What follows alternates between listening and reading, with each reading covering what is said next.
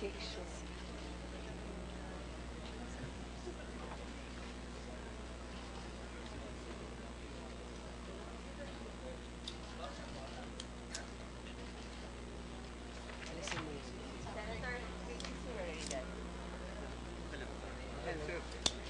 you very much. Salamat.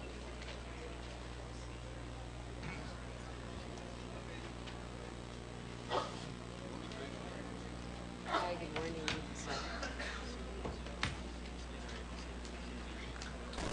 I need this so that I can hear what they're saying.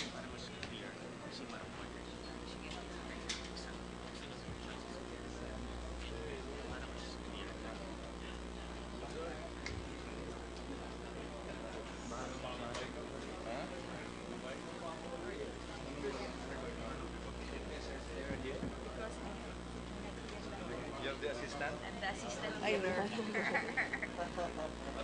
So I'll address you as Sen. Hindi ako malito. Somebody to remember what they say. So yeah, ask her to sit beside you. I have to use this earphone. Ay, yes, sir. Tapos ma'am, ulit nasa request mo. Executive session may sulat. Kung saan ka, please here, but requesting mo.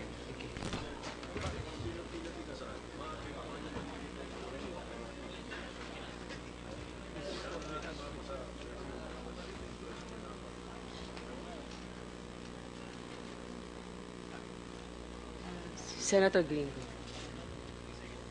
you're going to give a remark also after the opening.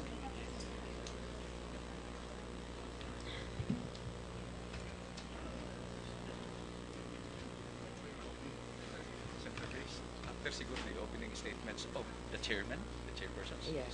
Opo. Okay. Yes, thank you. Sure.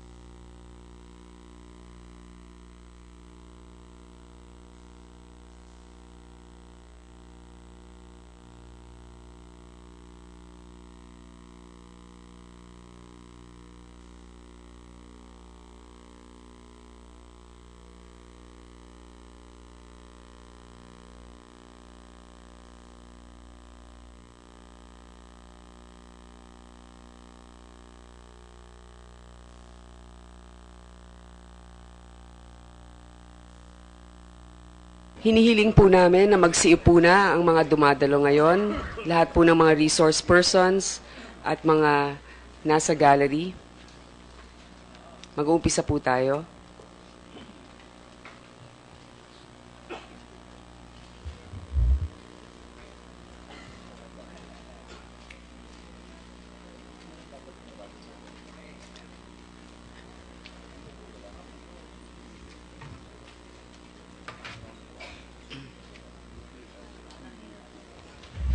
Magandang umaga sa inyong lahat. As chairperson of the Senate Committee on Public Order and Dangerous Drugs, jointly called with the Senate Committee on Peace, Unification, and Reconciliation, and the Committee on Finance, this public hearing on the reopening of the Mamasapano incident is hereby called to order.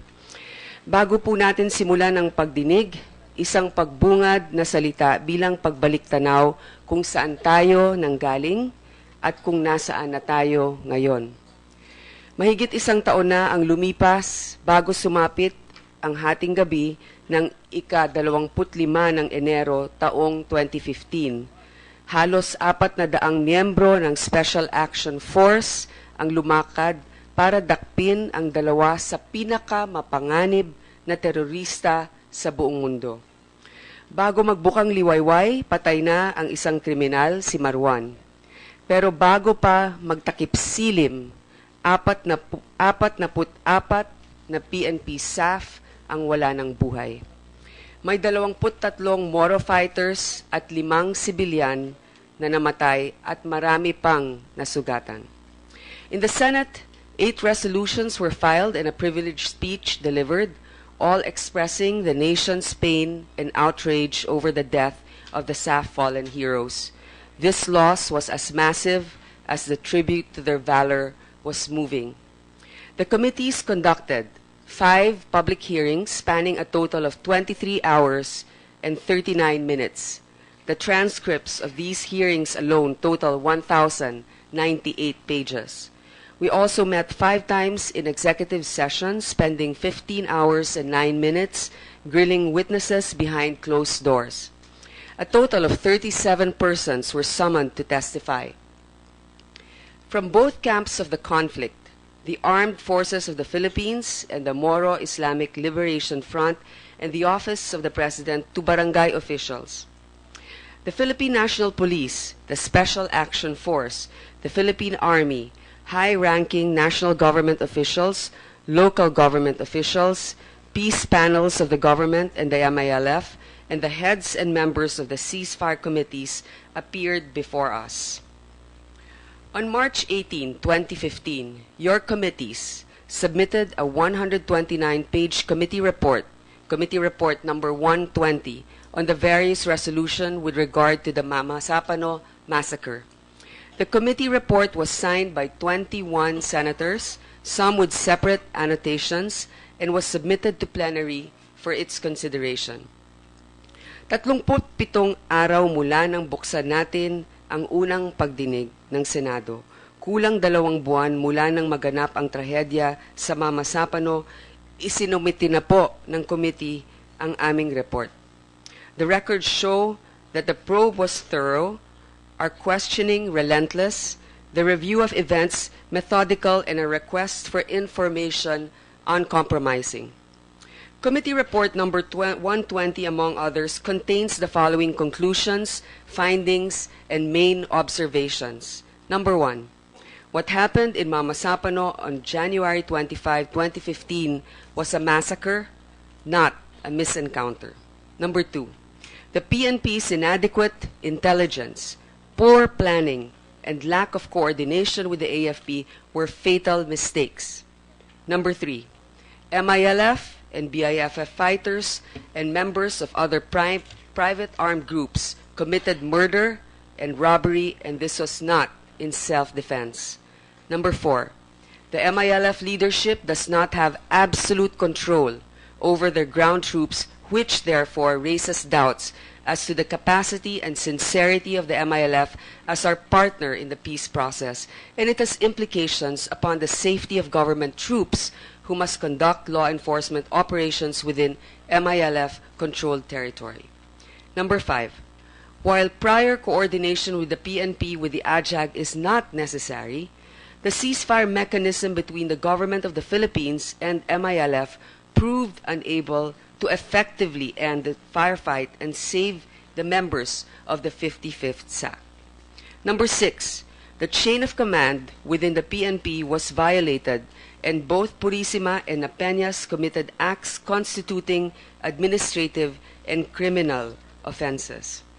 Number 7, the President failed to prevent then-suspended Police Director General Purisima from violating Article 177 of the Revised Penal Code, usurpation of authority or official function, and as Commander-in-Chief makes him ultimately responsible for the incident. Number 8, the Americans who were present during the entire operation were more than mere observers, given the facts that they directly trained, equipped, and supplied information to the SAF troops involved in the operation. The report covered all bases and covered up nothing. Tinukoy natin ang mga nagkamali at pagkakamali, pero pinuri natin ang mga nararapat at kilos na marapat sa isang patas na pagtatasa ng partisipasyon ng bawat isa. We were able to do this because first, we believe that the truth can never be compartmentalized, and that second, the nation, even in grief, has the wisdom and courage to handle the truth, no matter how painful. However, if there are supervening events or new evidence that come to fore after all of these, I will also be the first to say that we should unearth these and that we should be open to receiving and hearing additional facts in our continuing search for the truth. Almost 7 months after the filing of our committee report, Senate Minority Leader Juan Ponce Enrile took the floor on 7 October 2015 and moved to reopen the committee hearings on the Mamasapano incident. After inquiries and clarification, the Senate as a whole, during plenary session, unanimously, and finally decided during a plenary session on 18 January 2016 to grant Senator Enrile's motion, taking in good faith his assertion on new information regarding the issue. The reopening of the hearing was allowed with a specific note that the filed committee report remains valid and subsisting. Ginawa natin ang ating trabaho dati, ngayon may lumilitaw na posibleng bagong impormasyon. Hindi tayo maaaring magbulag-bulagan o magkunwari na wala nang maaaring gawin pa ang Senado. Ang katotohanan walang kabuuan ay hindi ganap at hindi matatawag na katotohanan. Kailangan ipagpatuloy ang masalimuot na pagbubuo ng mga datos para makita nating lahat ang buong katotohanang naganap sa Mamasapano. Ang tunay na parangal na pwede nating mabigay sa SAF 44 ay ang buong katotohanan. Dahil doon nakasalalay ang tunay na katarungan. It is for this reason that we are convened here today to hear new matters and receive new evidence or information that may be submitted, facts that will hopefully add to our enlightenment and not subtract from what we already know. Let me emphasize, it succinctly, the purpose of this inquiry is not to find fault, but more importantly, to know the absolute and complete truth. For the orderly conduct of today's discussion, we shall observe the following guidelines. Number 1, given that the main proponent of the hearing governing the opening of the Mamasapano hearing is Senate Minority Leader Juan Ponce Enrile, he will be accorded the first hour to ask questions to resource persons invited. For the information of everybody, all resource speakers today are mainly from the recommendation of Senator Enrile. Number 2, thereafter, we, the other senators, or the other senators who have questions, will be given 10 minutes each on a first-come basis. Finally, given the relatively high emotions involved in this issue, may I remind our fellow senators, also those in the audience, as well as our resource persons, to please observe proper decorum, as well as our rules on inquiries in aid of legislation. Before we acknowledge the presence of those who are here today in our hearing, I would like to give the floor to the Vice Chair of the Committee on Public Order and Dangerous Drugs for a brief opening statement. The floor recognizes Senator Honasan. Maraming salamat po, Madam Chair. Sa akin po, ang issue ay umiikot sa chain of command. Ang chain of command po ay hindi katang-isip. This is not an idea only. This is not a concept. This is not an abstract mechanism. This is an institution. It is concrete. It defines authority, responsibility, and accountability. It establishes command and control. Ang nakasalalay po rito ay buhay. It enhances our ability to protect life, liberty, and property. Kaya ang mga katanungan po na kailangan masagot dito ay may kautusan ba? Sino ang nagutos? May katungkulan ba ito? Kasama ba siya sa chain of command? May inutusan ba? May katungkulan ba ang inutusan? Kasama ba siya sa chain of command? Sinunod ba ang utos na dapat ay legal at makatarungan? Matapos sundin ang utos, may report ba? Kanino ibinigay ang report? Itong pinagbigyan ng report, may katungkulan ba? At kasama ba ito sa chain of command? May kautusan ba na ibinigay sa tamang panahon at sa bawat sitwasyon? Ang karanasan ko po rito ay personal. Alam ko from first-hand experience, kung ano ang nangyayari kapag gumagana, nag-ooperate ang chain of command. We are able to reduce casualties and accomplish the mission. Kapag hindi po nasusunod at hindi nag-ooperate ang chain of command, then we are unable to protect life, liberty, and property. Kapag nagdesisyon po ang sinuman na sirain o putulin ang chain of command, katulad po nung ginawa noong February 1986 ng then Minister Juan Ponce Enrile at General Fidel Ramos kasama ang Reform the Armed Forces Movement. In fact po, mawalang galang si Secretary Gasmin ay isa sa mga leader ng Reform the Armed Forces Movement sa Northwestern Mindanao. You must be prepared to assume full responsibility and accountability. Ito pong chain of command, meron hong chain of command sa pamilya. May chain of command, bawat barangay, bawat municipality. Sa Senado, may chain of command po tayo. Yung MILF, may chain of command. Yung terorista po at kriminal, may chain of command yan. In fact, kaya tayo minsan napapalusutan at nauunahan dahil yung mga terorista at kriminal, yung mga nanggugulo sa ating demokrasya, sumusunod sa chain of command nila, tayo hindi. Ito pong resumption ng hearings based on new information ay in aid of legislation. Kailangan matukoy natin dito kung kailangan ng bagong batas para linawin ang chain of command. Bigyan ng diin ito para malinaw ito sa lahat ng mamamayan at sa buong pamahalaan. At dapat po tukuyin din kung kailangan amyendahan at palakasin yung mga batas na natin ngayon.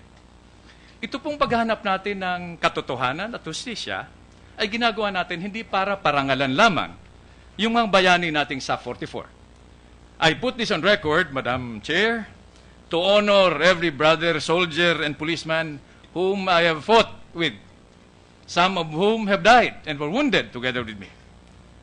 I do this to honor every brother Filipino rebel fighting for a cause. I do this also to honor the innocent civilians, men, women, and children who get caught in the crossfire of the armed conflict, especially their loved ones. And finally, Madam Chair, my colleagues, sa ating mga kababayan, sa pagtutulungan natin sa paghahanap ng katotohanan at justisya para isaayos at palakasin ang mga nasirang institution, katulad ng chain of command, siguruhin lang natin at mag-ingat tayo na sa pagnanasa nating ito, ang resulta ay hindi maging pagpapahina, maging kabaliktaran ng layunin natin. Dahil pag nangyari ito, malalagay na naman sa panganib yung ating demokrasya at yung ating inang bayan. Maraming salamat po. Maraming salamat po, Senator Honasan. Mag-uumpisa po tayo. Nandito po, nais kong batiin yung ating mga kasamaan. Unang-una, Senator Franklin Drilon, Senator Juan Ponce Enrile, Chairman po ng Peace, Reconciliation, and Unification, Senator Gingona, Senator Bam Aquino, Senator Tito Soto, Senator Cheese Escudero, Senator Sani Angara, Senator Nancy Binay, at yung ating pong mga resource persons, Executive Secretary Paquito Ochoa Jr., Secretary Herminio Coloma Jr., Honorable Secretary Voltaire Gasmin, Secretary Honorable Manuel Mar Rojas, Honorable Gregorio Catapang, Alan Purisima, General Leonardo Espina, Police Director General Ricardo Marquez, Police Chief Superintendent Fernando Mendez, Police Director Benjamin Magalong, Police Director Getulio Napeñas, Police Chief Superintendent Noli Talino, Police Chief Superintendent Edgar Orduña Basbas. Ito po si Police Senior Superintendent Hendrix Mangaldan ay nag-request po ng executive session, ngunit naririto po siya ngayong araw sa isang holding room. Si General Hernando Delfin Iriberi, Major General Edmundo Pangilinan, Lieutenant General Rustico Guerrero, at Honorable Cesar Garcia Jr. Magandang umaga po sa inyong lahat. Ito po yung order of arrival ng ating mga senador. Ang una po ngang magtatanong ay si Senator Enrile, pangalawa po sa kanya ay si Senator Soto, tapos si Senator Marcos, Gingona, Angara, Binay, Honasan, Drilon, Aquino, Escudero. Thank you, Madam Chair. Sir, bago po tayo magtanong, pwede po bang tayo ay manumpa muna? Lahat po ng mga panauhin, kung pwede pong tumayo para manumpa. Yung ating committee secretary, please administer the oath. For those who have not yet taken their oath and for those who have taken their statements in an executive session, please raise your right hand. Do you swear to tell the truth, the whole truth, and nothing but the truth in this investigation of the Mamasapano incident? For the record, Madam Chairman, all the resource persons gave an affirmative answer. Thank you. Duly noted. Senator Enrile, you have the floor, please. Thank you, Madam Chair.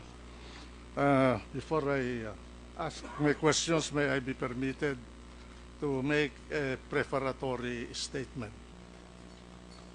Ladies and gentlemen, I hope this is a good morning. Before we commence this investigation, I would like to ask for your indulgence as I make a brief statement. Some people have accused me of having personal grudge against some powerful people and political motives behind the reopening of the Mamasapano massacre. I cannot blame them for thinking the way they do, but that is farthest from the truth. I am here only to fulfill a promise I made while I was incarcerated in Camp Crame. To the staff members who survived this horrible ordeal, what they said and the tears I saw is still vividly etched in my mind. I vowed to them then that if ever I be given a chance to get bail, I will seek justice for them and for all those who survived, those who perished, rather. It was fate, perhaps, that brought us together there in Camp Crame. And it is fate now, perhaps, that also allowed all this to unfold. I'm doing this for the staff troopers who bravely perished and those who gallantly survived. I'm doing this for the country, so that never again shall a similar gruesome butchery will happen in this land. I'm doing this for the people, so that they will know the national leaders who failed them because of ineptness and lack of leadership. I'm doing this for the truth and for no one else. Now, finally, I'm going to present evidence to show, and these are the specifications and the center of this morning's hearing as far as I'm concerned.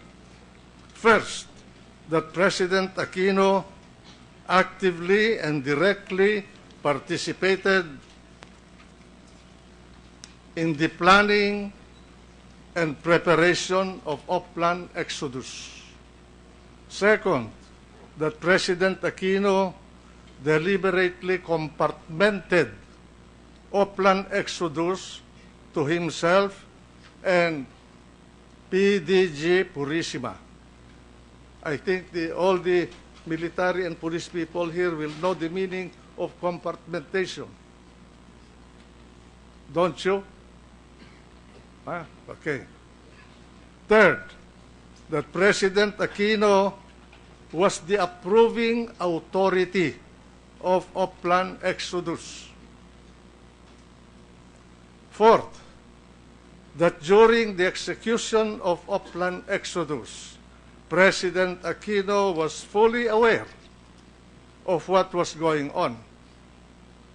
Fifth, that President Aquino wantonly disregarded the command systems of the AFP and the PNP.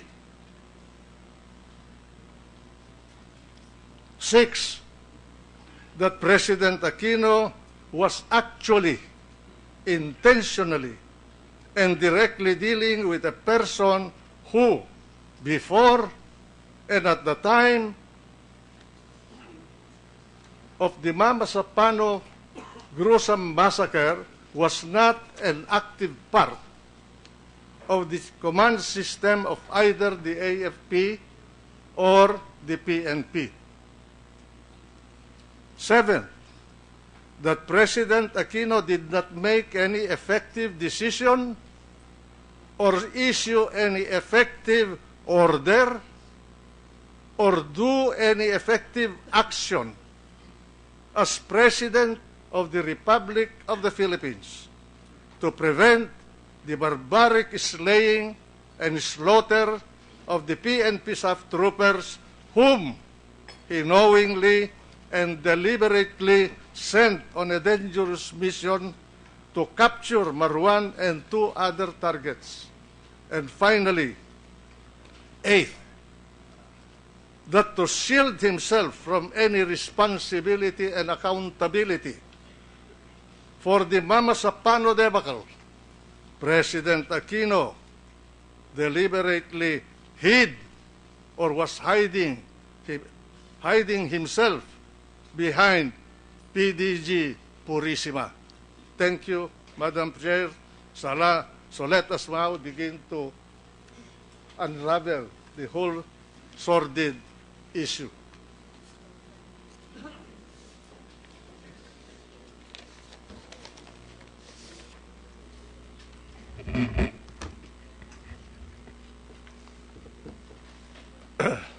In December 2010, I'm addressing these questions to General Napeñas. The PNP launched Oplan Pitas in Parang Sulu against Marwan. 1 year and 6 months later, in July 2012, the PNP launched Oplan Smart Bomb in Butig, Lanao del Sur, also against Marwan. Meanwhile, there were other attempted but aborted operations against Marwan thereafter, mostly in Mindanao. There were two further operations in Marawi, Cyclops 1, Cyclops 2, and all others, Wolverine 1, Wolverine 2, Wolverine 3, Terminator 1, Terminator 2, and lastly, Exodus, were all done in Maguindanao. Okay? Now, Mamasapano, in fact. Then after 2 years and nearly 6 months later, from Oplan Smart Bomb on July 25, 2015, Oplan Exodus was launched against Marwan in Mamasapano, also in Maguindanao. General Napeñas, in all those operations against Marwan, in Sulu, in Lanao del Sur, and in Maguindanao, which all happened under the administration of President Benigno Aquino, were you in some way involved in all of them?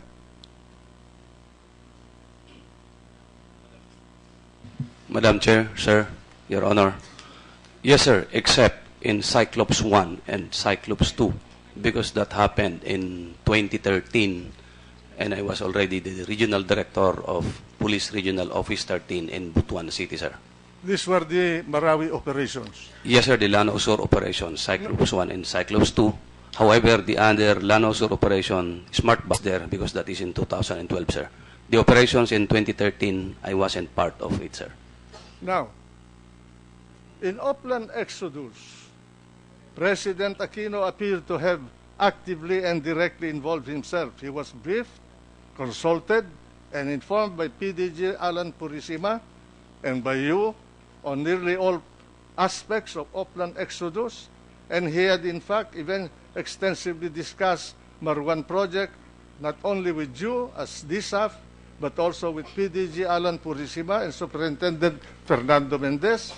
As a matter of fact, he issued orders and gave instructions to PDG Purisima and to you as SAF, DSAF, in the planning, preparation, and execution of Oplan Exodus. Is that true? Yes, sir, Your Honor. Now, was President Aquino actively and directly involved in the Sulu, Lanao del Sur, and Maguindanao operations against Marwan and others in the same manner and to the same extent as he did in Oplan Exodus? In Sulu, sir, not to my knowledge, because I was then the Deputy Director of the Special Action Force, and I have no knowledge of the arrangement of the then Director of the Special Action Force. In the same manner, in Lanao del Sur, the same, I have no knowledge. If there was such a dealing between the Director of the Special Action Force and the President, what I know is the Undersecretary of the DILG, in the person of USEC Rico Puno, was present in the presentation, in the briefing of the Smart Bomb or the Butig operation, sir. Who is this Rico Puno? He was then the Undersecretary of the DI, one of the Undersecretary of the DILG, sir. And he was he dealt with you. He dealt with you.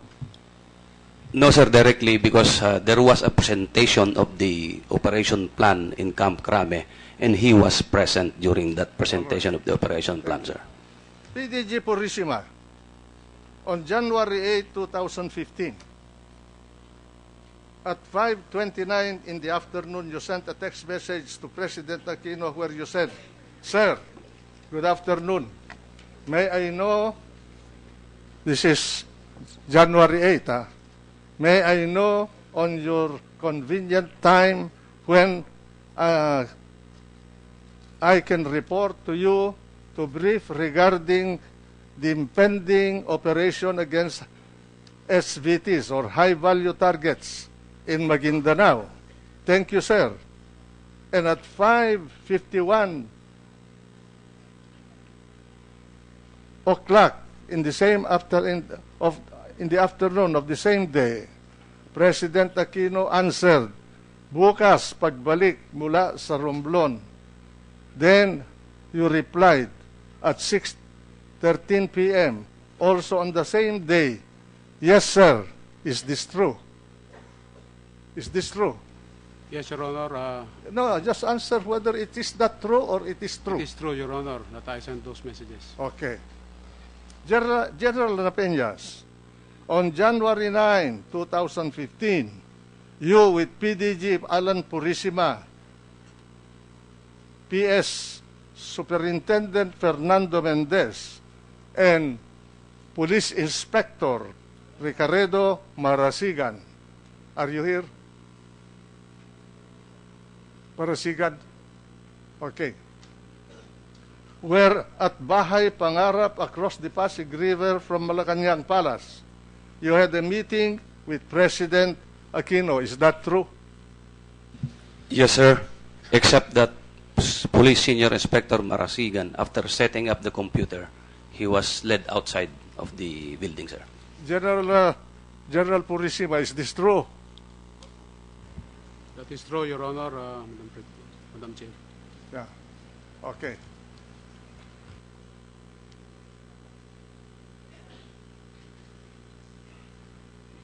Now, General Napeñas and General Purisima, please tell us briefly why you, both of you, with PDG Alan Purisima and Superintendent Mendez, had to meet President Aquino on that day, January 9. 2015. Why? General Napeñas first. We were there at the, Your Honor, sir, Madam Chair. We were there at the Bahay Pangarap in Malacanang to brief the President about Operation Plan Exodus. And I started the briefing presenting the video of Marwan and his cohorts in the area, followed by another video on the route going into the target area of Marwan and Usman. It was followed by presentation of the concept of operations. There was also a presentation of a decision matrix.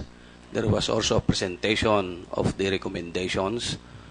And practically the details of Operation Plan Exodus was discussed in that meeting, sir. Okay.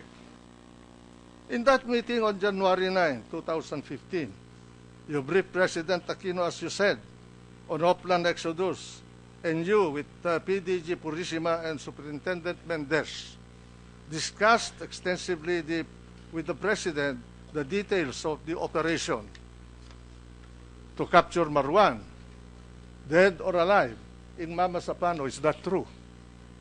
Yes, sir, Your Honor. Yes, sir. General Purisima. Your Honor, may I clarify the answer? My answer to that is, when the plan was presented, this was already a finished operation plan.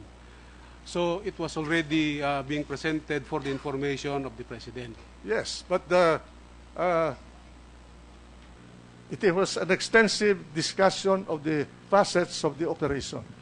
Your Honor, there were comments that were made during the presentation. All right, I will go into that and ask you questions, okay? In that meeting on January 9, you also presented to President Aquino the concept of operation or CONOPS, okay, to execute Oplan Exodus, and that CONOPS clearly spelled out nearly every detail and aspect of the Oplan Exodus, especially the time, on target, or thought manner of coordination with the AFP. Is that true? General De Peñas. Yes, sir, Your Honor. Oh. General Purisima. Your Honor, the preparation was made by SAF No, on I'm asking you the if what I concept ju- of operation that was What presented. I'm asking you, sir, is whether what I read is true to fact. Yes, sir, that is correct, sir. But to clarify that, it was the PNP SAF commander who was presenting the operations, the concept of operations. It was already prepared during that time, Your Honor. What were you then? What were you then? Why were you in that meeting? We were just, I was just a facilitator, Your Honor. Come on. Okay. Huh? And in that same meeting, General De Peñas, President Aquino discussed with you the strength of the force needed to implement Oplan Exodus, which was intended primarily to capture Marwan, dead or alive, in Mamasapano. Is that true? Yes, sir, Your Honor. Okay. And in fact, in that meeting with you on January 9, with President Aquino, he ordered you to increase the number of personnel to be used in Oplan Exodus. Is that also true? Yes, sir, Your Honor. All right. Also in that same meeting on January 9, 2015, President Aquino talked to you about prior coordination with the AFP. Is that correct? Yes, sir, in the whole of us, because that was discussed with Yes. the four of us together, sir. Okay. But you responded to him when he mentioned about prior coordination with the AFP, and these were your words. With due respect, sir, compromise po ang AFP. Did you say that? Yes, sir, Your Honor. All right.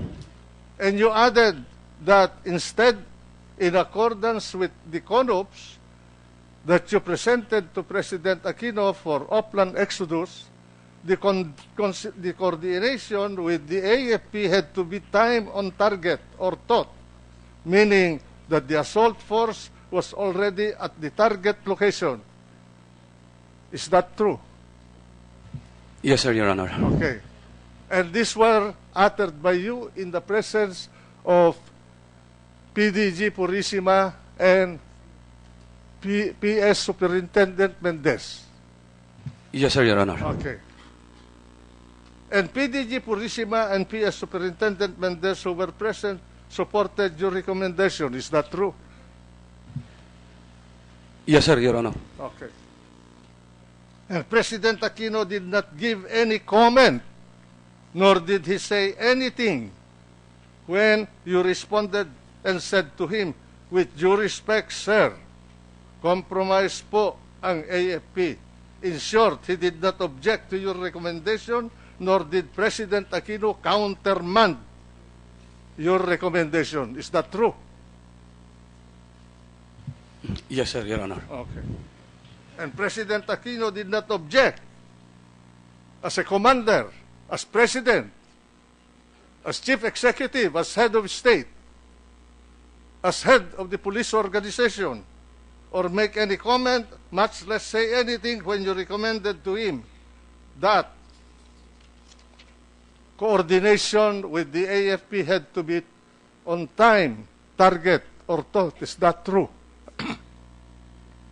Yes, sir, Your Honor.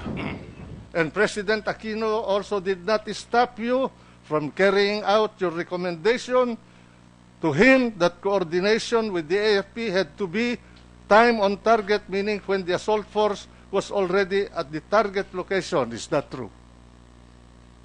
Yes, sir, Your Honor.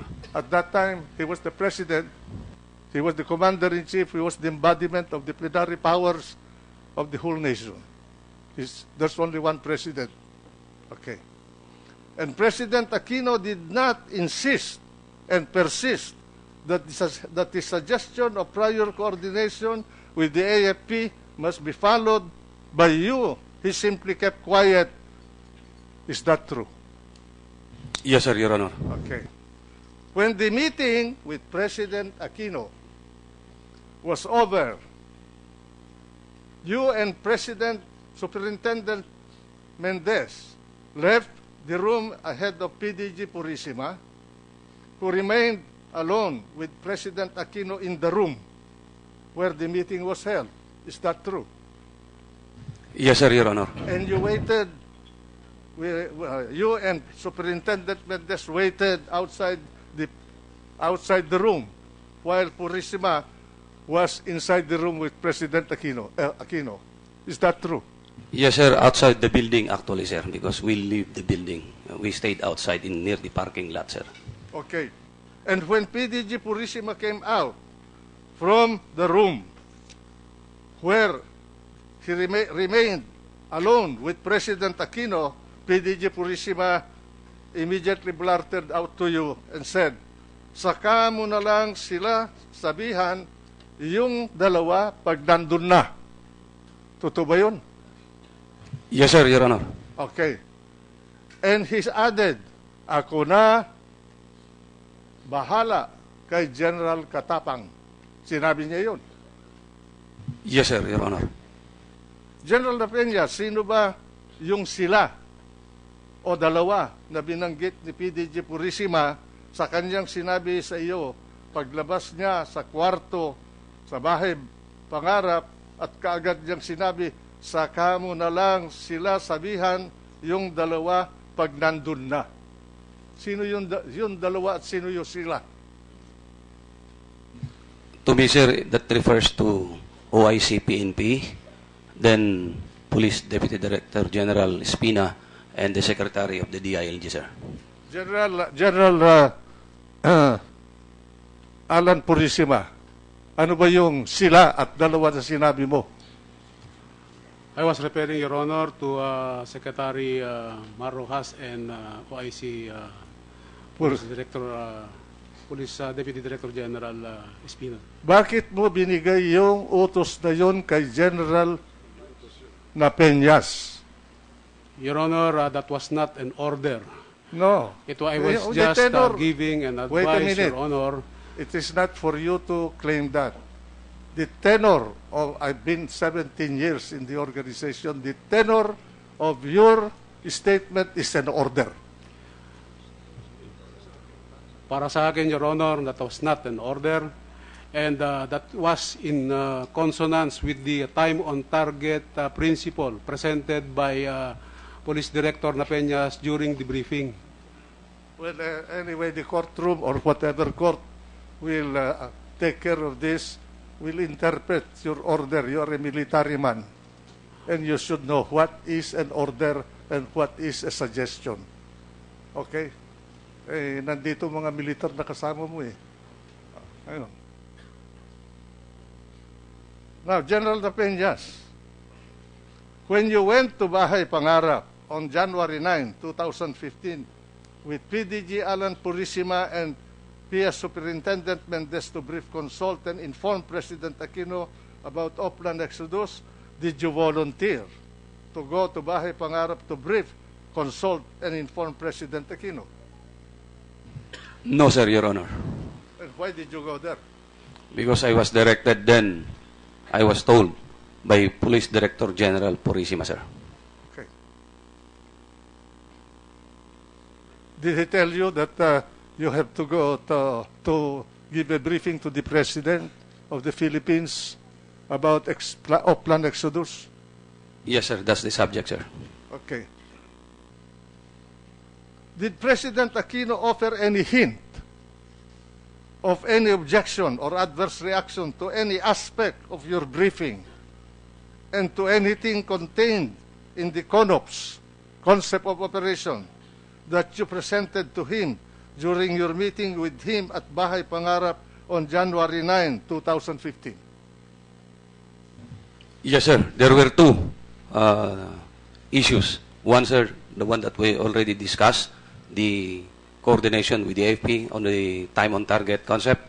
And the second is the strength to be increased accordingly, sir. Those were the only two items that he opened his mouth. Those were the two things that he ordered to us for to do, sir. Yeah, To do. those were the only two things that he commented on. Or There were other, sir, Your Honor, there were other comments, but this pertains about yung video na nakikita, ganyan ba talaga? May mga side comments lang, sir, po yun. But yung dalawa talaga na pinaka-meet doon, sir, na sinabi niyo po niya, yung time on target na coordination with the Armed Forces of the Philippines, coordination with the Armed Forces of the Philippines, at saka po yung strength. Now, after your briefing and your presentation of the CONOPS of Oplan Exodus on January 9, 2015, this is my side comment, realizing perhaps the gravity and high degree of peril and risk involved in the execution of Oplan Exodus, President Aquino, on his own behest, ordered you to increase the number of personnel to be used in Oplan Exodus. Is that true? Sir, in my opinion, Yeah. that's true, sir. Okay. In my opinion, sir, that's true. Okay. In fact, the order of President Aquino was the principal cause for the delay in the actual operation of Oplan Exodus, which could have been done earlier than January 25, 2015. Yes, sir, Your Honor. And after your meeting with the President, with President Aquino on January 9, 2015, you informed President Aquino through PDG Alan Purisima that there were two possible windows to execute Oplan Exodus, January 11 to 14, 2015, before the visit of Pope Francis to the country, and January 20, 26 to 15. Is that true? Yes, sir, Your Honor. And did you hear or receive any objection or adverse comment either from President Aquino or from PDG Purisima about the windows of dates you proposed to execute Oplan Exodus? No, sir, Your Honor. You later recommended to President Aquino again through PDG Purisima that the better window of dates was January 20 to 26, 2015. Is that true? That's true, Your Honor. And did you hear any or receive any objection or adverse comment from either President Aquino or PDG Purisima about your choice of January 2026 to 2015 as the better window of the dates to execute Oplan Exodus? Your Honor, may I be clarified of the question again, sir? I did not get it, sir. May objection ba na ipinarinig sa iyo o sinabi sa iyo si Presidente Aquino at si PDG Purisima nung sinabi mo na ang pinakamagandang panahon o time na gagawin natin yung Oplan Exodus is January 2020 to 26, 2015? Wala pong objection, sir, Your Honor. Wala silang sinabi. Wala po, sir, Your Honor.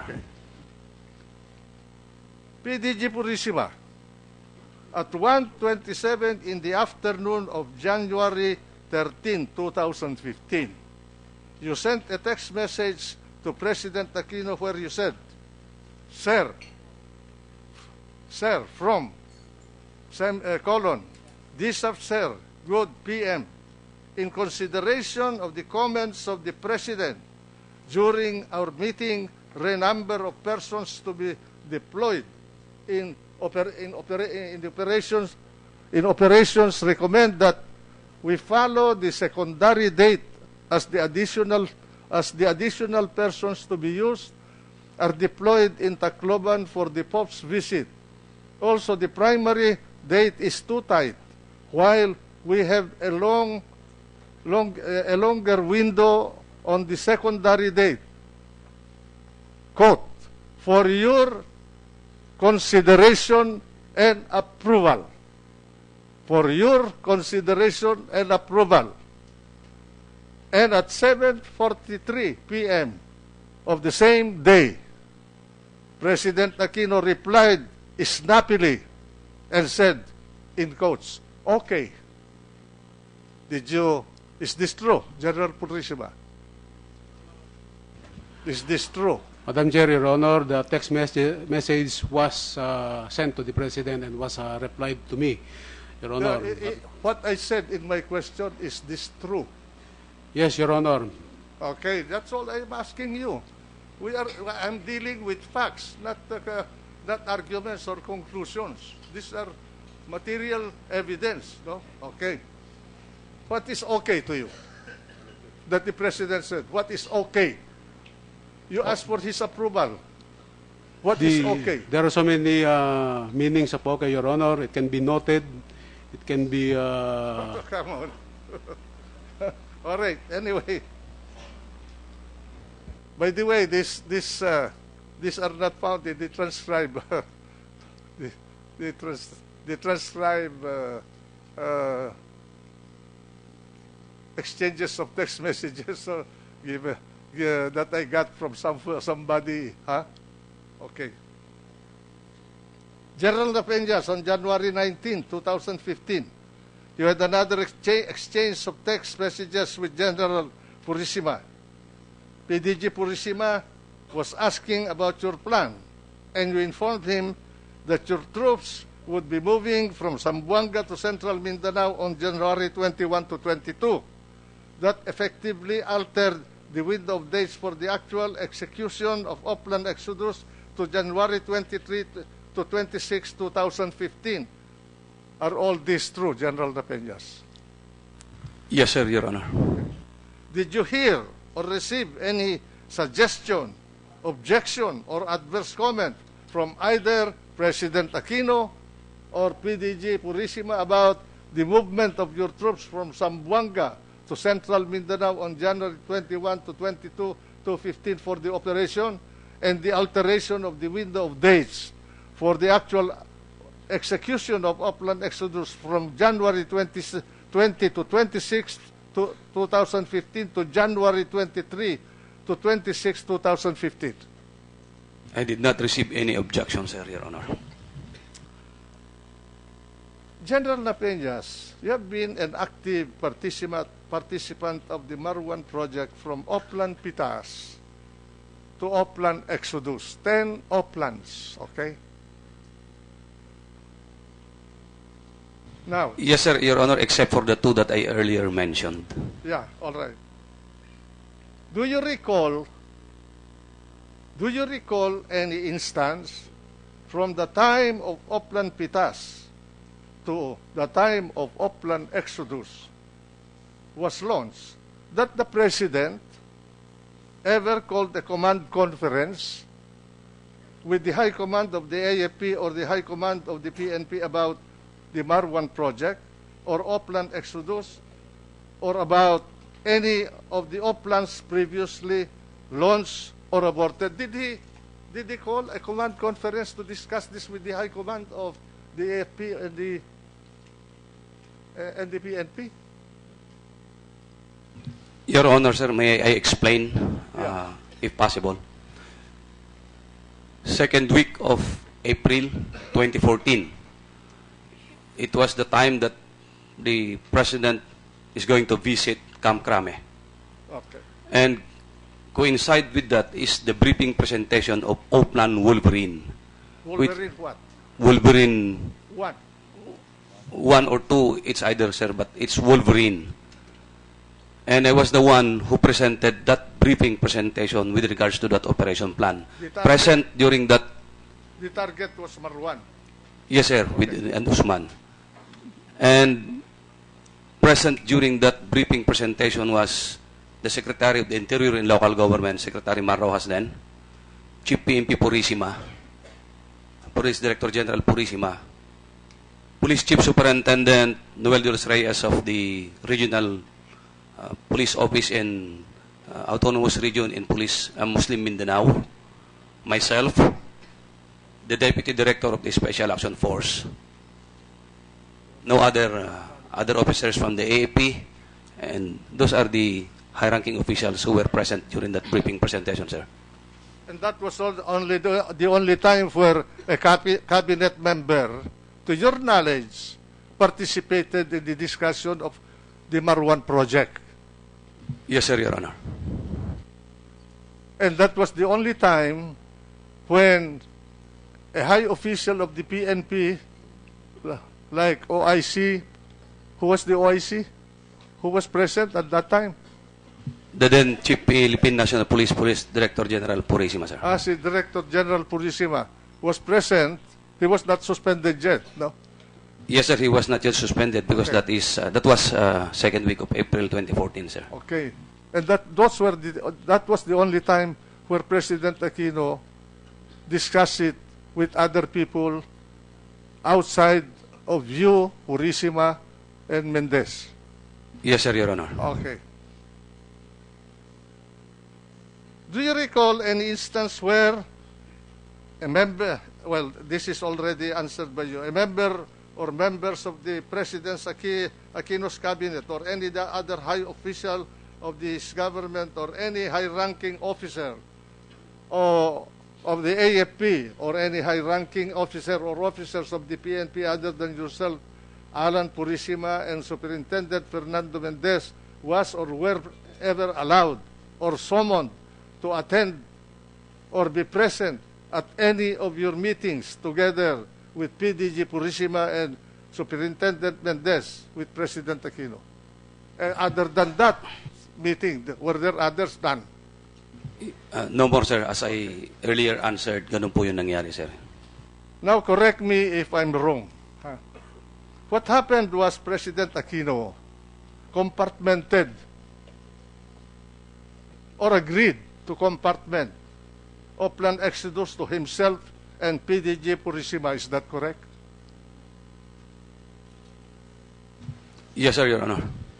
Okay.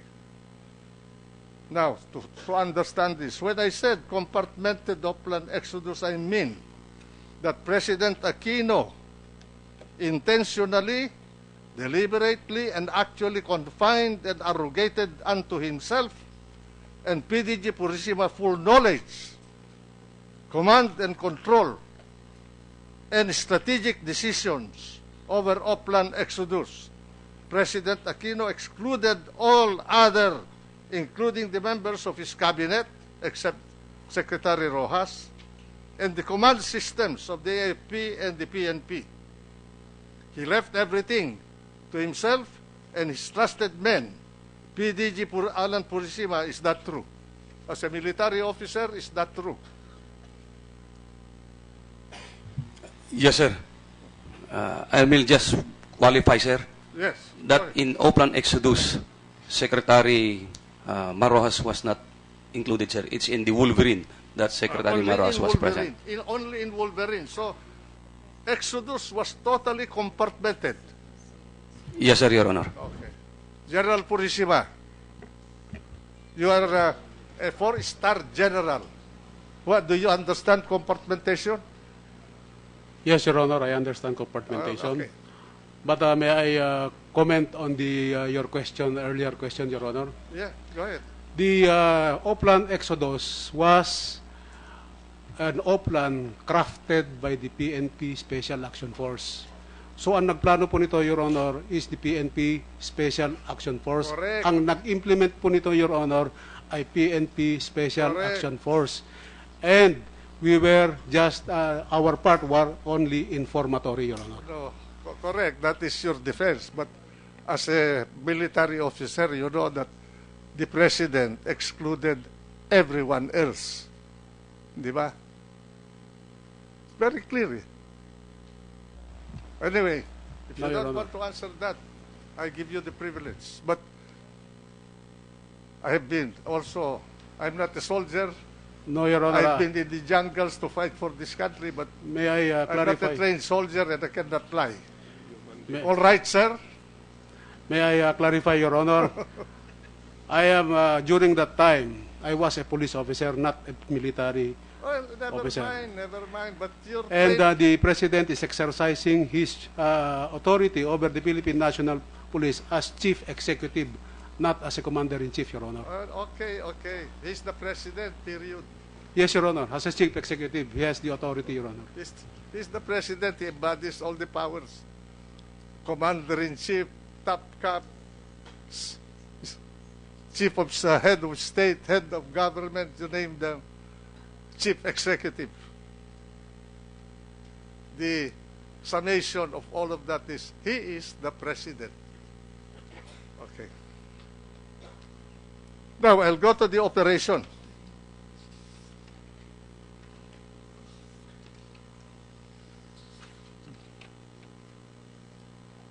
Operation. At 4:35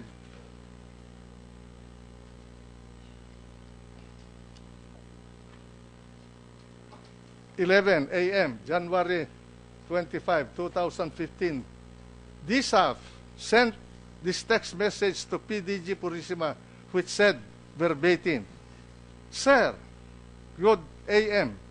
For your information, the operation against SBT..." I will just go back to my original question. I will, so that the sequence will not be affected.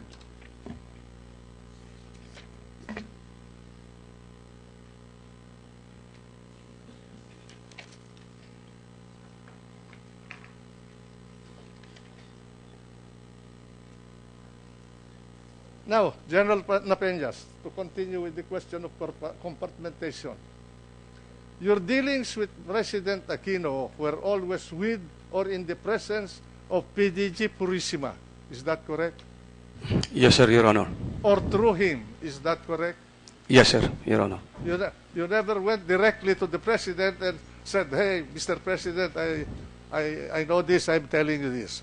Never directly to the President, Your Honor. And because of the nature and manner of your dealing with President Aquino, which was always with or in the presence of or through PDG Purisima, you develop a strong impression, correct me if I'm wrong, a strong impression and a strong belief that PDG Purisima was indeed a very trusted man of President Aquino, and that as far as you were concerned, what PDG Purisima said to you was the word of the President, and what you said to PDG Purisima would reach the ears of the of President Aquino. Is that true? Yes, sir, Your Honor. Okay. Now, What violation of Philippine laws did Marwan commit to make him such a target of police operation in the country? If I may just look at the warrant of arrest that I have in my possession, sir. Yes.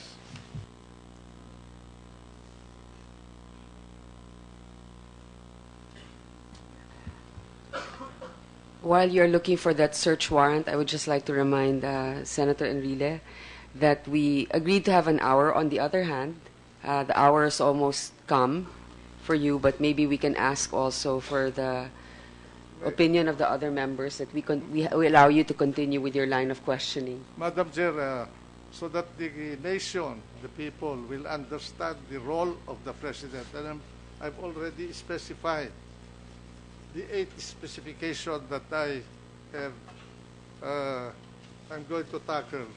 I would suggest that I just finish my presentation of these questions in order to unravel the whole truth and nothing but the truth about the role of the President. I agree, Senator. We just have to remind each other for rules, and I would like to get the approval of the other members, the other senators present here Madam today. Chairman, We will continue with if the I may line of question. interject, the Senator Enrile is clearly constructing a timeline and a narrative, and to be very clear about what has the details of that timeline and narrative.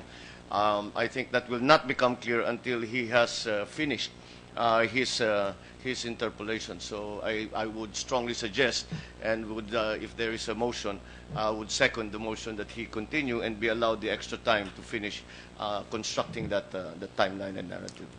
Okay, thank you, Senator Marcos. No objection from the other members of the Senate present here today. I'd like to acknowledge... Chairman. Yes, Senator Bang. Maybe since most everyone seems to be agreeing already, but maybe just a word to our colleagues that everyone will be asking questions today. So probably just to be able to keep the time also. Thank you. That's duly noted. That's why I framed the question in such a way that they either say yes or no and correct the facts, no? So that we can finish this. I also want to finish. I'm old already. Thank you, Senator Enrile. I'd like to acknowledge the presence of Senator Marcos, Senator J.V. Ejercito, Senator Recto, Senator Pimentel, and we shall now continue with the line of questioning of Senator Enrile. General Napeñas will read the warrant. Tell us the judge who issued the warrant and in what court this warrant was issued. Yes, sir, Your Honor. Multiple murder, multiple prostrated murder, in multiple attempted murder issued by the Regional Trial Court in Kidapawan City. And the judge is Judge Rogelio Narisma, Your Honor. This happened in Kidapawan, the crime. The crime did not happen actually in Kidapawan, sir, but the cases were filed in Kidapawan City, RTC, sir, Your Honor. Now,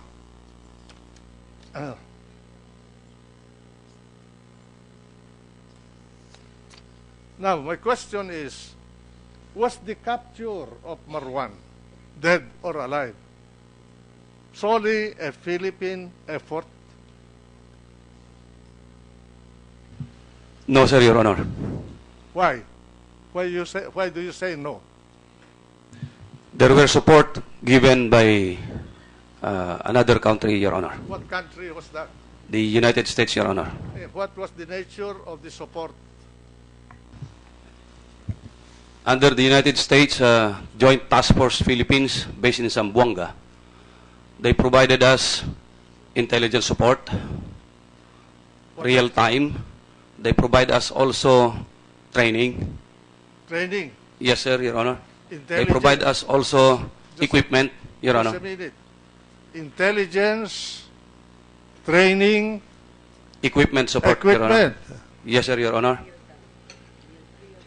And in that Oplan Exodus, they provided support in terms of humanitarian and medical evacuation, Okay. and also investigation, Your Honor. Investigation? Yes, Your Honor. I'm referring to the finger that was severed and it was given to them for the confirmation of the DNA in relation to the brother of Marwan and to his finger that was taken, sir. Who were the people who conducted the training? They are members of the Joint Task Force Philippines of the United States based in Zamboanga, sir. Are they members of the United States military? Some are members, Your Honor, but some are mere members of the Joint Task Force of the United States based in Zamboanga. What is that? Are they? It was a military civilian component of the American government.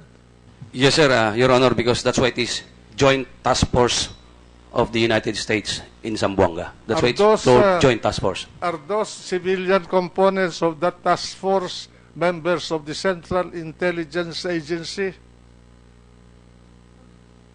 Well, to my knowledge, Your Honor, because we are talking here about intelligence, they're providing real-time intelligence and intelligence. They should be working in that outfit, Your Honor. CIA? The word CIA is never mentioned in our dealings, Your Honor. But they were giving you intelligence. Yes, Your Honor. Why are they giving you intelligence on a purely police matter? Can I answer and explain, Yes. Your Honor? Go ahead. We all know that the United States Special Operations Command, the top priority mission is counterterrorism, and this is part of the war against terror. The Special Action Force is a unique unit of the Philippine National Police. The primary mission is counterterrorism. And I believe that must be the reason why they're dealing with us insofar as counterterrorism is concerned, Your Honor. Were they using the visiting forces agreements as a basis of this cooperation or some other agreement of the government with the United States? Honestly, I don't know, Your Honor. I'm not aware. What they're using as reference. I asked this question because the visiting forces agreement, to my recollection, deals only with military cooperation between the Republic of the Philippines and the United States. It does not cover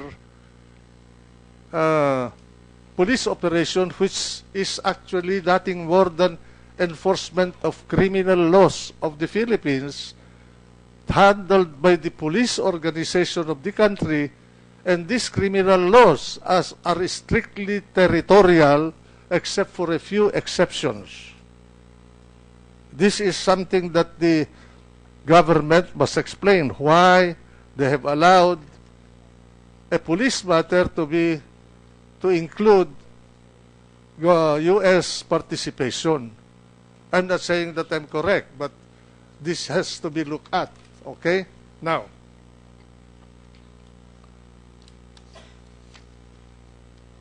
the reason why I asked that question, whether this is solely a Philippine effort, was the fact that the money given, offered as a reward was in U.S. dollars, 5 million U.S. dollars.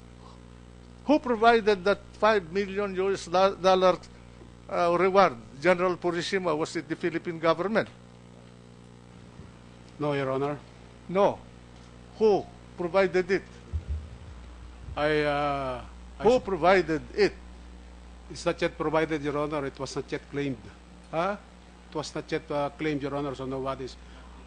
Huh? Not claimed, not claimed, not claimed. So it is not yet provided, Your Honor. I'm not asking about the claimant. I'm asking who provided it. Your Honor, I suppose it is the U.S. government that offered the 5 million. Why do you say I suppose? Why are you qualifying your answer? I'm just asking. What country? Who provided I am not sure, it? Your Honor. I'm not sure, Your Honor. You're not sure. But it is in U.S. dollars. Your Honor, that is the very reason why I assume it is the U.S. government. Okay. Sir. Just a minute. Yes, Chairman Lepeñas, you have something to add. Madam Chairman, sir, if I may add to the information given by General Purisima, sir. Yes.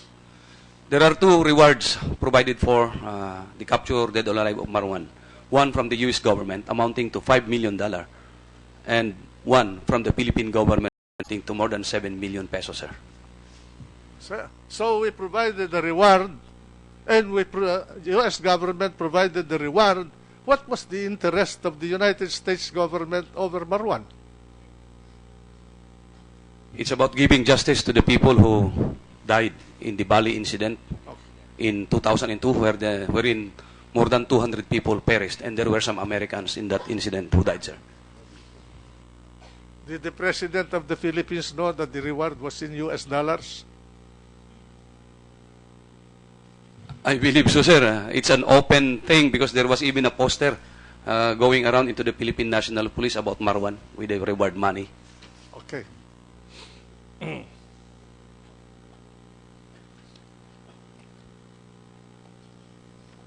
When the Lanao, the Sulu, Lanao del Sur, and other Maguindanao operations were launched against Marwan, the reward in US dollar was already offered. Yes, sir, Your Honor. At that time, there was no case yet against Marwan that was filed in Kidapawan. Your Honor, let me check the dates of the cases filed against him. I'm sorry, the warrant of arrest issued against him. 2007. 2007.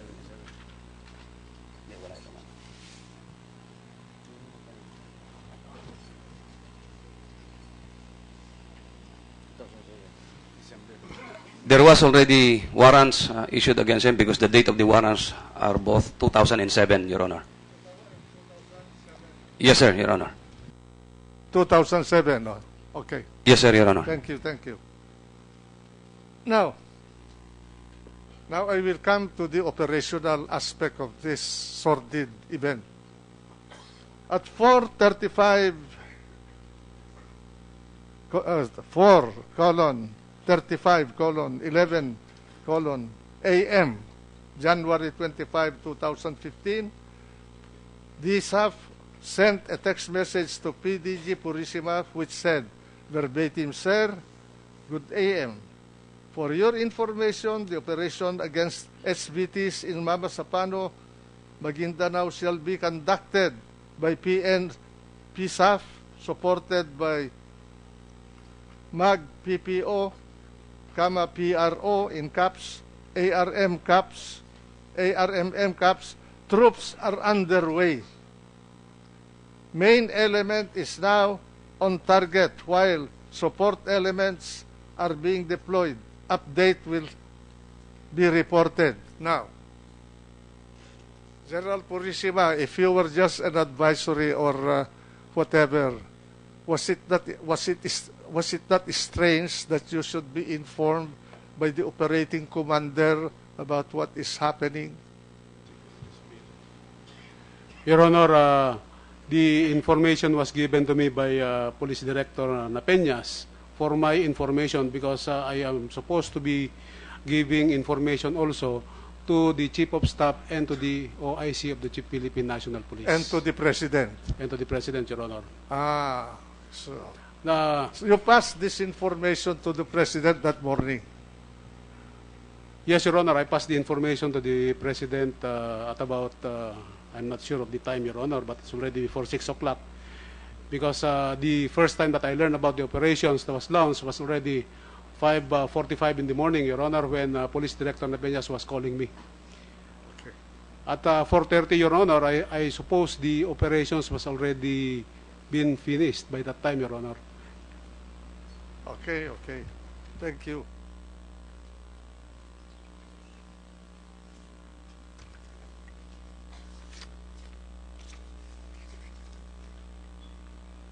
At 4:34, I will just inform the public and the people that when I say these numbers, these are hours, minutes, and seconds. At 4:38:44 a.m., January 25, 2015, DSAF sent a text message to OIC PNP, PDD General Espina, which reads verbatim, for OIC PNP from DSAP, Sir, good AM, on January 25, 2015 at about 2:02:30 hours, PNP staff supported by Maguindanao PPO and PRO ARMM shall be conducting LEO, law enforcement operation, against high-value targets in Mamasapano, Maguindanao. Troops are underway and development will be reported ASAP. General Napeñas, you confirm that you sent this message? Yes, sir, Your Honor. And this was in accordance with the order to you of the then Chief PNP, but suspended to saka mo na lang sabihan yung dalawa pag nandun na. Yes, sir, Your Honor. This was the first time that you were informing the OIC of the PNP about the operation. Yes, sir, Your Honor. Okay. Thank you.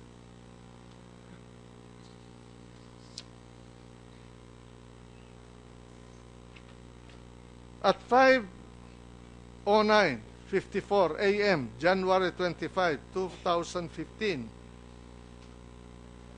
DSAF sent this text message to the Commanding General, 6 ID, 6 Infantry Division, which reads verbatim, Ed, good morning, good AM. For your info, on January 25, 2015, at about 230 hours, PNP staff supported by PPO,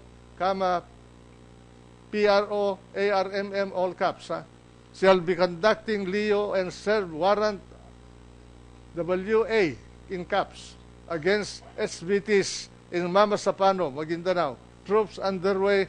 Coordination was also done with CO1 mechanized for 45th IB. General Pangilinan, did you receive this text message at that hour, at that time? Madam Chair, Your Honor, I received the text. The record in my phone says 5:06 in the morning, Your Honor, and I read it by 6 in the morning. What time? What? 5:06. Okay.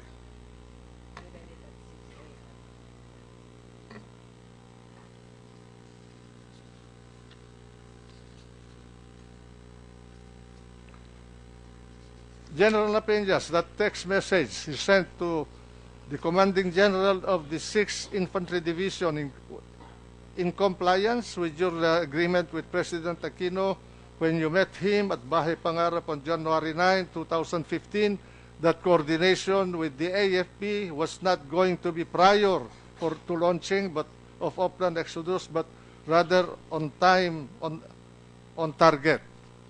Is that true? Yes, sir, Your Honor.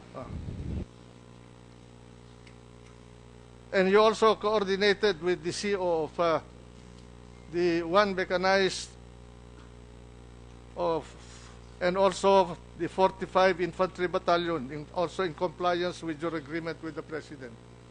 The coordination is in compliance with the time on target concept, sir. However, the person who coordinated with the CO of the 1st Mechanized Brigade is the Deputy Director of the Special Action Force, because that was then his tasking, Your Honor. Okay. At 5:25:11 a.m., January 25, 2015, the text message of DSAF to the Commanding General of the 6th Infantry Division at 5:09:54 a.m. was passed on to Colonel Hener del Rosario. Is that correct? Again, sir, the one who coordinated with the Colonel Del Rosario, because he's the CEO of the 1st Mechanized Brigade, it was then the Deputy Director of the Special Action Force, not me, Your Honor. Okay. At 5:28 a.m., January 25, 2015, DSAF sent a text message to Major Achilles de la Cruz, Philippine Army, CC AJAG. What is this AJAG? It's Ad Hoc Joint Action Group, Your Honor. What is the meaning of this?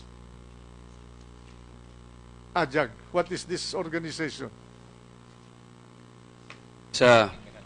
It's a part of the reporting mechanism about violation of the peace process, Your Honor. And the message that you sent, Sir, good AM, for your information, operation against SVTs in Mamasapano, Maguindanao, shall be conducted by PNP SAF, supported by Maguindanao PPO, PRO, ARMM troops are all underway. Is that true? Your Honor, can Yeah. may I request that the question be repeated, sir, Your Honor? At 5:28 a.m., January 25, 2015, DSAF sent a text message to Major Achilles de la Cruz, and the message is reads verbatim. Sir, good AM, FYI, for your information, operation against SVTs in Mamasapano, Maguindanao, shall be conducted by PNP SAF, supported by Maguindanao PPO, PRO, ARMM troops are underway. Is that correct? Yes, sir, Your Honor. And it added to that text was, ME is now on target. Main effort is now on target at 5:28 in the morning.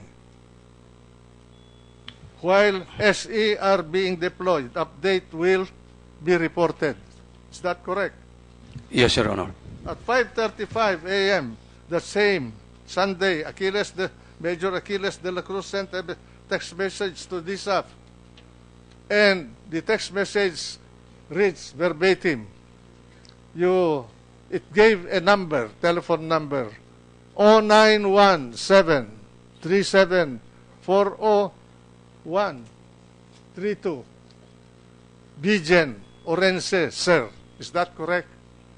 Yes, sir, Your Honor. And who is Bijen Orense? He is then the AJAG at that time already, because it used to be Major Achilles, sir, but then Brigadier General Arense is now in the position. In fact, I had a conversation with Major Achilles. That's why I requested for the cell phone number of Brigadier General Arense, sir. Is he a police officer or an army officer? He is an army officer, Your Honor.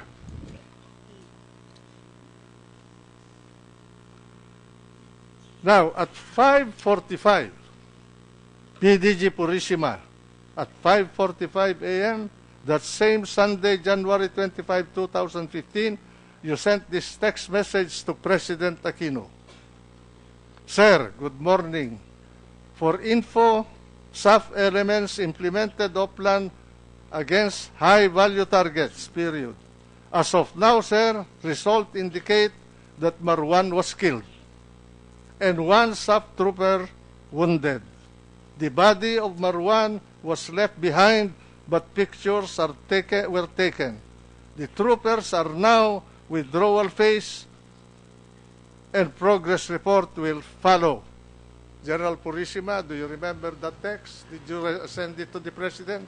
Yes, Your Honor. That text message was taken from the information given to me by Police Director Napeñas when he called me at about that time. Because All right. that was the only time that I know that the PNP staff have jumped off for that operation. Did you pass that? Did you pass that to anybody in your command system? Later in the... No, did you pass it?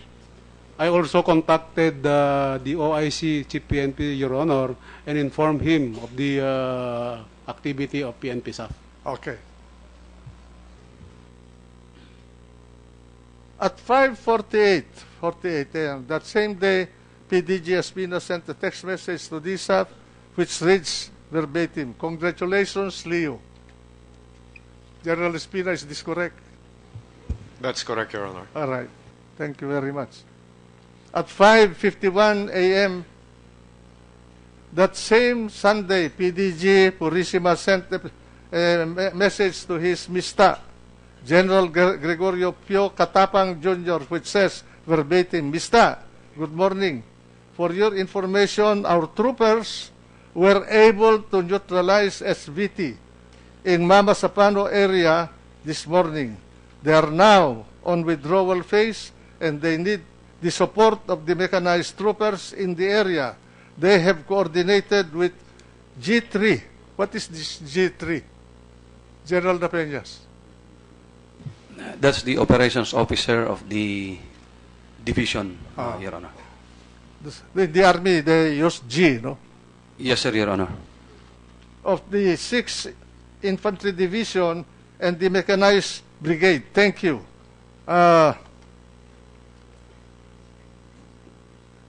Did you send this message, General Purisima? Yes, Your Honor. General Katapang, did you receive this message? Madam Chair, Your Honor, I received the message. Okay.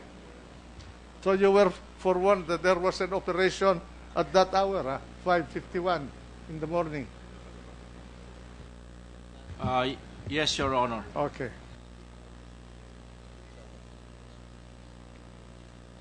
When you, General Purisima, when you send that message, that text message to General Gregorio Pio Katapang Jr., your Mista, was that in compliance with your agreement with General Napeñas at Bahay Pangarap where you said, "Ako na, bahala kay General Katapang"? Yes, Your Honor, but it was already late that the operation was already conducted when I was informed. Never mind the time, but this is in compliance with your usapan sa Bahay Pangarap with the President, di ba? Your Honor, if it had been earlier, I would have been informed him earlier also, Your Honor. Okay. That is early na, 5 o'clock. Nag-umpisa lang yung drama. Before the jump up, Your Honor. General Katapang, as AFP Chief of Staff, did you inform President Aquino about this message of your Mista, PDG Purisima? No, Your Honor. Why not? Did you not consider this a material matter to be known by your Commander-in-Chief? Your Honor, we receive operations and we have daily operations against high-value target. We did not know that it was Marwan who was being hunted down. Mm-hmm. And that was just an information. It was not a coordination, Your Honor. Mm-hmm.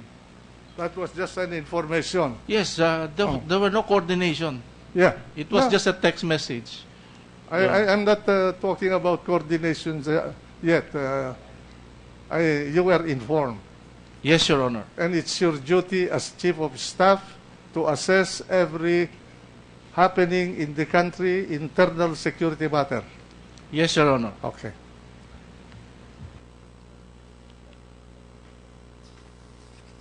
At 5:47 a.m., that same Sunday, Brigadier General Lorenzo texted this message to DSAF, and the message reads verbatim. He gave a number 0917-51-20085. Sir, paki-coordinate lang kay Colonel Mel Feliciano, 601 Brigade. Commander Ray, your withdrawal na ito, ha?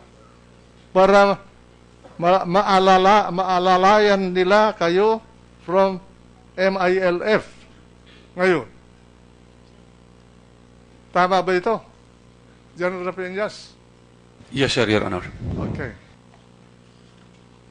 Yung unang number, ano ba yun? Kanino ba yun?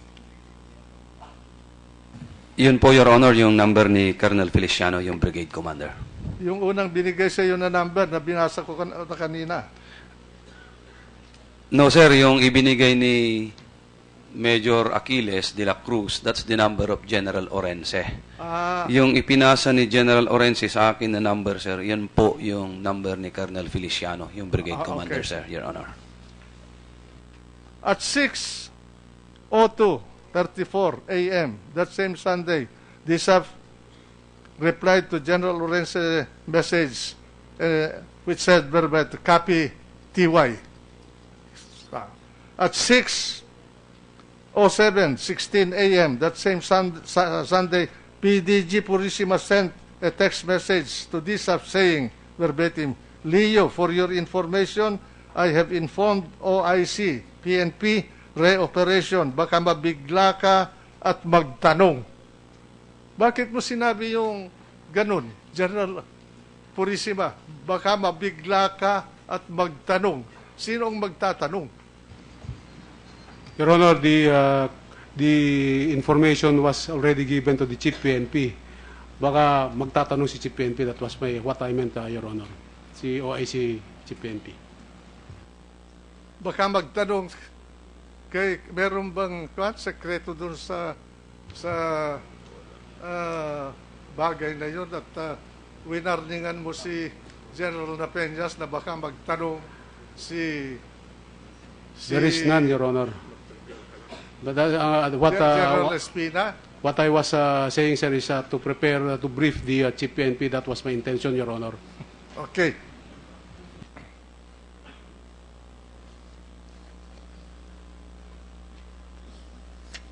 At 6:01 a.m. that same Sunday, PDGG Espina sent a text message to DSAF which said verbatim, Guerrero, these are verbatim sa Guerrero's number please. Di pa sumasagot si Greg. Tama ba yun, General Espina, na nagpadala ka dito? That's correct, Your Honor. Bakit mo kinokontak si General Guerrero? Kasi sir, yun pong, Your Honor, good morning po. Yeah. When I was contacted by General Purisima, maybe 5 minutes before 6 a.m., he told me kuha na si Marwan. Ang sagot ko, ganun ba? Ano ka ko ang nangyari? Kasi hindi ko alam, sir, from the very start. Compartmented ka eh. Yes, sir. And if I recall right, he informed me, Purisima, that SAF was operating. And then, what I did was to immediately read my text messages. And then, that was yung pong pinadala na 4:30, which did not wake me up during that morning. Binasa ko, merong text message na may operation ng ganon. At apparently, sir, parang napapaengkwentro sila or humihingi ng support.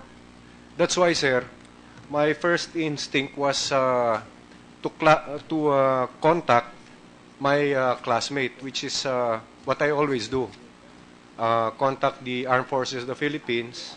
In this particular case, the commander of Western Mindanao Command, in the person of General Rustico Guerrero. Siya po ang namamahala doon. I called him up immediately and to inform him na nag-ooperate ang SAF doon sa area at napapaengkwentro. Ang tanong sa akin, sir, ni General Guerrero, ano yan? Hindi na naman nag-coordinate, di ko alam yan. Ang sabi ko kay General Guerrero, saka na siguro ang sisihan, di ko rin alam ito, ang importante alalayan natin. Tama yun. That's the G, sir. I was informed 5 minutes before 6 a.m. I contacted General Guerrero 5 minutes after 6 a.m. after knowing it. Wala nakakaalam, sir. Pero sabi ko, saka nasisihan. Baka ang importante dito, maalalayan. Hindi mo alam yung operation? No, sir. Hindi rin alam ni General Guerrero. No, sir. He didn't know. Ang unang reaction niya, sir, ano yan? Hindi ko alam yan, Hindi na naman nag-coordinate. Yun ang exact words niya sa akin, And then I answered that way. Saka na, sir, yung sisihan. General Guerrero, you're present here. Do you confirm that statement? Madam Chair, Your Honor. Yes, sir. I received a phone call from General Espina at 6:04 a.m. and he told me about the encounter in Mamasapano, Your Honor. Where were you that time? I was in my headquarters in Camp Navarro, Zamboanga City, sir. Okay, thank you. Sir, if I may add, I received this, sir, if I may add, I received the call when I was in Manila during that time. I was in Manila the whole day. Yeah. General Napeñas, at 6:10:51 a.m. that Sunday, it was at this time that the heavy firefight started at Mamasapano between your support unit. Is that correct? It may be a little earlier, Your Honor, because I received the information at about that time that you said, but it may be a little earlier, but it is not that heavy early in the morning. But when the MILF and the other armed groups started to reinforce their troops, it was later that there was really a heavy firefight. That there was already a heavy firefight at that. Anyway, we use this as a benchmark. 6 o'clock in the morning of Sunday, the firefight was going on. Yes, sir, Your Honor. All right. And it ended what time? That's about 6:02 in the evening or past 6 in the evening, Your Honor. Okay. At that time, the Sub-44 were already all killed. Yes, Your Honor. Mostly of them, except because there was one who they were able to bring it to the headquarters of the police headquarters of the Maguindanao PPO, but later died, Your Honor. And 12 hours of fighting. The Commander-in-Chief, the President of the Philippines, was never heard. Am I correct?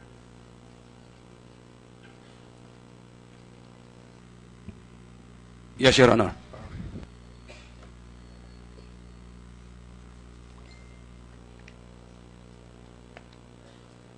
At 7:26:01 a.m., January 25, 2015, General Peñas, as DSAF, you texted a progress report to OIC-PNP which said verbatim, for OIC-PNP from DSAF, update, reoperation against SBT based on report. Main element J1, Aka Marwan was neutralized, but the body was left behind. Due to heavy volume of fire and one wounded sub-trooper, the containment blocking force was engaged 2 kilometers east of Tokalanipao. That is the message. Grid coordinate 68006 65717. There was heavy firefight and SAF troops suffered casualties. Extraction is ongoing and support from the AFP was requested. Now, mark the time. This is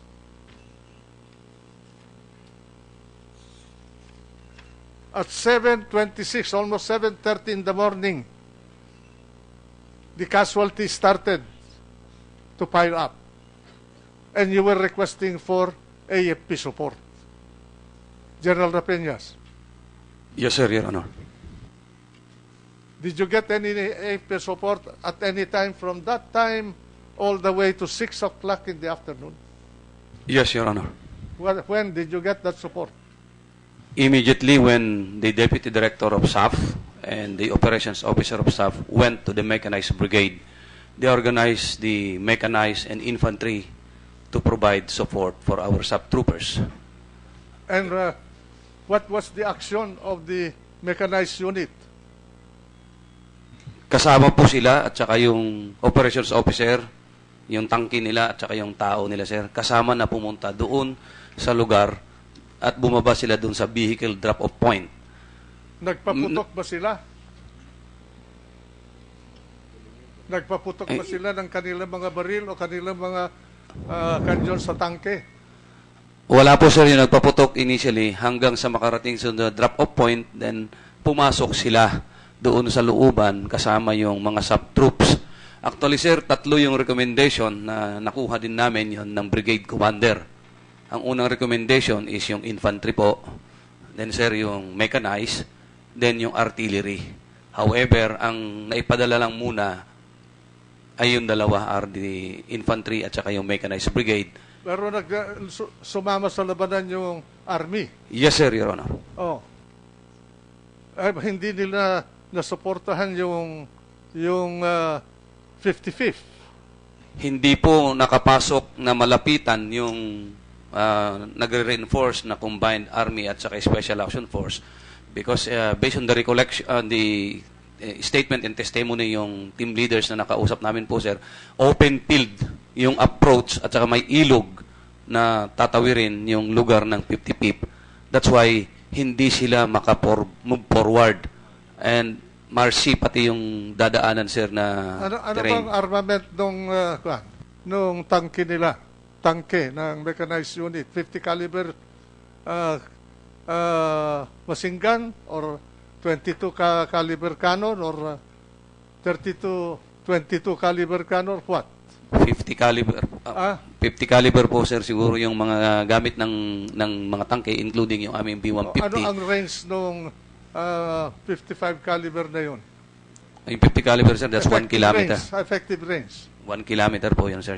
Anong kalayo nung lumalaban sa mga 55th?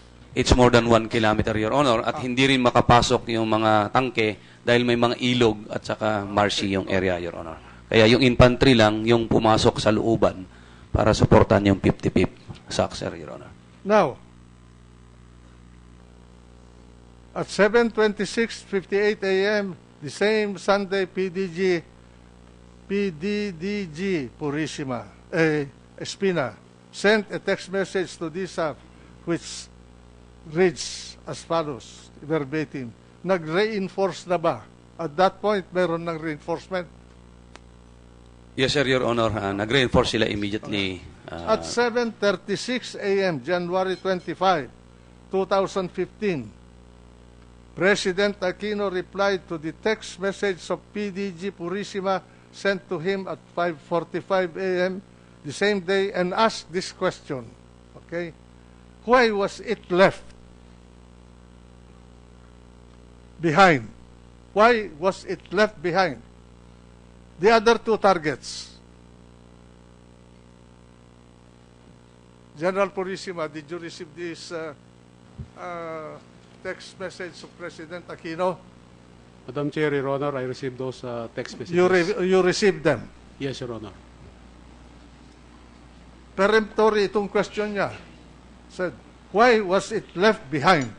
Ano yung sinatanong niya na why was it left behind? Your Honor, the way I understand the text message, Your Honor, is the body of Marwan was left behind. Was left behind. He was interested in the body of Marwan. He was asking if why he was left behind because it will be the evidence that Marwan was killed if ever, Your Honor. He did not believe that he was killed because he wanted the bodies, that it? Your Honor, for every arrest, there should be the body of the arrested person for us to say that he was already arrested. How can you arrest a dead person? Yes, Your Honor. When he was killed, we should have the body to show that he was killed. Because, Your Honor, in the Muslim tradition, the body of a Muslim person is buried within the day. And why was he asking about two other targets? There were other targets in the area, Your Honor, based on the intelligence packet provided to us, Your Honor. He did not ask the condition of his troops? The text messages will... No, he did not. I'll just answer my question. Did President Aquino at that moment show concern for the troops that he sent on a dangerous mission? The text message will speak for itself, Your Honor. Huh? The text messages will speak for itself. Okay. Because that we were sending text messages, Your Honor. This was all that he was interested in at that moment. Maybe not, Your Honor, but that was the text message sent to me. Okay, thank you.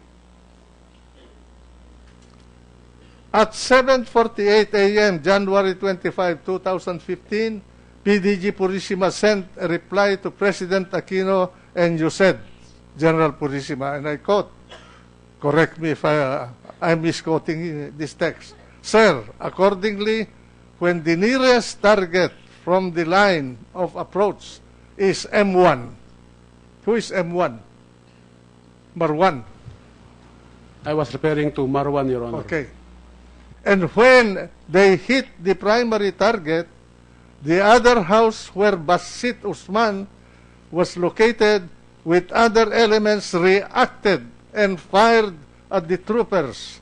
I could not continue because the continuation of the text was not completed.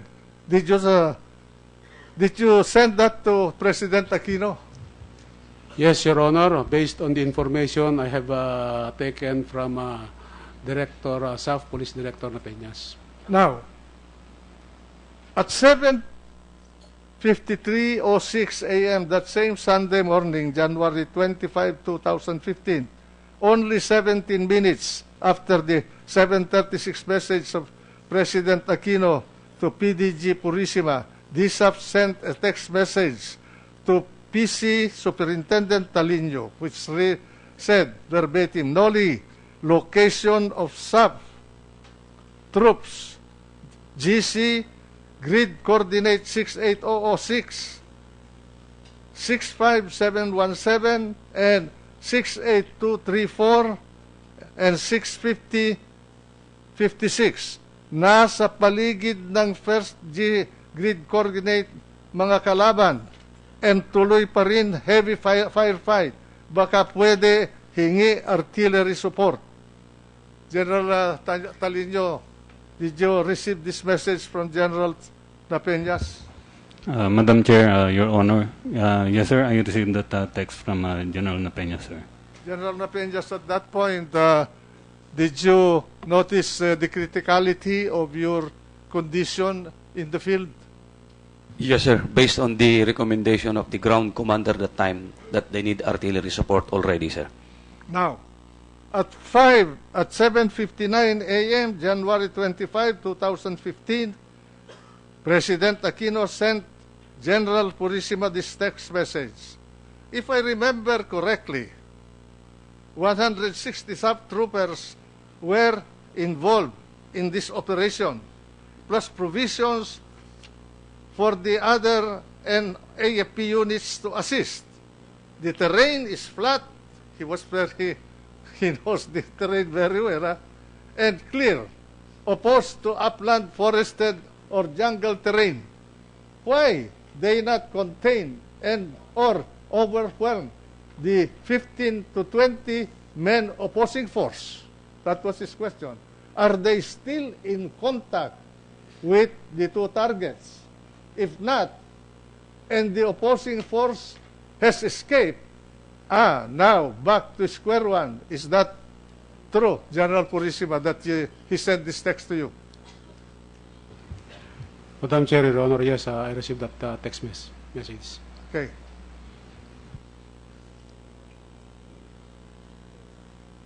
You know, my observation in this text, I sense in the text message of President Aquino some frustration, if not irritation, when he said, if I remember correctly, etc.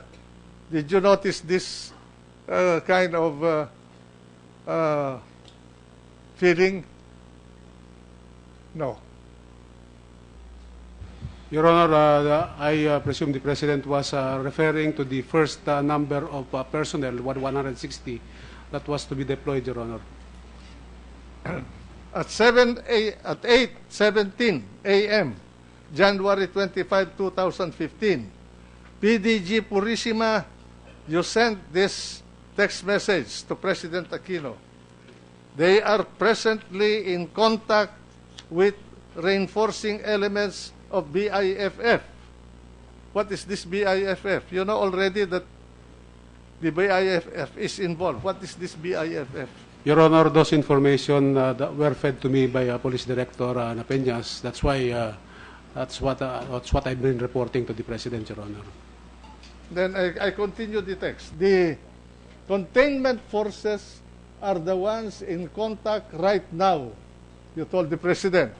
They are supported by mechanized and artillery support, sir. Where did you get the information that they are supported by mechanized and artillery support? Your Honor, when I texted the commander of the Western Mindanao Command, when I asked for support to help the PNP SAF, it was said in one of the text messages that artillery, mechanized, and infantry support are made available, Your Honor. Is that correct, General Guerrero? Did you say that? Madam Chair, Your Honor, yes, sir. I texted him back after I called him in the morning. And what did you say in your text?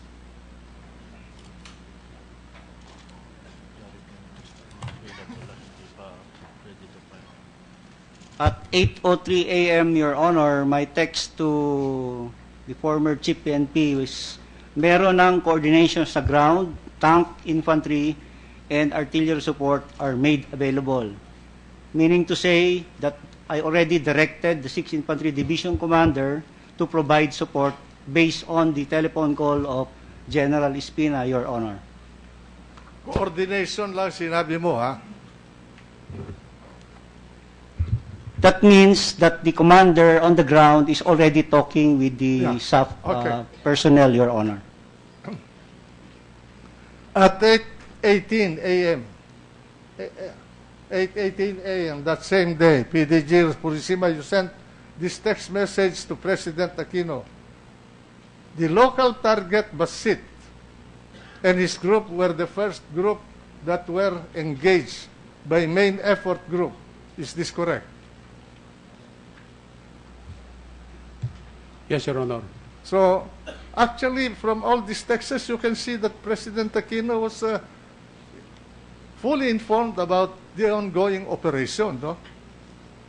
At 8:41 January 20 a.m., January 25, 2015, President Aquino sent you, General Purisima, this order. Review your earlier and latest texts. They differ as to which was engaged first. Evidently, he did not understand your texts. Is this correct? Yes, Your Honor. Assumption. There might be some misrepresentation in my text messages initially, but I was clarified in the succeeding text message, Your Honor. At 8:45 a.m. that same day, PDG Purisima, you sent this text message to President Aquino. I mean, sir, you clarified. I mean, sir, the first target was Marwan, where they were able to neutralize first. The group of Basit retaliated, which was about 100 meters away. Is this true? Yes, Your Honor. Okay. At 10:16 a.m., January 25 to 15, President Aquino texted to you this message, PGG Purisima, and he ordered you. Basit should not get away. Is this true? Yes, Your Honor. Is this true? Yes, Your Honor. Okay. Thank you. At 10:16 a.m., January 20, January 25, 2015, General Katapang replied to the text message of PDG Purisima at 5:51 a.m. of that same day, which says verbatim, "Okay, Mr. Troops are now in the area monitoring." Did you say this, General Katapang? Madam Chair, Your Honor, yes. What was the size of the troops that were already in the area and monitoring? I think very limited troops in as much as we were having also an ongoing operation What do in you other mean? parts. What do you mean limited troops? How many The- squads? How many platoons? How It was many just, companies? A section of infantry troops, What is maybe a- about 20, Your Honor, and about 6 30? armored personnel. How many? How many? How many warm bodies were involved? When you say May I ask the General Pangilinan the specific number to the initial troops that were made available and the For heaven's initial sake. armor assets? For heaven's sake, you're the chief of staff. Pag ginera tayo ng China, ganyan ang gagawin mo, lulubog itong bayan nito. Anyway, General Pangilinan, General Pangilinan, how many warm bodies and what were their armamentation? Una po, ang forces na pinadala natin ay Infantry and Division Recon Company, isang squad po, isang section po yon, 16, at nagpadala rin po ang brigade commander ng mechanized ng 6 na tangke, kasama po ang mga crew noon at personnel na nagsisecure ng tangke, at nagpadala rin po tayo ng 3 members ng EOD at K9 unit na kasamang nag-reinforce sa SAP troopers po.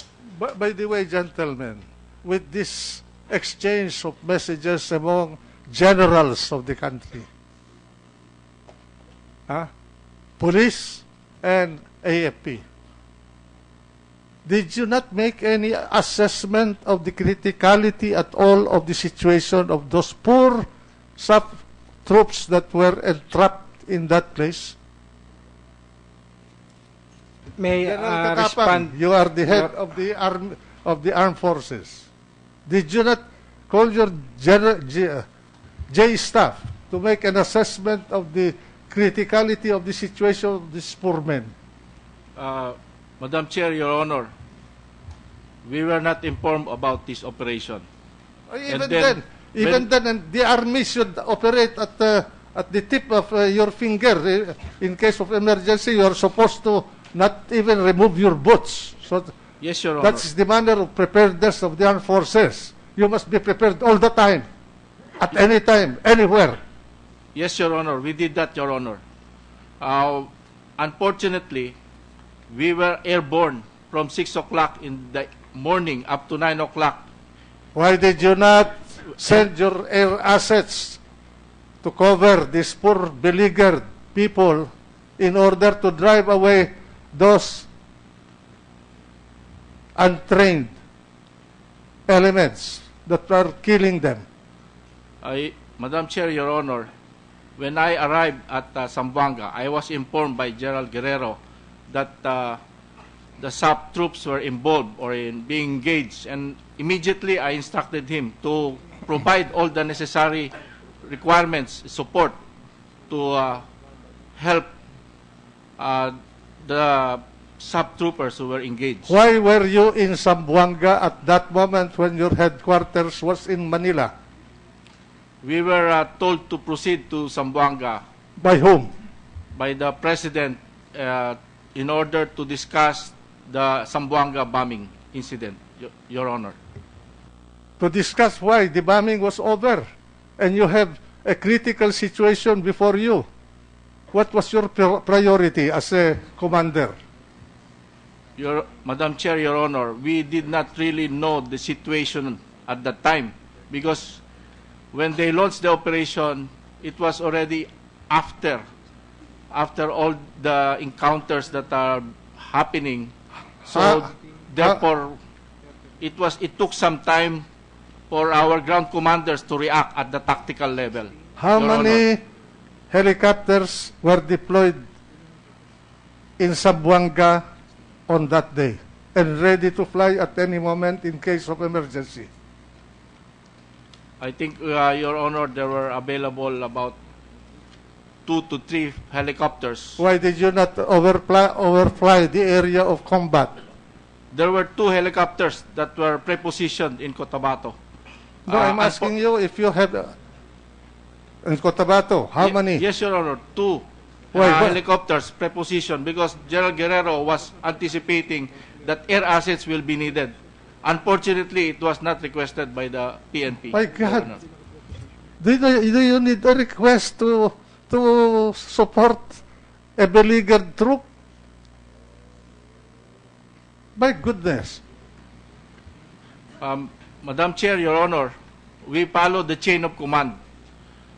The decision to utilize the helicopters was relegated to our tactical commanders. They are there to decide what to do.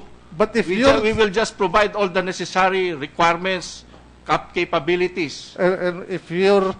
We do not macro-manage operation, Your Honor. Because if we do that, every time there's an encounter, they will ask me what to do.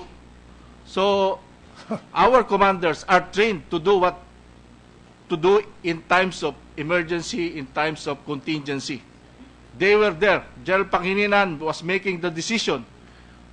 The battalion commanders, the lieutenants were there. That is their job. I cannot tell them what to do. I cannot micromanage them, Your Honor. Okay. You were with the President in Zamboanga. General Katapang. Yes, Your Honor. When you were talking to General Purisima, did you inform the President what was going on? I did not talk to General Purisima, Your Honor, Madam Chair. I just received a text message when you were informing texting General Purisima and you got the information that about what was happening in Maguindanao, did you tell the President that there is something going on in Maguindanao? No, Your Honor. Why Madam not? Chair. Is your Commander-in-Chief, you're responsible of internal and national security.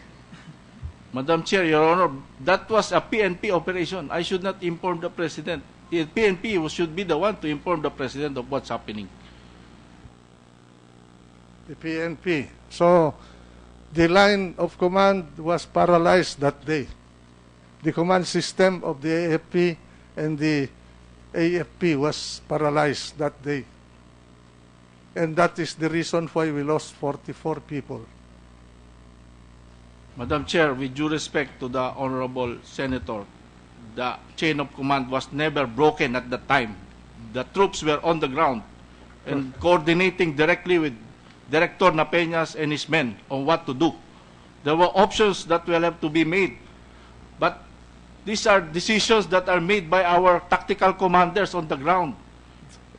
We just have to believe in what their decision will be. Because if we micromanage them, we will break the chain of command. Did you receive any order or any command from the President if he knew what was going on in Mamasapano as Chief of Staff? Did you receive any order? No, Your Honor. No. He did not say anything to you? No, Your Honor. General Gasmin, Secretary Gasmin, you were with the President in Zamboanga. Is that correct? Yes, Your Honor. Did you know about the Mamasapano incident at that time when you were in Zamboanga? I didn't know about the Mamasapano incident, Your Honor. Not at all? Not at all. But there was a briefing according to the newspapers and according to the text messages. I was not involved in the briefing, Your Honor. No. Later on in the afternoon, which was after the firefight already, Your Honor. Anyway, I will continue with my question and we will come to that. Senator Enrile, with your indulgence, may I ask for a 1-minute suspension, just a 1-minute suspension. Yeah, yes. Eardrops.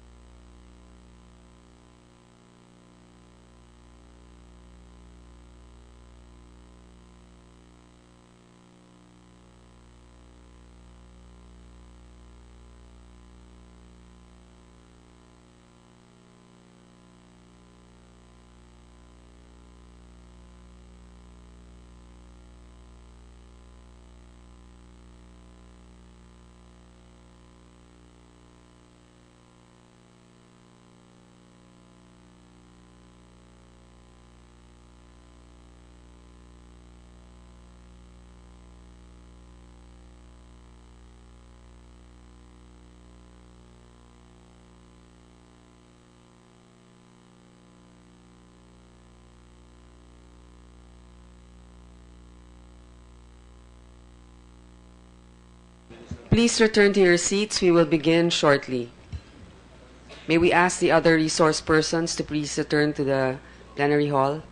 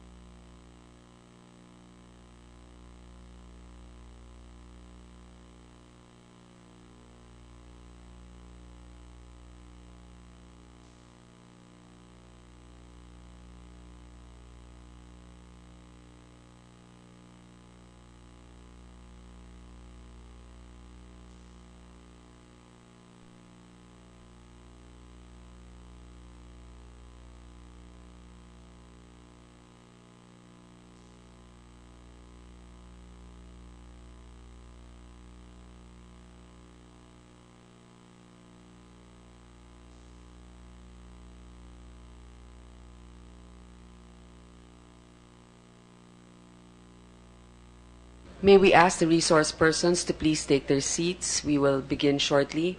We will resume shortly.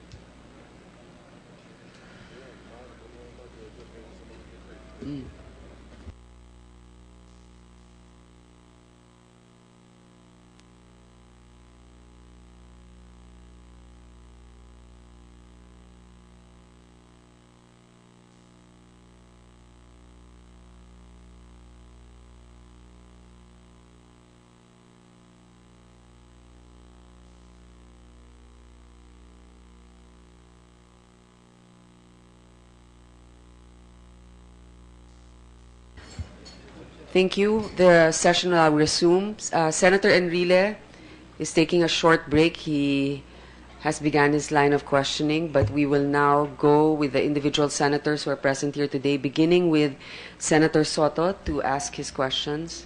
Thank you, Madam Chair. This will be very brief. As a matter of fact, I will be able to allow the rest of my 10 minutes to the continuation of Senator Enrile if he so wishes later. Just 2 points. First is we would want an update on the benefits of the dependents of the SAP 44. Would like to find out what has already been done for them, what has been given, at ano na po at what stage are we? So just to complete my perspective on the entire incident, Madam Chair.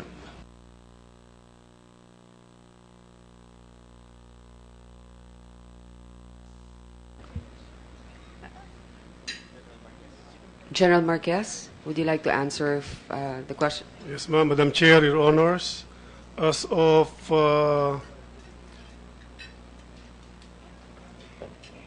this month, of Monday, Your Honor, January 25, 2016, we have provided the heirs of SAP 44 a total of 102 million pesos.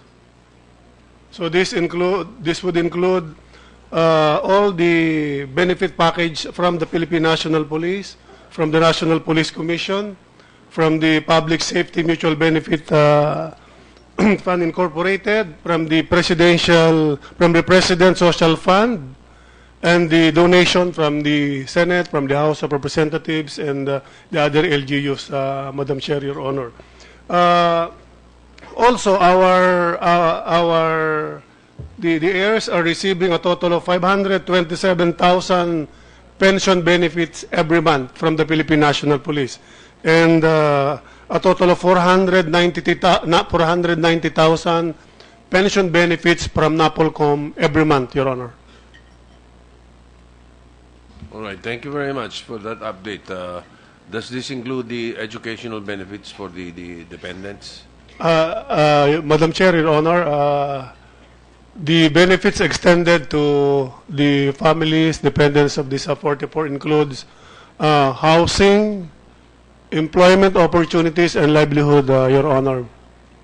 I think so we have a representative from the Presidential Management Staff who could explain the details of housing, educational benefits, and livelihood opportunities extended to them, sir. Okay na po sa amin yun. Basta as long as we are given a copy, we need not be explained. Yes, sir. We will provide, sir, the complete. Yes, sir. We will do that, sir. At least alam natin kung ano nangyari. Yes, sir. Yes, sir. And then one final point. Can you give us an update on the $5 million reward? Ano na nangyari? May nakakolekta na ba? Nakolekta na ba? Sino bang kokolektahan nun? At kanino mapupunta? Madam Chair, Your Honor, the reward is not yet claimed, but it is now being processed. It will go to the informant, sir, that pointed to the location of Marwan. So, in process pa? Yes, Your Honor. This will come from the United States government? Yes, Your Honor. Thank you. I am done. Thank you very much. Thank you, Senator Soto. The next to ask is Senator T.G. Gingona. Sir. Thank you, Mr. Chairman. Mr. Chairman,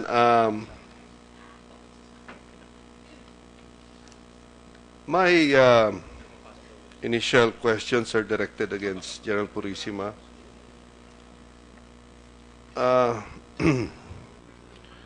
General Purisima, let me read again the text that you sent President Aquino on 5:45 a.m. Sir, good morning. For info, SAF elements implemented OP plan against high-value targets. As of now, sir, results indicate that Marwan was killed and one SAF trooper wounded. The body of Marwan was left behind and pictures were taken. The troopers are now withdrawal phase and progress report follow. So, ang report niyo po, one was wounded. One SAF was wounded. Madam Chair, Your Honor, that was my report, Your Honor. Yes. Then, of course, President Aquino later on replied, why was it left behind? Referring to the body of Marwan and the two other targets. He was asking about the two other targets. Correct? Yes, Your Honor. Now. Then thereafter, you texted him. Sir, accordingly, when the nearest target from the line of approach is M1, when they hit the primary target, the other house where Basit Usman was located with other elements reached and fired at the troopers. Okay. Ito. There were about 15 to 20 armed elements. It was about 4:30 a.m. and it was decided that they pull out after gathering pictures and evidence. They were not able to reach the secondary targets. Sir, 15 to 20 ang report mo. Yes, Your Honor. Okay. So sa first text, one trooper wounded. Sa second text, 15 to 20 ang kumakalaban. Yes, Your Honor. Okay. Sagot later on ni President Aquino, if I remember correctly, 160 SAF troopers were directly involved in the operation. Okay? Plus provisions for other PNP and AFP units to assist. Okay? Then he talks about the terrain. And then, why could they not contain and overwhelm the 15 to 20 member opposing force? Okay? Tama? Yes, Your Honor. Okay. I'm rereading this to show that, of course, the reality, what was happening on the ground, was different from what the President knew. Now, what was the source of knowledge of the President at this time? The source of what the situation was the text messages of General Purisima, which we know by now was totally different from what was happening on the ground. So at that time in the morning, there was only one SAF trooper that was wounded, according to General Purisima's text. Number two, ano pang alam ni Presidente Pinoy? Ang lumalaban, 15 to 20 people. Again, regardless of what is the reality on the ground. Remember, this is what the President knew based on the text. So 15 to 20 lang ang kumakalaban. Tapos ang puwersa na kumakalaban sa 20, 160. Okay? 160 troops plus. I'm doing this to show because there was an intimation kanina that the President did not care. But the President, or any person for that matter, relies only upon what he knows, upon information fed to him. And what President Aquino knew is that there's only one wounded, 15 to 20 ang kalaban, tapos ang puwersa ng pulis, 160 plus. So, in the mind of the President, the operation was going as planned, or was going, how do we say that, was going all right, for want of a better term, was going all right. But the point is, there was no basis for the President at this point in time, based on the information that was fed him, There was no basis for the President to be alarmed. You don't have to be the President. Ikaw mismo, put yourself in his place. Isa lang ang wounded. 15 to 20 ang kalaban.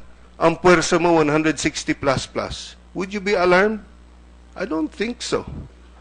That's why I think it is unfair to say that there was no concern on the part of the President. And lastly, General Purisima, lastly, in your 817 text, among others, to the President again, you state, they are supported by mechanized and artillery support. Sir, tama ba? Yes, Your Honor. Oh. So hindi lang isang wounded, hindi lang 15 to 20 people ang kalaban versus 160 plus plus na pulis. Meron pa palang kasamang tangke at may kanyon pa. Kung ako nagbabasa nito, yun ang interpretation ko.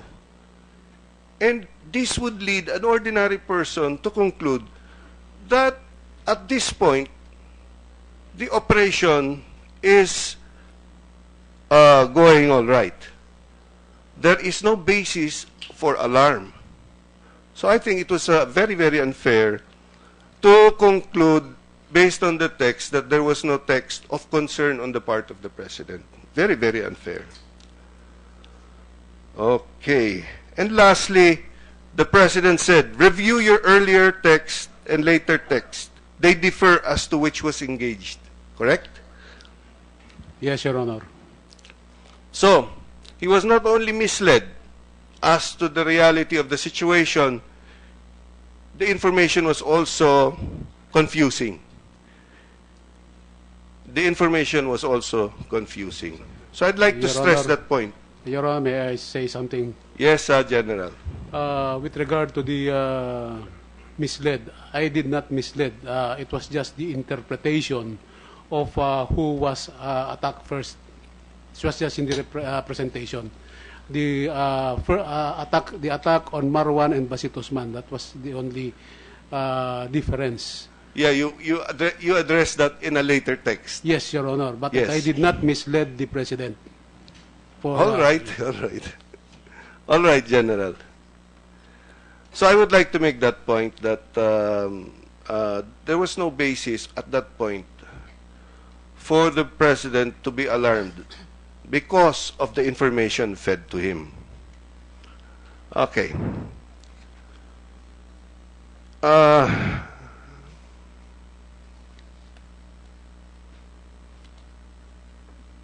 Can I call,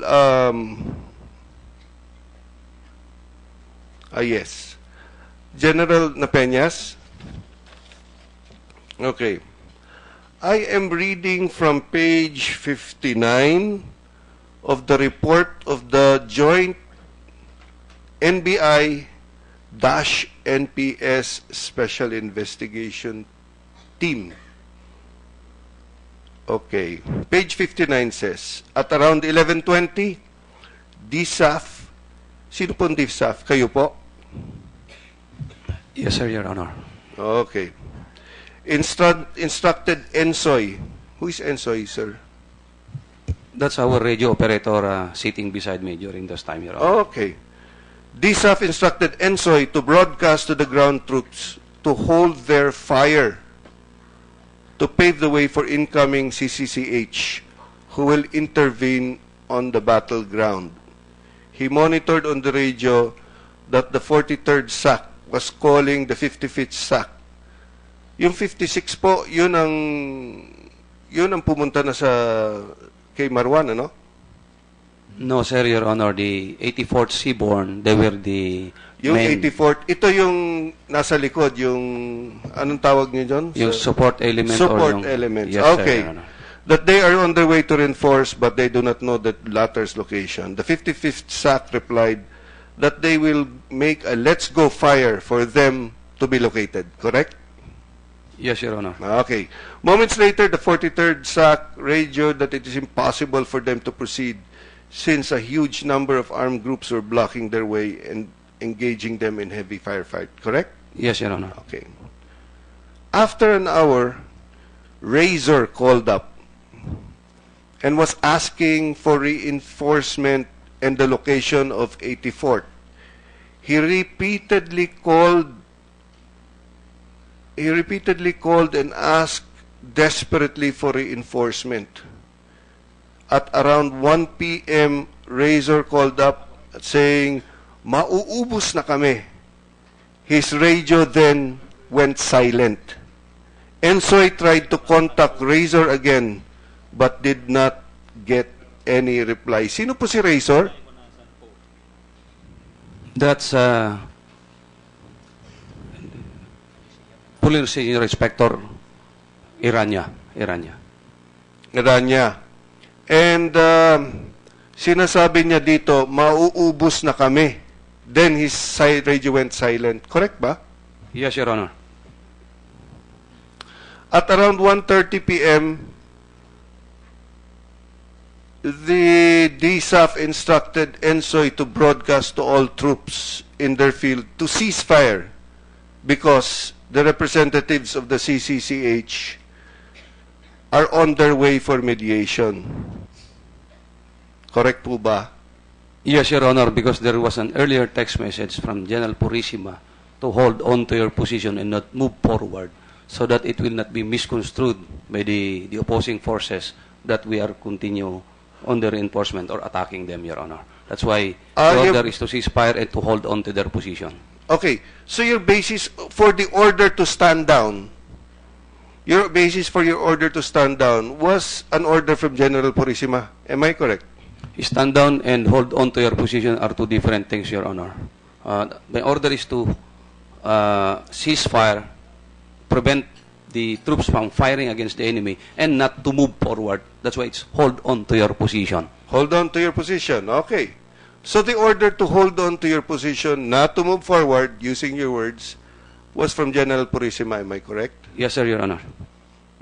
I just want to be clarified, General Napeñas, why that was the order when you received earlier radio message from Razor, and that's very clear na there is a sense of extreme urgency. Biro mo, sabi niya, mauubos na kami. And then you gave an order to hold on, not to move forward. Mauubos na kami. And then his radio went silent. I just want to be clarified, sir. Yung pong CCCH, kung pwede pong ulitin yung oras, that's about 11 o'clock, Your Honor. Yung hold on to your position, yung sinabi nyo na papasok yung CCCH, that was about 11 o'clock. However, at about 1:04, even before na nag-radio si Razor, we were requesting for artillery support. Dahil napag-alam po namin na hindi tumitigil yung pag-aatake nila at tuloy-tuloy. If I may read itong text messages namin from General Napeña, Director SAP at 1:04 p.m. Same day, January 25, for OIC PNP from DSAP. Sir, good PM. Hindi tumigil ang mayalip pag-atake sa atin, sir. Ito location, mga tao natin na paligirian, 360 degrees na kalaban. Grid coordinate of sub-troops in Army under attack. 68100, 65097, and 68006, 65718. Baka maubos tao natin sa mga lugar na ito, sir. Request and direct fire support sa paligid ng locations na ito. So, I was requesting for the artillery support even before na nag-radio si Razor, Your Honor. Okay, but even after that, you still gave the order not to move forward and to hold on to your positions. Yes, Your Honor. Naka-hold on to their position dahil nga doon sa effort ng CCCH and because of the order ni General Purisima, Your Honor. Now it's dalawa yung basis. Hindi lang yung order ni General Purisima. Now it's also the request of the CCCH. Am I correct? Yes, sir. Ang nagsabi sa akin po, yung text message General Purisima, na papasok nga po yung CCCH. That's why nga po, huwag mag-move forward. At that time, wala po yung direct coordination ng CCCH sa akin, Your Honor. Okay. General Purisima, Why? How come you knew about the CCCH? Your Honor, what I remember with the text message that we are referring to is I contacted MILF person to assist us in having the troops, the MILF troops, back out in the operation. So I was just giving information to General Napeñas what that person was giving me, that they have already contacted their commanders, but Who was that person, sir? a member of the Moro Islamic Liberation Front, Your Honor, Satar Lamalan. I see. Member doon ng CCCH? No, Your Honor. I'm not familiar with the what they are saying that CCCH, Your Honor, because I'm not connected. I have no contact with CCCH. What I remember, Your Honor, is that I tried to contact the MILF for them to withdraw their troops. Nakikiusap po tayo sa kanila, Your Honor, na umalis na sila doon sa lugar kasi nahihirapan na po yung mga SAF elements natin, na tropa ng SAF ang nandun sa loob. Hindi po. Yun ang pakiusap po natin sa kanila. And I was relaying also yung sinasagot sa atin nung sagot ng MILF sa atin, Your Honor. Okay. Sige, thank you. One last. For the SND, sir, were you aware that the President instructed the Commanding General of the Philippine Air Force? Is he around? Maybe we should ask the Commanding General then of the Philippine Air Force.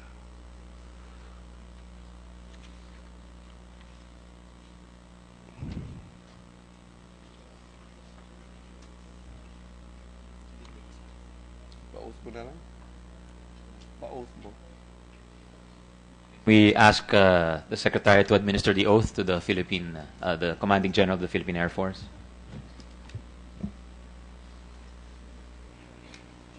Please raise your right hand, sir. Do you swear to tell the truth, the whole truth, and nothing but the truth in this proceeding? Yes, Your Honor. For the record, Your Honor. Thank you.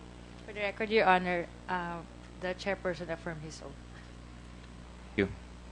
Go ahead, Senator Gingona. Sir, ano po nangyari nung nag-board yung presidente at anong sinabi niya sa'yo when he boarded the plane for Zamboanga?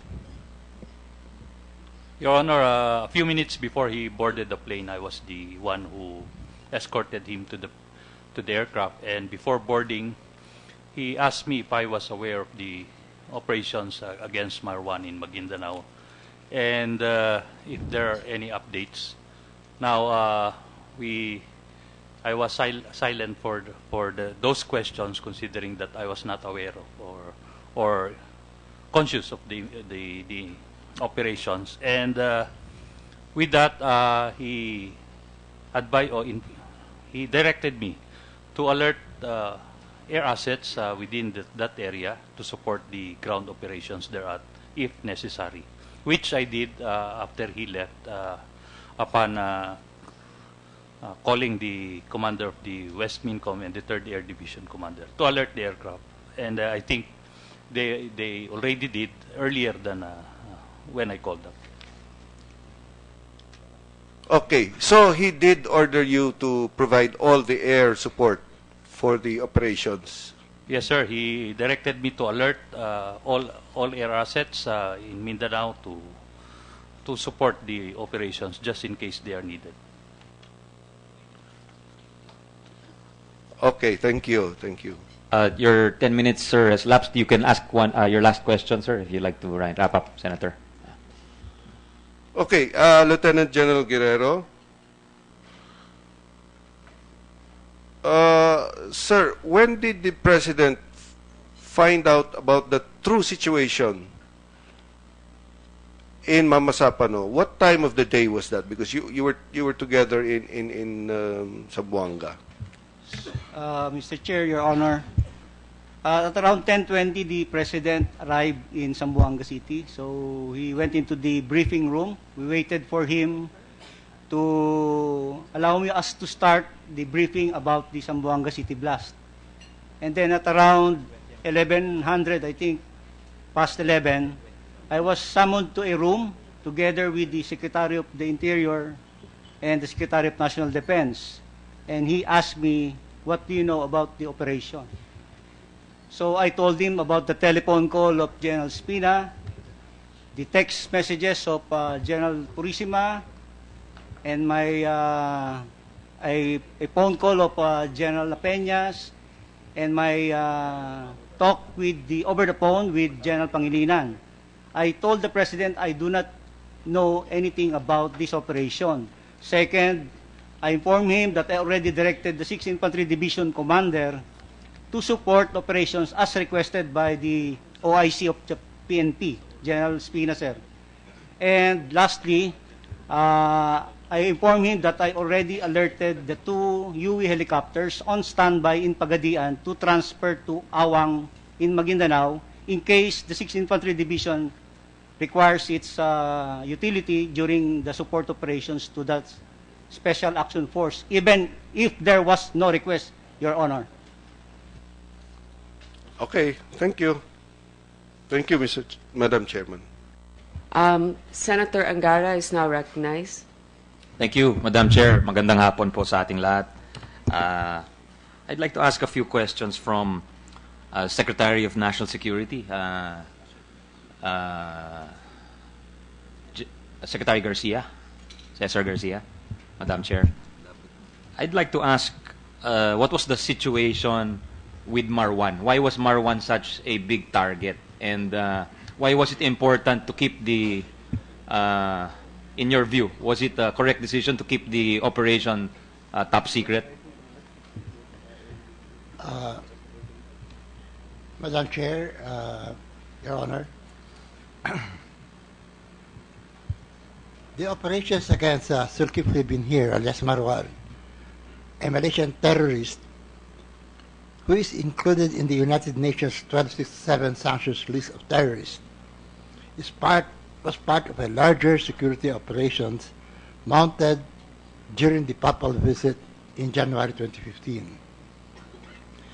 As a backgrounder, where it was confirmed that His Holiness Pope Francis will come to the Philippines, our intelligence community went into high gear to gather information and better assess the security threats to the Pope.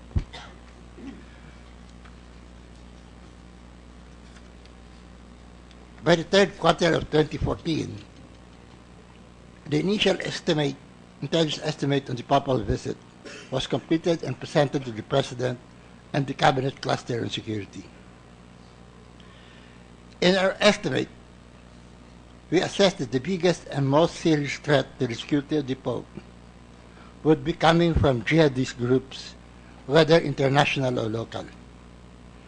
If it will be recalled, earlier that year, in June 2014, Abu Bakr al-Baghdadi, the so-called Caliph of the Islamic State, announced the establishment of the Caliphate, with his spokesman promising, among others, to plant the black flag of the ISIS in the Basilica in Rome.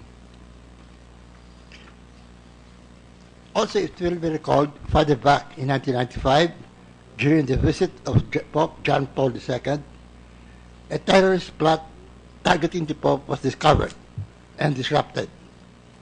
The plotters included Al-Qaeda operatives Ramzi Youssef, who masterminded the first World Trade Center bombing, and Khalid Sheikh Mohammed, who masterminded the second World Trade Center bombing.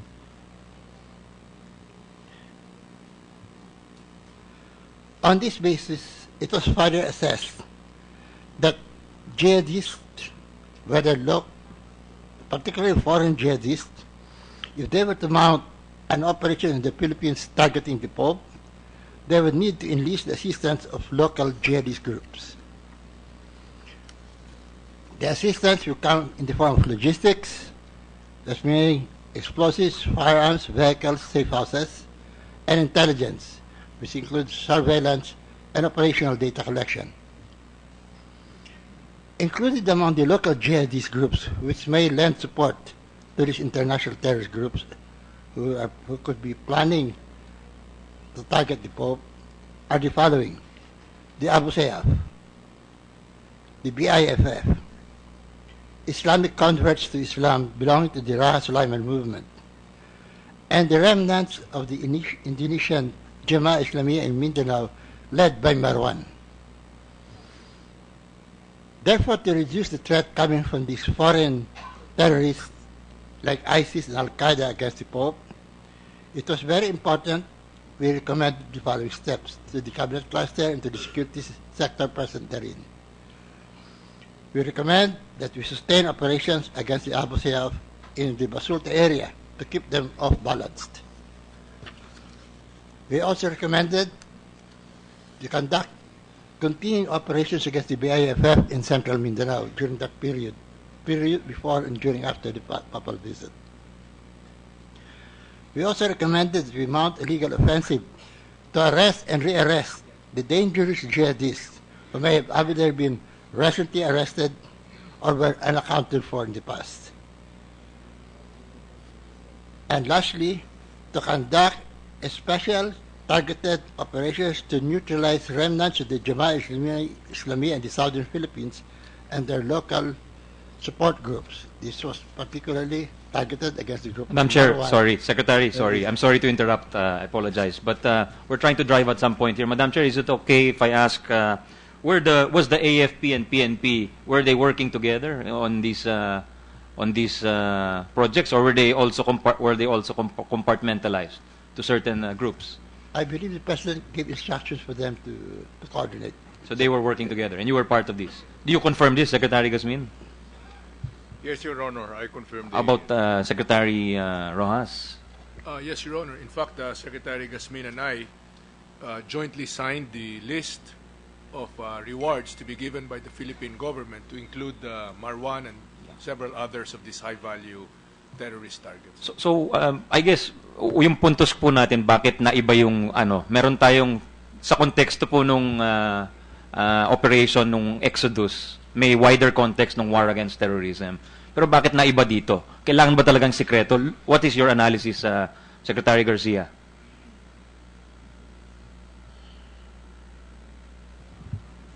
Operations against high-value targets like Marwan, among others, is always a very classified and a very where special operational security protocols are observed. So that is the nature of this kind of operation. Thank you, Secretary. Madam Chair, I'd like to ask General Delgado, who earlier, sir, you testified that the President asked you to provide air support. Is that correct? What time did he give you those instructions? Is that January? I assume that's January 25th, no? Yes, sir, Your Honor. He gave me the instructions a few minutes before he took off. He took off at 9:01, so I presume it was 15 minutes before he took off. 9:01. And what action was taken upon those instructions? I initially asked our A3 and A2 regarding information on the operations, and after seeing that they were not aware of the operations, I called on the West MINCOM Commander, General Guerrero, to inform him of the instructions of the President, and asked also at the same time on on information regarding the operation, which General Guerrero has not much information about the operation. And likewise, the 3rd Air Division Commander to also relay the instruction of the President to alert the aircraft. And at that time, we don't have helicopters in Cotabato City. Pero may pinalipad eventually. Saan nanggaling ho yung helicopters? Sir, the West MINCOM directed the... Sambuanga? Yes, sir, Sambuanga. Okay. Anyway, thank you. Thank you, General Delgado. General Guerrero, you testified earlier that you texted, was it General Napeñas or General Purisima, na parating na po yung suporta ng AFP in the form of infantry, artillery, and tank support. Anong oras po yan?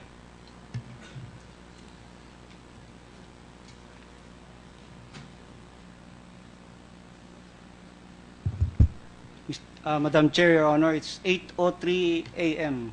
Thank you. Thank you, General. Can I ask General Purisima, sir, meron ho kayong text exchange na nabanggit na nung ni Senator Enrile, ni Senator Gingona, kay Pangulo. At tinext nyo siya ng 7:36 a.m. They are presently in contact with reinforcing elements from BIFF. The containment forces are the ones in contact right now. They are supported by mechanized and artillery support, sir. 7:36 po yun. I'm just wondering, ano yung basehan nyo yung pag-text nun? Kasi 8:30 pa ho dumating yung text ni General Guerrero. So, matanong lang ho sa inyo. Your Honor, the information I have been providing with the President came from Police Director Napeñas. So, yung sinabi nyong they are supported by mechanized and artillery support, galing po kay General Napeñas yan? Actually, Your Honor, if you will check the time, I think it was later. That, Parang hindi kasi I yung sequence yung kung bakit dapat nauna yung text ni General Guerrero kaysa nauna, sa text sir, yung niyo. text ni General Guerrero before the text to the President, Your Honor. Well, that's what we have on record, no? Yung text niyo kay Presidente is 7:36, yung text po ni General Guerrero sa inyo is 8:30. So parang may konting maybe General Napeñas, anong masasabi niyo po rito? Your Honor, Madam Chair, the first time they had texted to request for artillery support through General Talino was 7:53 in the morning, because at that time, he was then at the Mechanized Brigade headquarters. The text message was addressed to General Talino. The second text message that I requested for artillery support is at 7:55 in the morning. The text message went to Police Director General Porissima and Deputy Director General Espina, and again to Police Chief Superintendent Talino. I will read it. At 7:55 a.m. Sir, location of subtroops, GC 68006, 65717, and 68234, 65056. Nasa paligid ng 1st Grid Coordinate Macalaban at tuloy pa rin heavy firefight. Napindan tropa sa 1st Grid Coordinate at mayroong mga casualties sila. Baka pwede hingi artillery support. Again, sir. Okay, Madam Chair, yung tanong po kasi natin is, we want to know why General Porissima texted the President at 7:36 na they are supported by mechanized and artillery support. Before 7:36, may text ho ba kayo kay General Porissima na suportado na po yung 55th at 84th SAF ng mechanized at artillery support? Meron ho ba kayong text na ganon? None, Your Honor. That's why I emphasized that the first time that I requested for artillery support is at 7:53, followed by at 7:55, Your Honor. Thank you. Thank you, General Peñas, Madam Chair. Your Yung Honor. concept po ng time on target, ito pa yung first operation, yung Exodus, ang first operation na magkakaroon ng time on target? No, sir. Even in the other operations of the 84th SAC, that concept was being followed, sir. Well, let me be more specific. Yung concept na time on target na ino-notify niyo po yung friendly forces, namely the 6th ID, namely Police PNP Chief Espina, doon lang sila mano-notify upon entry into, kasi dati kasama nyo sila tapos hindi nyo nakukuha dahil nakaka-escape po, di ba? So ang tanong ko po, ito ba yung first operation na talagang sinikreto ninyo at yung time on target talagang as may be necessary lamang? Hindi rin po, sir. Meron ding previous operations, yung 84th SAC doon sa Zamboanga, na ganyan ang concept na sinusunod nila po. So hindi nyo sinabihan ang Chief PNP nun? No, sir. In that case, yung mga previous operations... Yung AFP, hindi nyo po kasama dun sa sinasabi nyo? Yung AFP friendly forces po at saka yung PNP friendly forces na sinasabihan, time on target, sir. But then the commanders dito sa taas, even before na mag-jump off or some minutes or hours before na mag-jump off, sir, na-informan na sila or even na during na nag-jump off na yun. Sa tingin niyo po, Madam Chair, General Napeñas, when did you first notify or signal for help from the AFP? Mga 4 a.m. ba? 5 a.m.? Ano yung first text ninyo? Medyo maaga na ng umaga yun, di ba? That's about 4:35, 4:38. But then nabasa nga, sir, na ano yung trigger nun? Ano yung trigger for that text from you? The trigger is the coordination that we will inform friendly forces when the troops are already on the target. Hindi, bakit ho kayo humingi ng saklolo? Nakatanggap ba kayo ng text mula kay Train o kaya sa ibang member ng 84th na nangangailangan sila ng tulong? O nakuha na nila yung, di ba may bingo, mic 1, signal na nakuha nyo na yung daliri, di ba? So ano yung trigger nyo to ask for help from the AFP? Expectedly, sir, Your Honor, dahil yung lugar na yon, it's part of the assumption na magre-react yung mga MILF. So as early as those times ay humihingi na kami ng tulong din sa extraction, Your Honor. Yung time on target, tingin nyo, was it a successful concept? Was it successfully executed, General? Yes, Your Honor, because the foremost and one of the most important consideration in these operations is operational secrecy, operational security, to ensure that the main assault force will not be compromised along the way, considering that they will be walking 5 kilometers, that 5 hours. So we have to exercise maximum operational security, Your Honor. Eh kung may babalik po natin yung panahon, of course, madali yung analysis po namin, General, Madam Chair. Pero may iibahin ba kayo dun sa operation kung may chance kayo? Would you have notified the AFP earlier, 1 hour earlier? Would you have told them earlier? Would you have still operated the time on target concept po?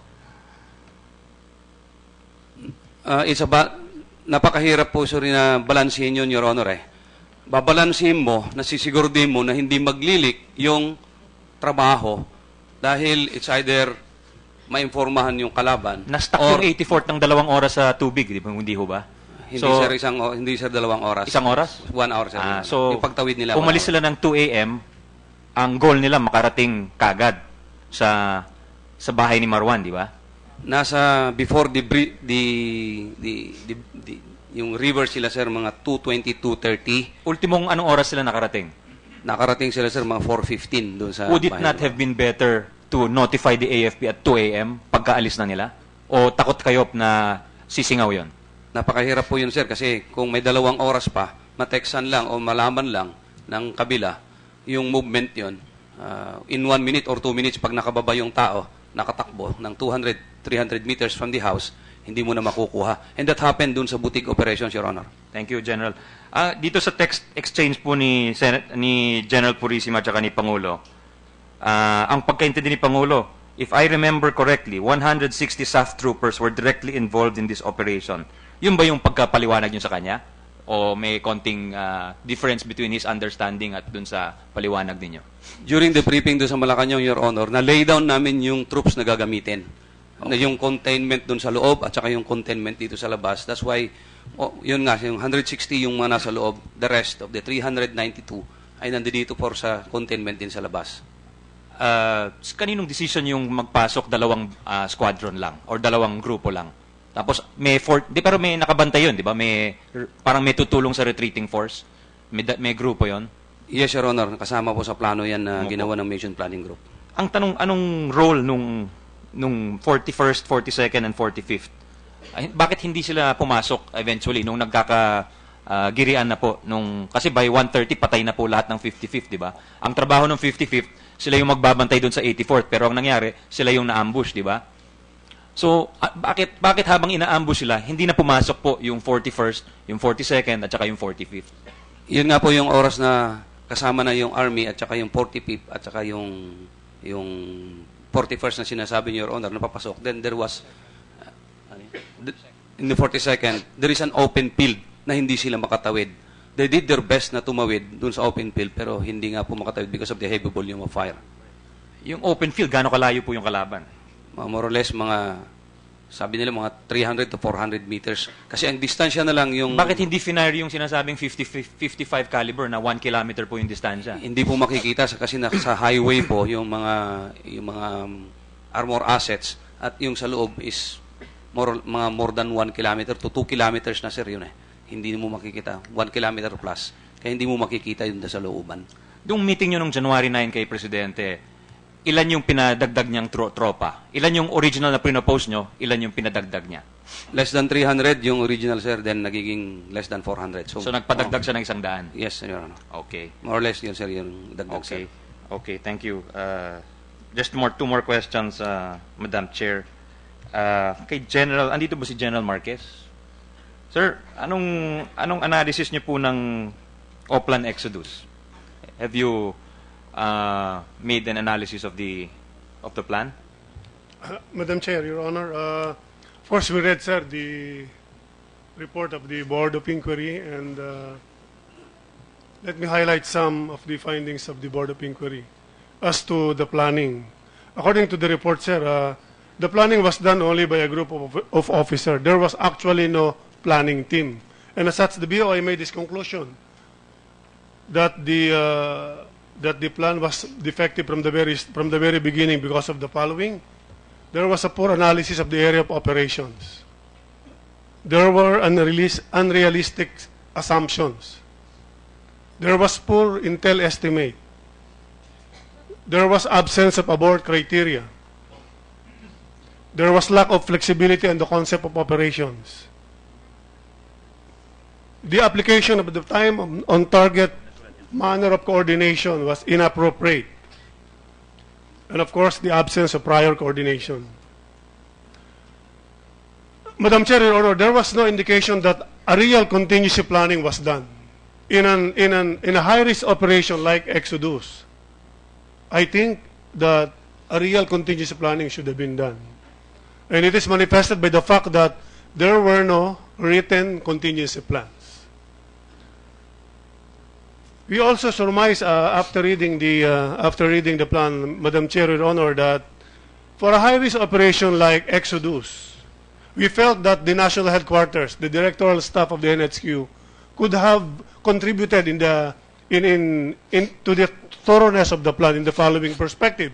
We could have provided some strategic inputs insofar as the primacy of the peace process is concerned, because the BOI report was very clear in saying that peace process was never discussed during the whole planning process. We could also have pointed out that the TOT could only be applicable on low-risk operation in urban centers, but obviously dangerous, if not fatal, in a high-risk operation like Exodus. As Director of Operations, I could have insisted the conduct of a full-scale contingency planning, Madam Chair, Your Honor. And when I say full-scale contingency planning, scenarios should be debated, actions plan should be listed, resources needed should be made available on the ground, and a mechanism for decision-making should have been put in place, just like what I did during the APEC operations, Madam Chair, Your Honor. Can we get the comments of General Napeñas dun sa, especially dun po sa lack of abort criteria in contingency planning? Baka naman hindi sinulat kasi nga sinisekreto niyo. Meron ho ba kayong abort criteria or contingency planning? We have contingency plans. We have abort criteria. Hindi lang naisulat ho? Nandito po, sir. Opo. Nakalagay po yan during the briefing, Sinong presentation, nakakaalam and mo deliberation. All the operating troops commanders, yung mission planning group, I would disagree that there was no planning team. There was a mission planning group. Can we just establish, Madam Chair, sinong nakakaalam po nung contingency plan? Ito ba yung mga commanders, sila Train? Yes, Train Your knows Honor. about that. And then, anong pangalan nung nag-head dun sa 55th? Si Iranya, Your Honor. Senior Inspector Iranya. Iranya, alam niya. So lahat ng hepe nung mga, yung 41st, 42nd, 45th, alam nila yan? Yes, Your Honor. And I would like also to disagree that there were no contingencies and there were no abort criteria. There were. I would like also to disagree that there was no detailed planning. We have been doing this from Wolverine, 1, 2, 3, Terminator 1 and 2, then Exodus. I think si Senator Enrile wants to ask a question. Senator Angara, yes. Opo. Senator With the Enrile. permission of Yes, sir. Yes, sir. General Marquez, as a professional soldier, when a project is compartmented by the President, can you do the normal planning system that you are saying? Can you interfere as a Director of Operation of the PNP in a compartmented operation? Madam Chair, Your Honor, I said that we could have, had it been. That is correct. That is why you are using a subjunctive term. Yes, Your That's Honor. correct. If it is a normal procedure that it goes into the command system, then all of that, what you're saying, would have happened. You can put your inputs. But this operation is exceptional. It was compartmented by the President himself. Can you interfere with your President if he compartments a project? Madam Chair, Your Honor, I believe that the Director staff could ask for inputs I don't think the President prevented him from asking inputs from other officers in developing that plan, Your Honor. Kaya ka sinabi niya, sabihan mo yung dalawa pag nandun na. Meaning he will exclude everybody below OIC Espina and Secretary Rojas. What were you then? You're just an operation officer of the armed forces of the National Police. You're below the chief PNP. Yes, sir. Yes, Okay. Your Honor. Yes. So, if he just to excluded clarify, your heads, Senator Enrile, Yes. just to clarify, I think it was General Purisima who specifically said to exclude Secretary Rojas and also Director General Espina, not the President. well, he was in the room with the President. And No, that's I why think he said this he when blunted they stepped immediate- aside. Please clarify, Anyway, General Purisima. this is a matter of debate on what went on inside that room. Only General Purisima can tell the world if they were kissing each other or discussing. Your Honor, Madam Chair, when we entered the room of the President, he was just telling me about the music system that he has, the new amplifiers and the new speakers. And, Your Honor, that is why I have been telling you all earlier that this plan was planned by the PNP SAP. You have already heard the statement of our Police Director na Peñas that there was a mission planning group by PNP SAF. That's why they have considered all the details of that. And then they were the ones who implemented the operations. That's why our role with the President is only informatory, Your Honor. We were just giving some inputs during the course of the briefing, but we were not substituting the decision of the Director SAF. Madam Chair, just a few more Would you like- questions. go ahead. Just a few more, Continue Madam Chair. with your line of questioning, Yes. Senator. General Napeñas, according to, I was reviewing the testimonies of some of our witnesses before, at lumalabas na yung mga, like yung 6IB, hindi nila alam na may 55th SAF pa dun sa, I think bandang hapon na nila na, tama ho ba yan? Anong oras nyo nalaman na may 55th pala? General Pangilinan, Madam Chair. I remember you saying that it was sometime after lunch, so maybe 3, 4, 5, something like that. No, sir, around 5 5 p.m. Your Honor. Ang tanong, General, Madam Chair, bakit hindi na-convey sa kanila na meron pa palang isang grupo doon na bagamat hindi sila yung focus nung investigation kasi wala sa kanila si Marwan, pero sila yung naging agrabyado, kumbaga, looking back. Bakit hindi yung coordinates nila hindi nabigyan na maaga sa AFP? I would disagree again, Your Honor. Early in the morning, nag-text si Colonel Del Rosario papunta kay General Palinginan. 2 grupo sila sa loob. If we go back, doon sa text messages ni Colonel Del Rosario, nandoon po yon. Second, what time was that ho? Yung kay General Del Rosario? Anong oras po yan? I-check lang natin yung exact sige. Okay. time, Your Honor. Alright. But There were morning coordinates. before lunch. Before lunch yun. Yes, Your Honor, before lunch. That's maybe about 8:30 or 9, something like that. But there were coordinates. I was reading already earlier, grid coordinates. And that came from the GPS that the troops were using on the ground. That's why it is even 10-digit. That's about to the nearest 1 meter, Your Honor. Just my last questions, Madam Chair. General Napeñas, did you order the ENSOY or the operator to broadcast a ceasefire at 1:30 p.m.?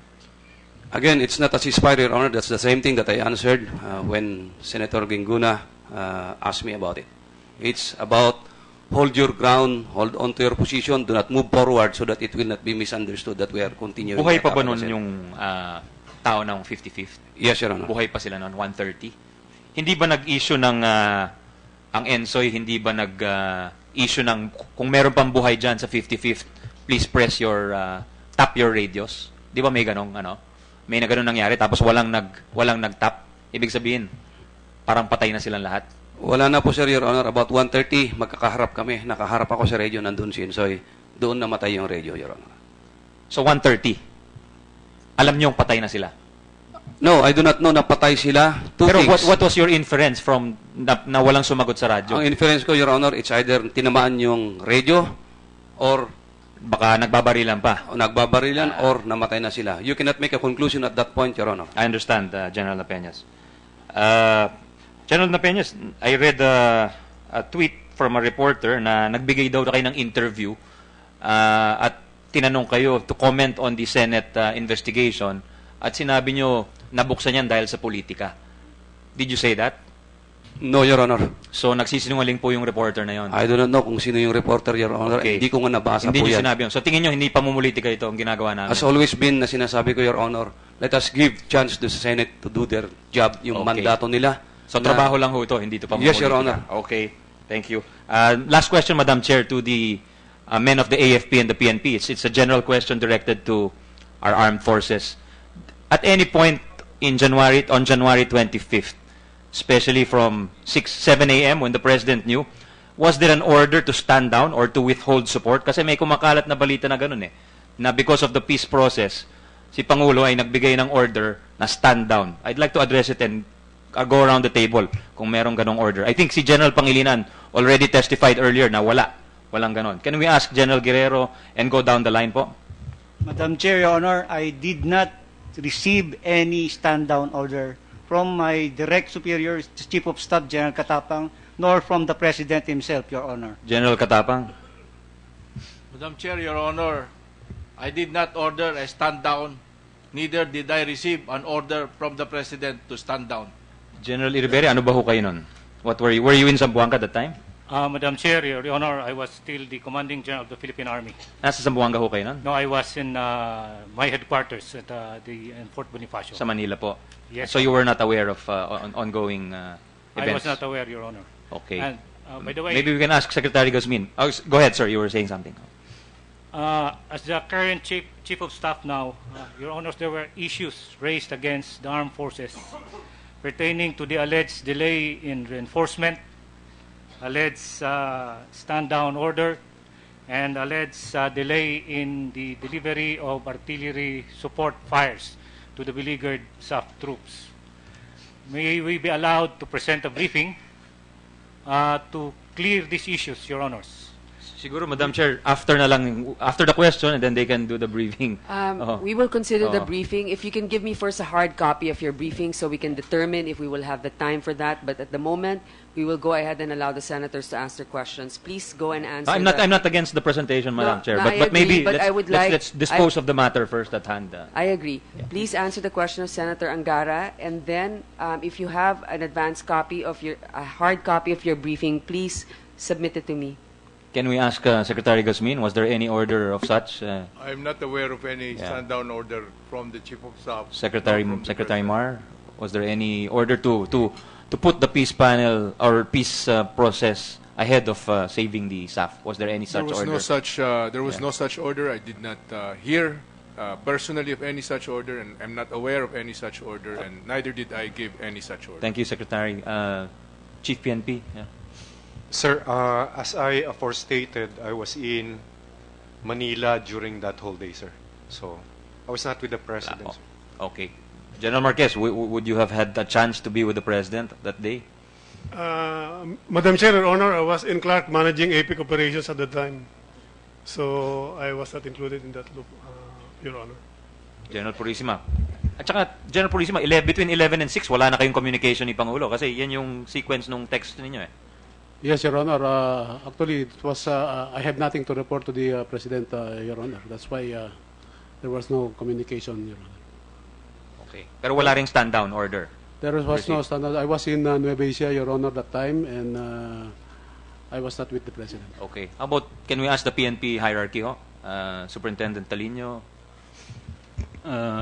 Your Honor, there was an order for me to receive any information about the stand-down there.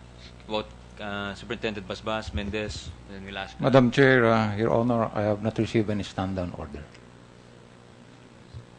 Madam Chair, Your Honor, I did not receive anything, but I was not part of the tactical operation, Your Honor. General Napeña. Sir, in regards to yung sinasabi nila kanina na hindi nila alam yung dalawang grupo sa loob.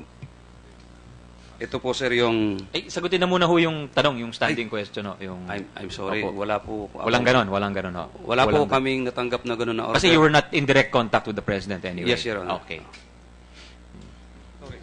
Yeah. How about what's Ituloy the ko lang po, findings? sir, ito. Meron ho bang finding na ganon?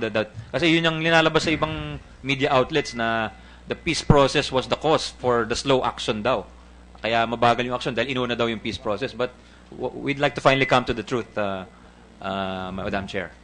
Your Honor, Madam Chair, as head of the Board of Inquiry, we have not received any material evidence that would establish that there was a stand-down order.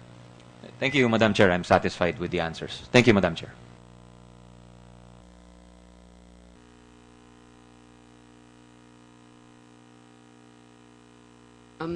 Senator Enrique.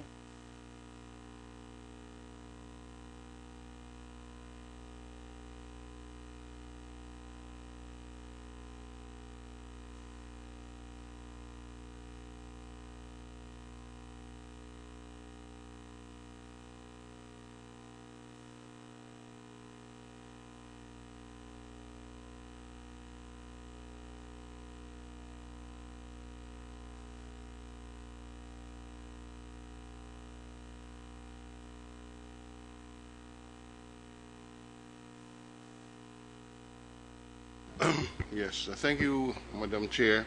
Just a few clarificatory questions. Now, I would just like to re-emphasize and make it clear on the record. General Purissima, the Oplan exodus was done exclusively by the PNP staff. Is that correct? Yes, Your Honor. No one else? No one else, Your Honor. Everybody, the coordination was made time on target, Your Honor. So that was an exclusive Oplan crafted, executed by the SAF PNP? Yes, Your Honor. All right. Now, when you met with the President on January 9, the President very clearly told you and Napeñas to coordinate with the AFP on this. Is that correct? Yes, Your Honor. No. The time on target planning is totally inconsistent with coordination with the AFP. Is that a correct conclusion? It was presented to the President, Your Honor, the time on target principle. Yes, right. It was presented to the President, time on target principle. My question is, if you follow the principle of time on target, you cannot coordinate with the AFP. Natural. Kasi sasabihin mo, time on target. A coordination means prior knowledge. Yes, Your Honor, but...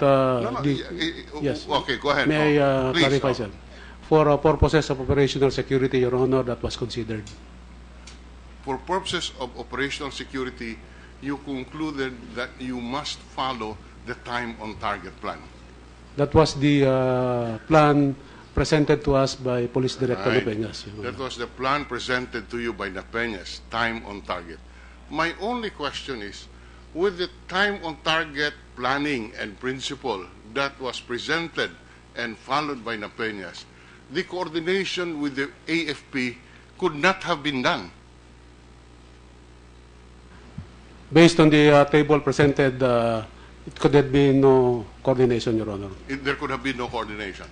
And therefore, when Napeñas insisted on time on target, he disregarded the instructions of the President that there be coordination.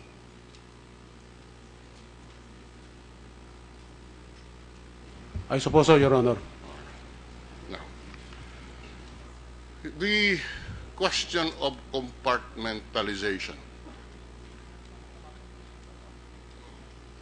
From an ordinary layman, when you compartmentalize, it means you do not inform a certain sector. Would you agree with that? Yes, Your Honor. And when Napeña said, with all due respect, at inulit niya po ito nung tayo nag-hearing dito, the AFP is compromised. Hindi po ba?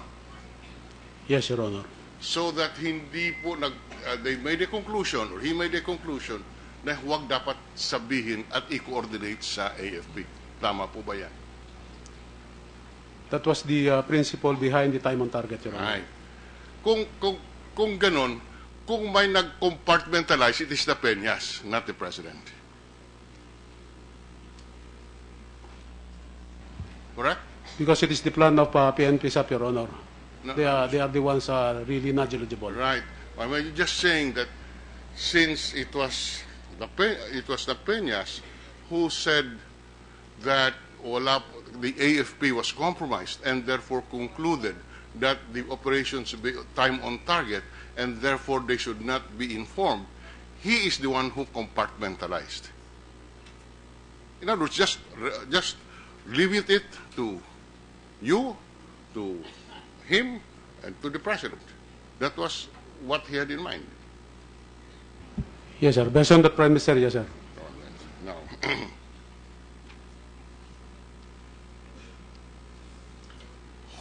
all right, may I, in ordinary course, plans are approved by which authority? The operation plans are being performed by units authorized to do so, Your Honor, like the regional directors, the unit commanders, and even the police stations, Your Honor.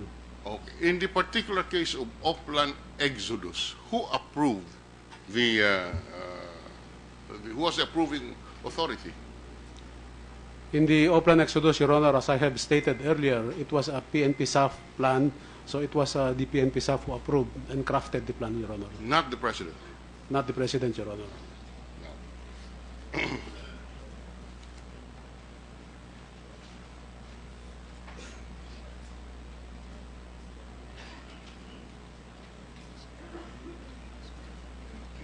Isn't it a fact that the President was assured by the SAF that it had the support of the mechanized and artillery support? The information, Your Honor, was given to me by General Guerrero when I asked him for support regarding the operation of SAF. And that was the text back message given to me, Your Honor. The text of 5:15 a.m., which you sent to the President, which basically said, Sir, good morning. For info, staff elements implemented O-plan against high-value target. As of now, sir, results indicate that Marwan was killed and one SAF trooper wounded. The body of Marwan was left behind, but pictures were taken. The troopers are now withdrawal phase and progress report to follow. This is based on the report of the Peñas to you. Yes, sir, Your Honor, it was the telephone call at about 5:45 in the morning, Your Honor. All right. The President was misinformed then. Would you agree with that? Kindly clarify the question, sir. What is misinformation? Well, because obviously the statement, the text of 5:45 a.m. is not exactly accurate as you relate to the President. Your Honor, there was no intention of incomplete, but the information was incomplete that time, Your Honor. Yes, there was no intention to mislead, but the information was incomplete. Is that correct? Yes, Your Honor. And this information came from the Peñas. Yes, Your Honor. By the way, there was a. Can I ask General Peñas? Can you describe the 84th Seaborne? What is it? What is their special? What is the specialized training? Your Honor, the 84th Seaborne is a specialized unit of the Special Action Force that operates from the sea going to the ground in swampy area, and I could say that it is the best of the Special Action Force. Very good. Now, mention here is made in this. The President referred to 160 SAF troops. Where did the 160 come from? The number 160? It's a composition of the 55th SAC, the 42nd, 43rd, 45th, and the 41st. Those are from the 4th Battalion when the start of the number is 4, that's from the 4th Battalion. When the start is 5, that's the 5th Battalion. So, but the 100, did you brief the president on the number of seaborne personnel? Yes, Your Honor, because And the 160 came from you? all the 160, all the 392 personnel involved in the whole of the operation, Your Honor, came from PNP SAF. From you? Yes, Your Honor, the Special Action Force. Yes. So you committed to the president at least 160 seaborne? No, Your Honor. The seaborne is only 38 of them. Only 38 of them? Less yung the 2 intelligence officers, it's only 36. So how many seaborne were there involved in the fighting? 36, Your Honor. 36. So there was no, you did not commit 160 to the president? Your Honor, may I request that you repeat the question? I did not get it. I'm just referring to what was earlier read here about the president saying 160 SAF troopers. The 160 here figure came from you? No, sir, Your Honor. Where did it come from? The basis of that 160, because there is a table indicating the troops that be utilized in the operation. And the seaborne, the main assault, that's 38. The 55th, the immediate support element, that's 36. And the 45th, the 42nd, and the 41st, that's numbering about 36, 30 and above. And the rest of the other, of the 392, they are deployed as containment along the, near the road and at the junction, Your Honor.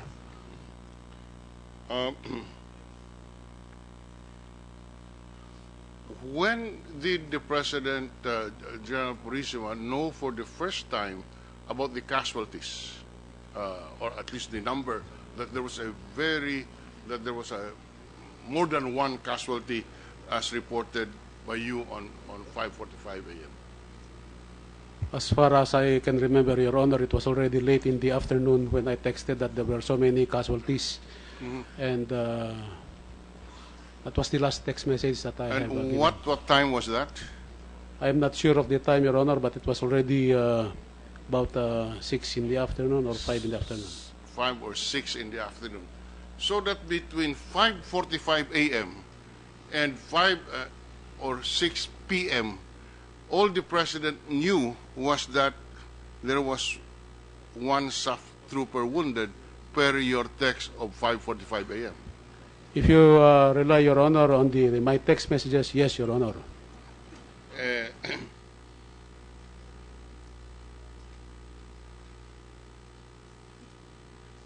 So that he could not have issued any order to prevent a slaughter because there was no slaughter. He did not know of the extent of the casualties until 5 or 6 p.m. As far as the text messages, my text messages are concerned, yes, Your Honor. Yeah, but you keep on saying as far as your text messages. Did the President have any other information before 6 p.m. as to the exact number of casualties? I am not sure, Your Honor, but as far as I am concerned, that is my answer, Your Honor. All right. So, wala kang alam, there was no reason for you to believe that the President knew of the extent of the casualties before 5 p.m. in the afternoon of January 25. Yes, Your Honor.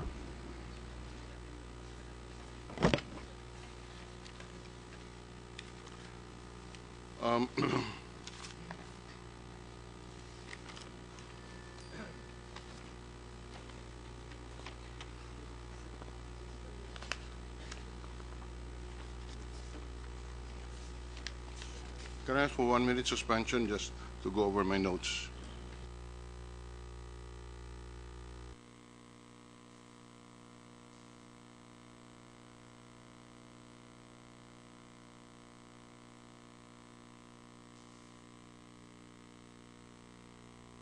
Madam Chair. While Senator Drilon is checking his notes, let's allow Senator Soto for one question. Yeah, just I missed the point a small point in one of my questions earlier. I asked about the 5 million reward. I forgot to ask about the 7 million peso reward. I heard there was a government 7 million pesos reward from the Philippine government. Is that correct? And have they collected, and who collected? Madam Chair, Your Honor, there's a 7.4 million reward from the Philippine government, sir, and it's still also being processed. And it is right now at the West Mincom. It will be claimed by the same informant, sir, Your Honor. Does it really take that long to process such rewards? Yung US government, I'm not surprised. Medyo malayo sa atin yun, iba. Pero dito sa atin, ganun din katagal? I have no idea, Your Honor. We just provided all the requirements, and we're just waiting for the completion of the deliberation and the release of the reward. So who determines? Anong office or departamento may hawak nun? It is right now at West Mindanao Command, Your Honor. All right, thank you. Thank you, Madam Chair. Senator Drilon? Just a few more points.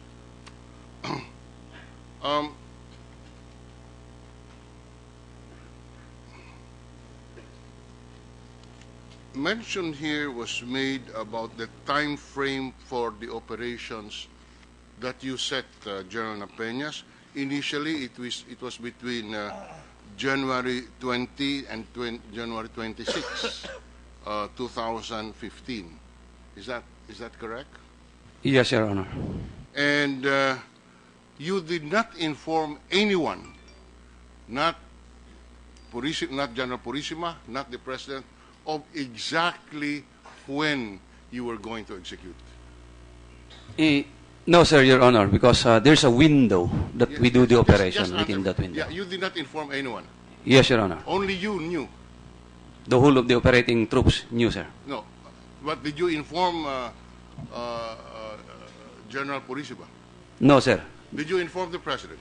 No, sir. You decided on your own that to when the execution will be, and you decided it will be on the 25th of January.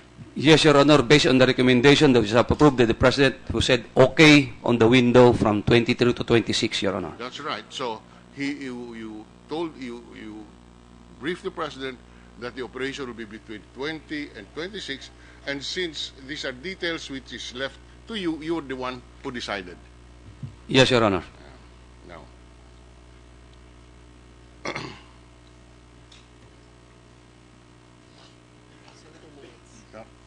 okay, thank you.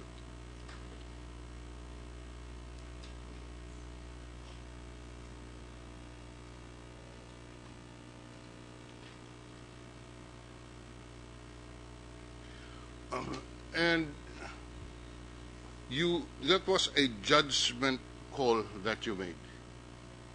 Yes, Your Honor, based on the intelligence we received from the ground, it's supposed to be 24, 23, but then because of the heavy activity of the enemies in the ground, we cannot push it. That's why we have to do that in the 24 and in the 25th.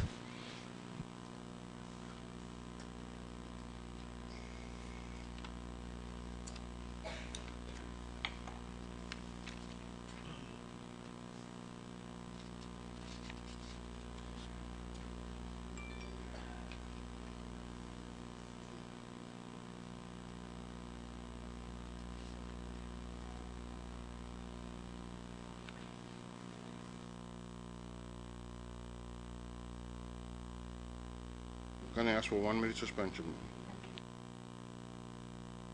1 minute suspension.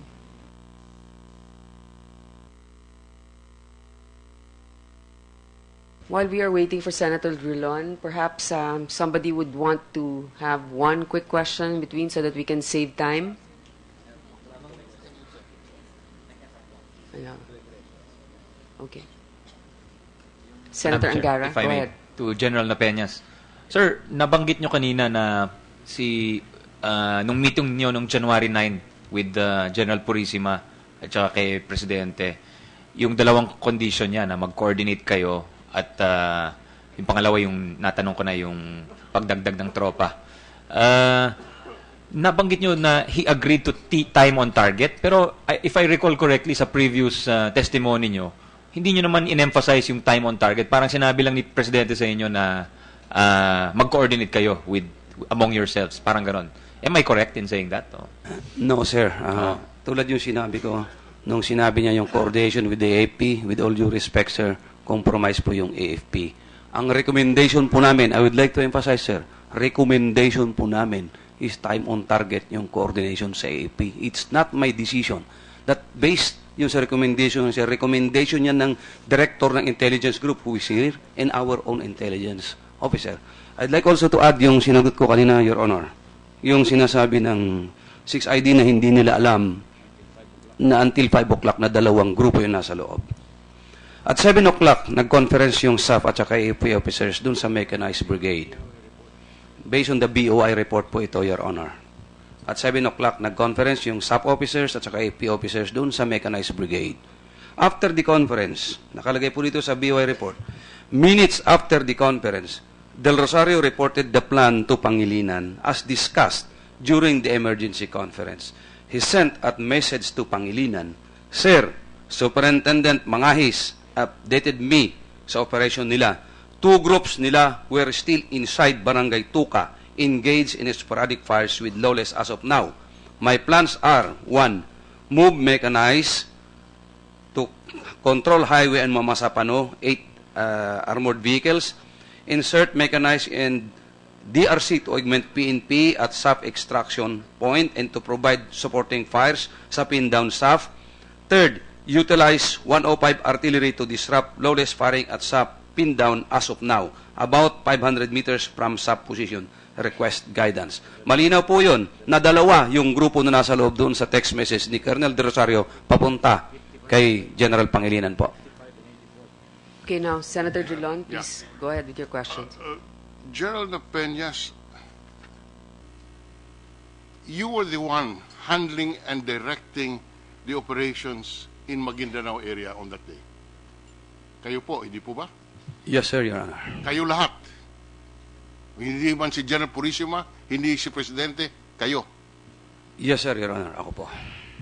Kaya hindi naman totoo na ang Pangulo ang siyang nag-utos na siya ang nagbigay ng instructions, na siya ang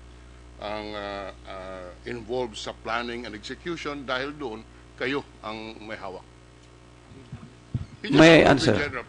Your Honor, nung nagpresenta kami doon sa bahay pangarap, the fact na sinasabi ng Presidente, yung coordination, binabanggit niya, yung sinasabi niya, yung takaunag dagdagan, that is still part of planning and preparation for the operation, Your Honor. Mayroong bang pumirma sa Uplan Exodus? Ako po, sir, ang pumirma, Your Honor. Ikaw ang pumirma.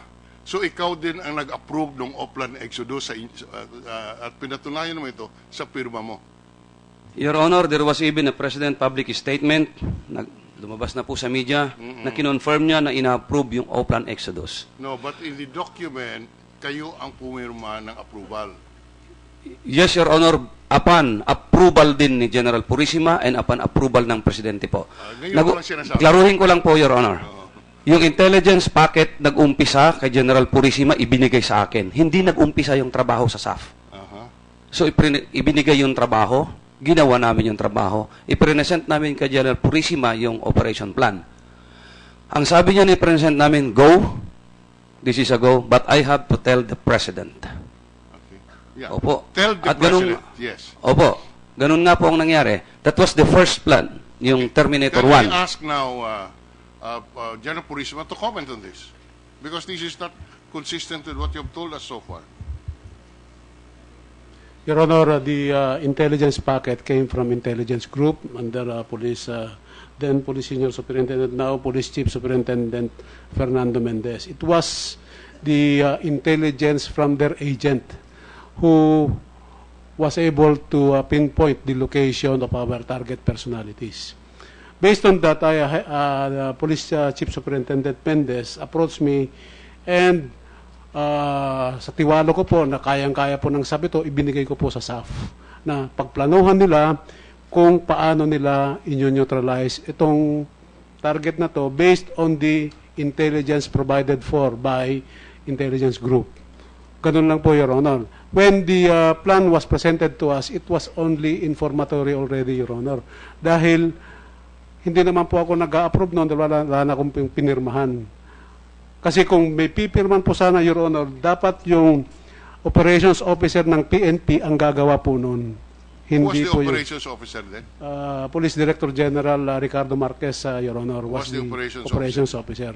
Kaya nga po, hindi rin po niya alam yung operations because it was just only presented to me for my information. And based on the principle of keeping the commander informed, I informed the Chief Executive, the President, Your Honor. Matter of information. Matter of information. Yung mga sinasabi pong suggestions, kung titingnan po natin, hindi po sinabi ng ating Pangulo na maglagay ka ng 392. Wala pong numero pong ganon. Ang sinasabi po niya ay magdagdag ng tropa. Yun po yung sinasabi niya. Ibig sabihin, At mag-coordinate sa AFP. At mag-coordinate sa AFP. Ang nangyayari po doon is, in my assessment, Your Honor, in my opinion, yun po ay inputs lamang doon sa maaring i-consider ng PNP SAF yung mga ko na yun. Now, General Marquez, as operations officer before of PNP, before you became chief of the PNP, can you give us a comment on if you have seen on the Oplan Exodus? If you were drafting this Oplan, would you follow how it was crafted? Can you give me your comments on this?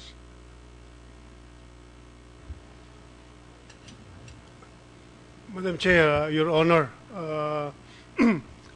as I've stated earlier, if it were submitted to NHQ PNP and the inputs of the day staff were solicited, we could have suggested that the primacy of the peace process was be considered, because in the BOI report, Your Honor, the peace process was never considered in the planning process. Number two, Your Honor, I would have insisted the conduct of a full-scale contingency planning, Your Honor.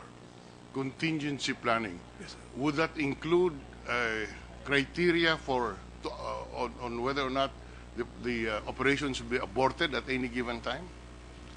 The contingency planning, Madam Chair, Your Honor, would essentially talk of the following things.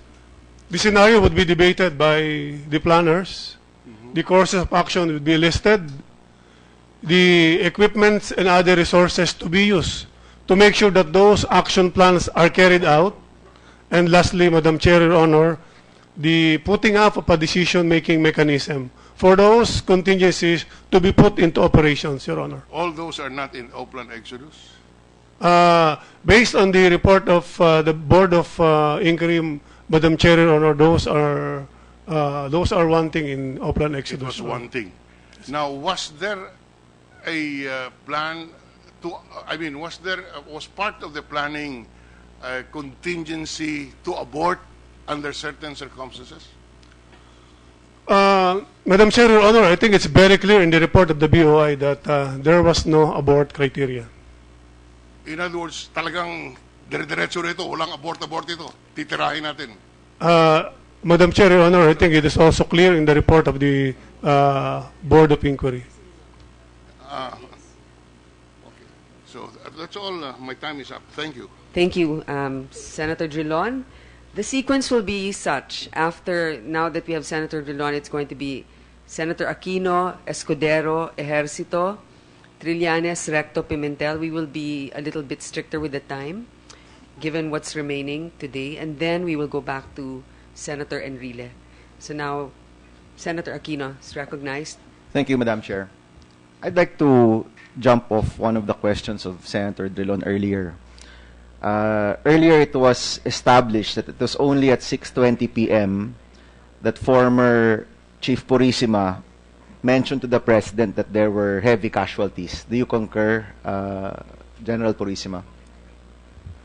Your Honor, Madam Chair, it was my last text message in the afternoon, Your Honor. I'm not sure of the time. That was 6:20 p.m. No, I have all the records here. No, in fact, you had mentioned elements suffered heavy casualties. No, that's what you had said Yes, at Your Honor. 6:20 p.m. Yes, Your Honor. Earlier than that, had you informed the President that there were heavy casualties? No, Your Honor. Previous to that, the only mention of wounded or casualty was one wounded SAF trooper in the morning, if I'm not mistaken. Yes, Your Honor. Okay.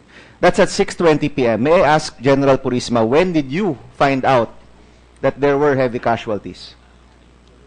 I was getting information from many sources, Your Honor. I was confirming because there was no direct contact already with Director Napeñas. So, at some point, di na kayo nag-text ni General Napeñas? Yes, Your Honor. Naghahanap na po ako ng informasyon but I was not able to get the correct information. That's why there was no passing of information given to the President, Your Honor. Okay. At some point, you knew, because you texted the President, merong heavy casualties. So at some point, alam mo na merong mga namatay. And in fact, you used the word heavy. No? Could you give an estimate? Was this at earlier at 3 p.m.? Was it at 4 p.m.? Was it at 6:15? As soon as you found out, you texted the President. Around what time did you know that there were heavy casualties? More or less, Your Honor, about past 4 o'clock in the afternoon, Your Honor, I have received that there are casualties already, Your Honor. Past 4 o'clock, 4 p.m.? Yes, Your Okay. Honor. General Napeñas, when did you find out that there were heavy casualties? At what time? Your Honor, that's about 7:55 in the morning, or before 7:55. And that's the one that triggered me to send a text message to General Purisima, General Spina, and General Talino. 7:55 in the morning.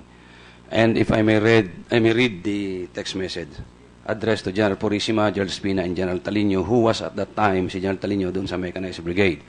Sir, location of SAP troops, GC 68006, 65717, and 68234, 65056. Nasa paligid ng first grid coordinate mga kalaban at tuloy pa rin heavy firefight na pin down tropa sa first grid coordinate at meron mga casualties sila. Baka pwede hingi ng artillery support. This was followed up at about 9:14 in the morning. The text message was addressed to General Espina, DSAP, from DSAP to OIC PNP. But the recipient are General Espina, General Purisima, General Guerrero, Major General Pangilinan, Colonel Del Rosario, and Police Senior Superintendent Mendez. And I will read it, sir. Sir, good AM. Ito locations marami kalaban. GC 688663 at 660 meters. Nakalagay po 365 degrees, but I stand corrected. This is 345. I made a mistake. From SAP location, GC 68233, 65058. Di makamove SAP troops kasi open terrain. Request and direct fire. Wala mga civilian doon kanina pa, sir. So, General, if I may cut you, no? So at 7:55 a.m., alam nyo na merong mga enkwentro na ganyan na mabigat. And what you did was you texted the others. There was no phone call made. Or you didn't even call up General Purisima anymore and say, matindi na to.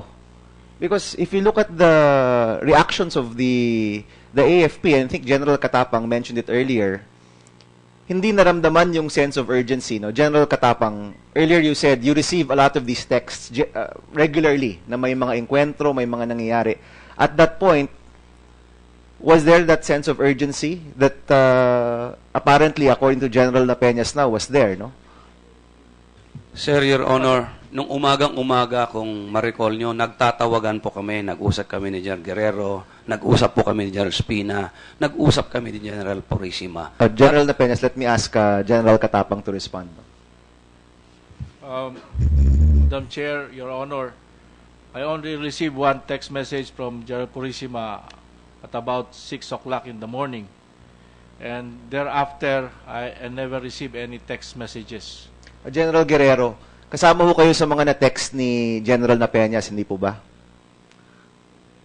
Madam Chair, Your Honor, yes, Your Honor. Okay. Now, General Napeñas is saying that as early as 7:55, talagang nagpapanik na siya na marami ng masamang nangyayari. Was that how it was received when you received this text? Madam Chair, Your Honor, the text that he's referring to was received by me at 9:11. The one he read earlier, sir. I received it at 9:11 a.m. Okay. So, General Napeñas, hindi po ba merong in the OPLAN, merong matrix doon na mga kailangan tawagan? People that you need to coordinate with. We saw that, no? When you submitted the OPLAN last year. Nasunod po ba yon? Were you able to really coordinate with everyone on that list? O yung text, yun na po yung coordination na sinasabi po ninyo? Yung text message and some, tinawagan ko po, Your Honor. Yung doon sa Regional Director ng Police Regional Office Arm, tinawagan mismo ni General Talino. Doon sa Mechanized Brigade, na tasking ni General Talino, siya rin ang tumawag kay Colonel Del Rosario. At General... The rest, tinawagan ko or tinext ko, Your Honor. And that's it. Yan na yung ibig sabihin ng coordination between the PNP and the AFP. No? Let me ask General Marquez, who's currently the chief. Is that par for the course? Ganun ho ba yun? Na kapag may coordination, text lang? These days po, pag nag-text ka, posibleng 3 hours later mo makuha yung SMS, no? Ganun lang po ba yun? Or is there a formal coordination that should be done? Madam Chair, Your Honor, I think we could better understood it in the context of Oplan Exodus. And as stated by the BOI, the time on target, which actually the manner of coordination made by Director SAF, is not applicable in that kind of environment. Probably in an area like Metro Manila, when you would like to do anti-drug operations, coordination is sometimes made. That's time on target when you are actually there on the house you're about to be searched.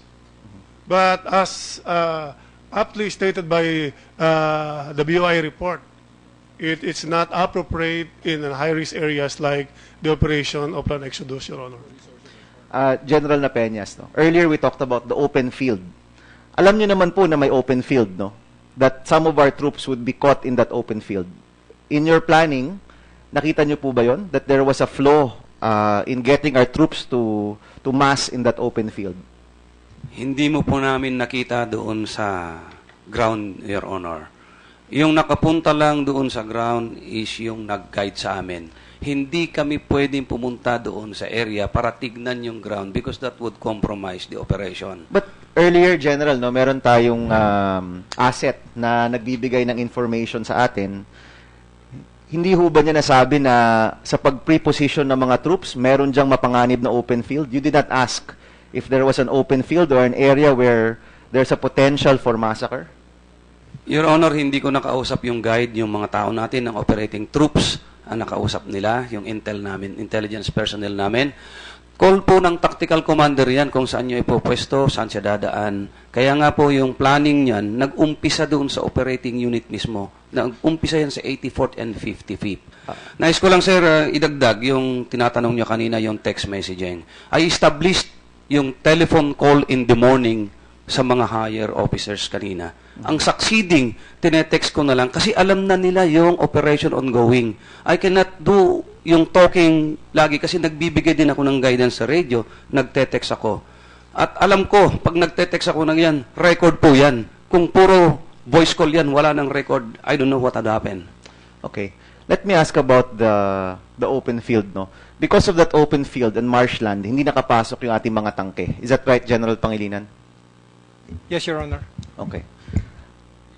General Napeñas, we knew that at some point we would need the help of the AFP. Tama po yun? Yes, Your Honor. Okay. In your past experience, was it in your planning na para makatulong yung AFP, papasok dapat yung mga tangke, and yet the ground was marshland and there's an open field, so that would make it difficult for the AFP to support our troops. Hindi nyo po na plano yun? Kaya nga po, sir, Your Honor, ang hiningi namin na suporta is artillery support. Maliwanag po yun.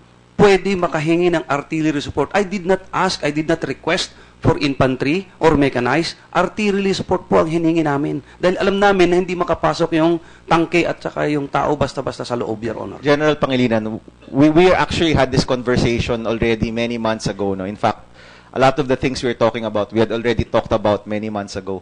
With regard to artillery support, nakalista po ba yan sa ating handbook or may guide ba tayo kung kailan tayo pwede magbigay ng artillery support? Meron po tayong doktrina na sinusunod sa paggamit ng field artillery at kung inyo pong matatandaan, binanggit ko ang mga kadahilanan kung paano natin gagamitin ang field artillery. Unang-una po, of 3 equal importance, gusto ko lang pong bigyan muli ng diin. Ang artillery gagamitin para sa target yung ating pong kalaban, tatamaan ng kalaban. Pangalawa, dapat hindi matamaan ang ating mga kasamahan o yung tinatawag po nating friendly fires. At ang pangatlo po, dapat wala tayong tamaang sibilyan o magkaroon po ng collateral damage. Ngayon, para po natin ma-achieve yan, meron po tayong mga sinusunod at kinakailangang impormasyon. At yun po ay naipahayag ko naman nung naunang Sige, pakiulit po. Kinakailangan po natin alam yung eksaktong location ng lahat ng friendly troops operating in the area. Gusto ko pang balikan yung sinasabi kanina ni Director na Peñas na may 2 grupo. Sino po ba yung 2 grupo na sinasabi niya? Kaya nga po nalaman namin na may 84th on the afternoon eh. Hindi nga po namin alam kung ano yung 55th. Hindi po namin alam yung 42nd. Hindi po namin alam kung ilan ang nag-ooperate na tropa during that time. Now, hindi ko rin po alam kung nasaan lokasyon lahat ng tropa na ito. Posible, sinasabi niyang 2 grupo could be the 55th divided into 2. How many po ba yung 55th? Hindi ko po alam. Hindi ko rin po alam kung ilan yung 45th. Much more yung 84th. Wala po sa hinagap po kung nasa 84th. In short, General, dun sa inyong mga patakaran sa pagpapasabog ng artillery, hindi ho pumasa yung current situation ho natin back January 25. Kulang po yung mga informasyon. Yung sinasabi lang po niya kasing grid coordinate na paulit-ulit niyang sinasabi, yung grid coordinate na sinasabi niyang 2 grupo, which ngayon nga lang niya po niya kinorek, may sinabi siyang 345 degrees eh.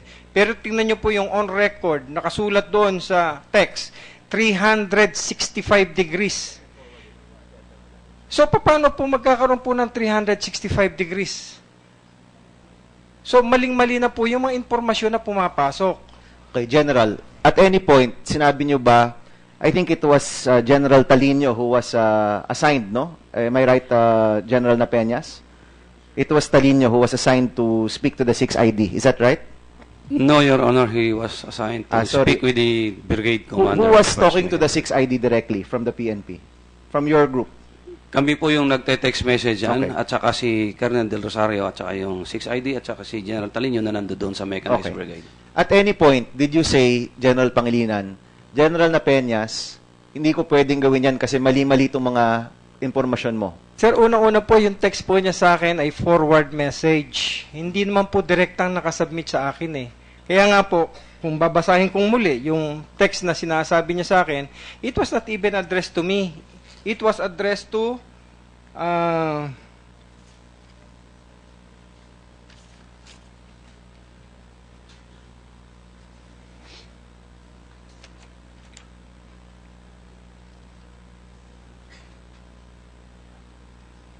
sandali lang po. I-check ko lang po yung eksaktong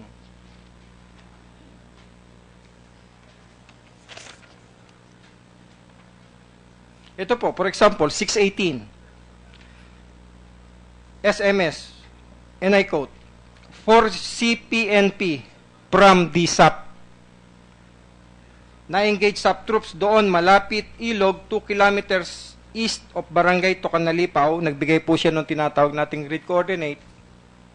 But nang gitna, going to target, sir. Now, kung ito po i-analyze natin, where is the target? I do not even know where is the target and who is their target. Now, may nabanggit po siya kanina na walang civilian doon sa area. Pag tiningnan nyo po ang mapa, makikita po nyo doon ang packets of civilian communities na malapit doon sa pinangyayarihan ng gulo. At yun po ang kaharap ko during morning, yung mapa po na yun. That is how I analyze the situation basing on the information that are coming in. Yun po ang ina-analyze ko. Alright. General, so clearly, hindi pwede mangyari. Okay, in the past, sa mga previous operations natin, mabilis ba yung pagbibigay ng artillery support? Or nagbibigay ba kayo ng artillery support kapag kulang yung mga requirements? Your Honor, pagka kami po ay nagpaplano ng operations, we considered all the criteria and the informations that are necessary for us to plan. For example po, inaalam na po namin yung possible approaches ng aming tropa, kung saan din po yung possible na panggagalingan ng kalaban, kung saan ang possible na magwi-withdraw ang kalaban. General, at doon po kami nagpaplano. Okay, I'm sorry to cut you because the chairman's asking me to cut it also, no? But let me ask this question. In your experience, gaano katagal usually yung pag-prepare ng lahat ng bagay na iyan? Does it take 30 minutes to be able to fire your artillery, all of these requirements? How long does it take to be able to successfully undertake this type of operation? Kung ito po ay well-planned, kung ito po ay nakaplano, napakabilis lang po dahil meron po kami tinatawag na target reference point. Yan po ay pre-planned. Okay. Ibig sabihin po is nakaumang na po dyan ang ating... General, yung pre-planning ninyo, how long does that take? Assuming na, na time on target tayo, how long usually is your pre-planning? Pre-planning po namin, just like kung natatandaan nyo po, nagkaroon kami ng operations immediately after Mamasapano. Yung pong pre-planning po namin yan is tumagal po kami ng almost 2 weeks detailing everything, every information. 2 weeks? Opo. So are you saying that it is highly improbable or would you even say impossible to expect you to do that within 1 hour or within 45 minutes? Kung ito po ay pre-planned, kayang-kaya po yan. Kung ito po ay nakaplano. Yun na nga. Itong pre-planning kasi hindi nangyari. So when they ask you to do it, para mag-pre-planning pa lang kayo, can your pre-planning happen within 45 minutes to 1 hour? Is that possible? Kailangan po natin dyan is dependes nga po sa mga impormasyon na papasok. But kung lahat po ng impormasyon ay kompleto na kinakailangan para natin may paputok ang tangke, ang kanyon, kaya po natin yan even 15 minutes, kayang-kaya po natin yan. If all the information is in. Opo, but kung ito po ay pre-planned, kung ito po ay naplano natin, even in 1-2 minutes, kaya po natin dahil nakaplano na po eh. Alam na natin kung saan ang target. General Napeñas, did you know or are you aware na hindi po ganun ka-agad-agad yung pagpapabomba ng artillery? Or were you expecting that as soon as you had sent the text message that the AFP, the 6ID, would immediately bomb the area? I am aware, Your Honor, that I can do that in a matter of 30 minutes. Sabihin ko po sir yung sagot, Your Honor. Late in the afternoon, alas 5, nung natratrap na ulit yung 84th SAC Seaborn, humihingi ako ng artillery support kay General Pangilinan, magkaharap kami kasama yung Amerikano. Ayaw niya. Nag-intervene yung Amerikano, sinigawan niya. That's why I have to call General Guerrero myself at humingi ako ng suporta kay General Guerrero. Ang sabi ni General Guerrero, sige, kakausapin ko. Minutes later, sandali lang, patapusin niyo po ako, Your Honor. Minutes later, nakakausap na ni General Pangilinan sa telepono. Then after that, hiningi niya sa akin yung grid coordinate. That's about 5 o'clock in the afternoon. At 5:38 in the afternoon, pumatak ang unang white phosphorus. At 5:45, the second white phosphorus landed. At 6:02 in the evening, the third white phosphorus landed. And after ng pangatlo na white phosphorus, nag-alisan lahat ng kalaban. How many minutes was that? 5 o'clock or even 4:30? Sabi natin 4:30 yung pag-uusap or even yung before 5. Yung isang oras po, umaga pa lang, humihingi na kami ng artillery support. General, we'll allow General Pangilinan to respond. Alam niyo po, yung sinasabi niya, magkaharap po kami. Totoo po yun. And that's the only time na nakuha natin lahat yung information. Because nandun na rin po ako, kaharap siya. That's the only time that he is giving us all the informations that we need. And one thing more, meron na rin po kaming tropa na nakapasok sa loob na siya po magsisilbing tinatawag nating forward observer to guide yung ating artillery where to drop the artillery. Yun po ang, ewan ko kung ano po ba ang hindi naman sa pagtatanong kung meron po bang kakayahan yung nagre-request na gumamit ng artillery. Kailangan po kasi dyan, ito sabi ko nga isang bomba na hindi basta-basta natin ibabagsak ng kung paano lang. Kailangan natin mag-analyze, kailangan natin pag-aralan, at kailangan po natin pagplanuhan.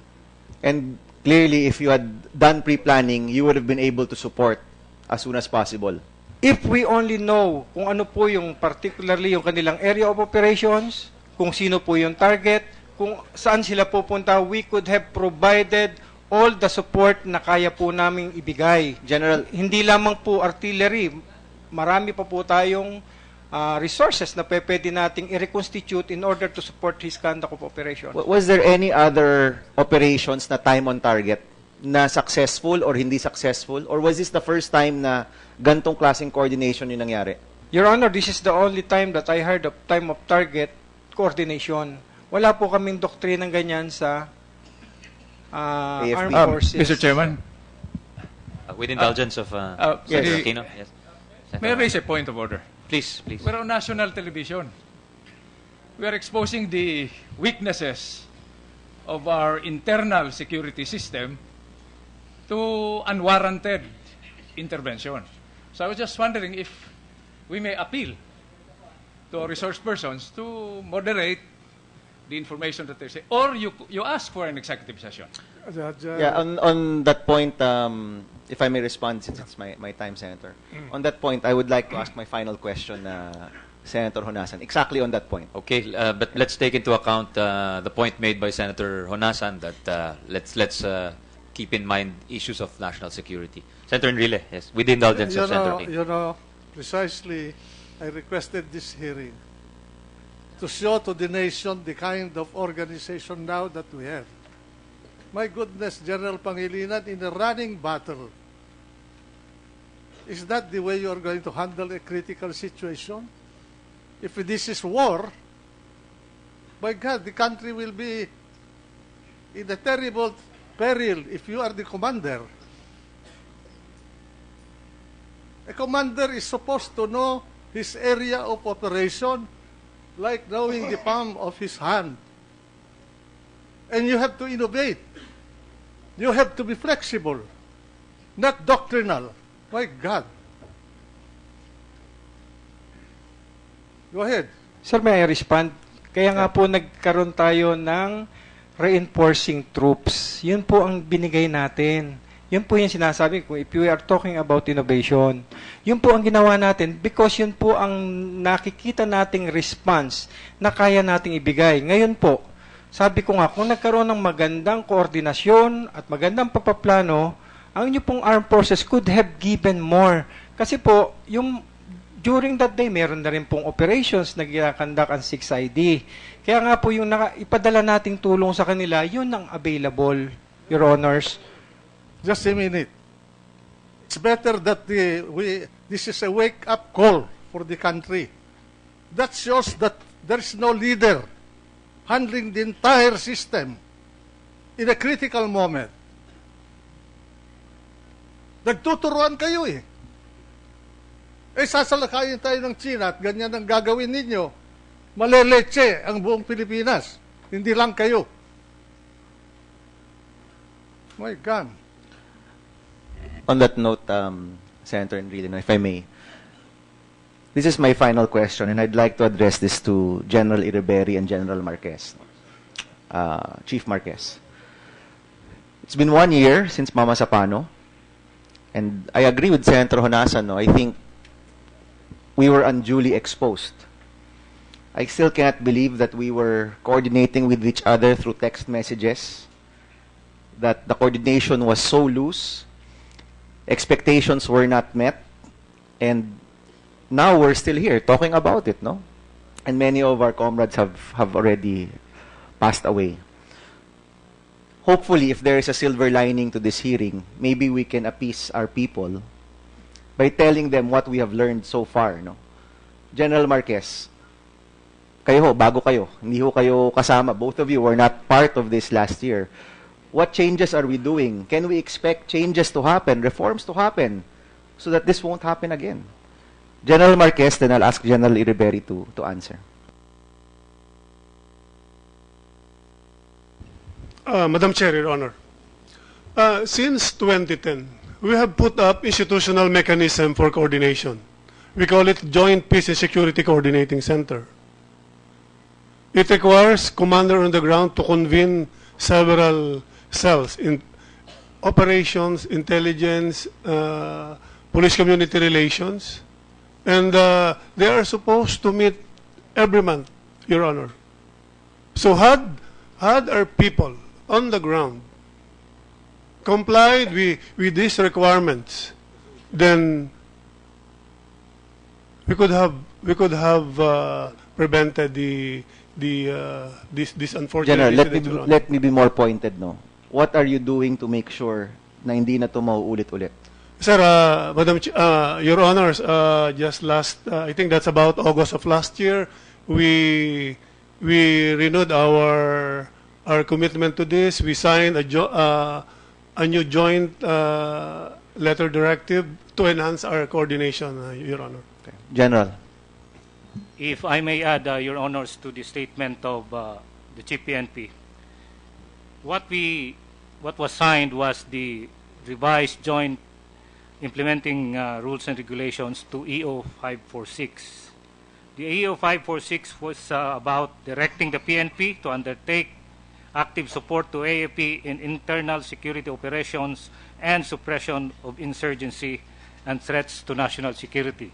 And one of the key provision here was that it's very clear now that once the PNP operates as a single force, it must coordinate with the nearest tactical unit of the armed forces of the Philippines.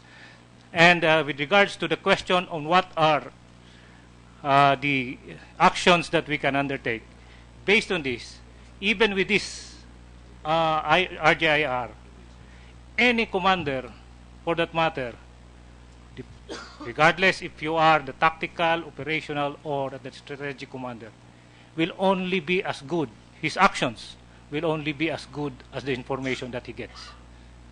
General, with the permission of the body, that is all right kung hindi makikialam yung presidente. Nakialam dito eh.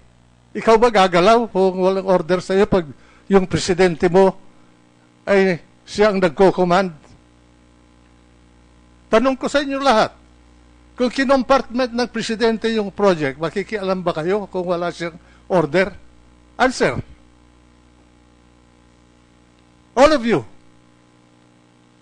Mr. President, Mr. Chairman, just for the record, there is nothing in the testimony so far that the President made pakialam in the manner that it is being presented. Because from the very start, General Peña said, plano ko ito, ako ang nag-approve, ako ang nag-execute. Your Honor, if I may. General Dilbay. That's why I requested earlier that we be allowed to present our briefing, because these issues will be addressed and we can present the root of the problem that led to the debacle suffered by How long is the briefing? About 20 to 22 minutes, Your Honor. We'll have to ask our colleagues and the chair when she returns. So And- maybe I'm in favor, but we'll have to consult because there are some who've been waiting since this morning. General, pasensya na po. And if I may also include information that we'll be showing video and photos never seen in public pertaining to this operation. We'll convey to the chairperson when she returns. The next to ask is Senator Escudero, but Senator Binay has initially waived her time, but asked for 2 questions. Thank you. So Madam if Chair. it's all right with Senator Escudero. Okay, Just Senator very Binay. short question. General Purisima, alam nyo, hindi ho ganun kadali makakuha ng appointment sa ating presidente. Tama po ba? I am not the appointment secretary. No, Your Honor. well, okay, fine. But you were able to get 2 appointments. Am I correct? Yes, Your Honor. Who asked for that appointment? If you will remember in the text message, Your Honor, that I asked the appointment if the president is available. So you texted the president? Yes, Your Honor. So ano yung text niyo sa kanya? Can I see you? Mga ganun? Or It was read earlier, Your Honor, on the January 8 text message. so what was the text? Can you please repeat it? I do not have the record anymore, Your Honor, but I was asking if if he was available for briefing, Your Honor. Did he ask? And then ano yung sagot sa inyo ni Presidente? Okay? Or did he ask you tungkol saan yung i-brief mo sa After his akin? trip in Romblon, Your Honor. How come you did not go through the normal process of getting through did you ask the appointment secretary for that appointment? No, Your Honor. So you have a direct, Yes, you Your can Honor. you can schedule an appointment with the President directly. Tama po ba? Yes, Your Honor. And then, did you inform the President that you will be bringing General Napeñas? He knows about it, Your Honor. And he in-inform niyo din siya na you will be talking about the Oplan Exodus. I assume he knows already, Your Honor. So, bakit niyo ho naisipan na i-inform pa yung President kasi kanina pa ulit-ulit yung sinasabi na si General Napeñas lang naman yung nagplano, si General Napeñas lang naman yung mag-e-execute. So, why bother the President with the Oplan Exodus? Ito po yung honor, yung isa pong bagay para sa mga commanders. You keep the commander informed. Yun po yung isang bagay na sinusunod po ng lahat. Ibig sabihin, alam dapat ng Pangulo kung ano ang nangyayari, particularly in this operation wherein there are high-value targets involved. Hindi nga. Why do you need to inform the President? What for? Kung hindi rin naman, di ba parang sinasabi nyo, hindi niya pwedeng baguhin yung plano, hindi niya pwedeng, kasi you're just informing him. So parang technically, he has no power over yung Oplan Exodus. So, di ba parang, bakit niya pa siya sasabihan kung if it's just a matter of information? And why bring General Napeñas? Why go into the details when it's all kumbaga nasa control lahat ni General Napeñas yung execution and planning of the operation. So why do you need to include the President kung wala rin naman palang siyang magiging input dun sa operasyon na yon? Your Honor, kaya po dinala si General Napeñas kasi siya po yung nakakaalam dun sa operation. Sila po yung nagplano. Did the President request that you bring General Napeñas?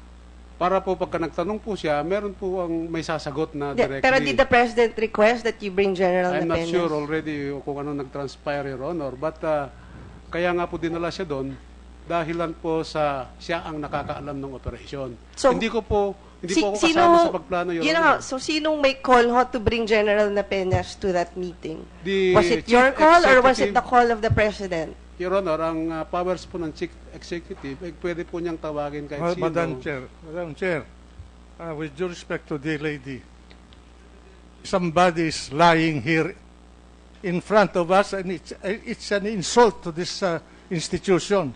You said, when I ask you, you're denying the participation of the President. Why did you ask for his confirmation and approval? You are under oath.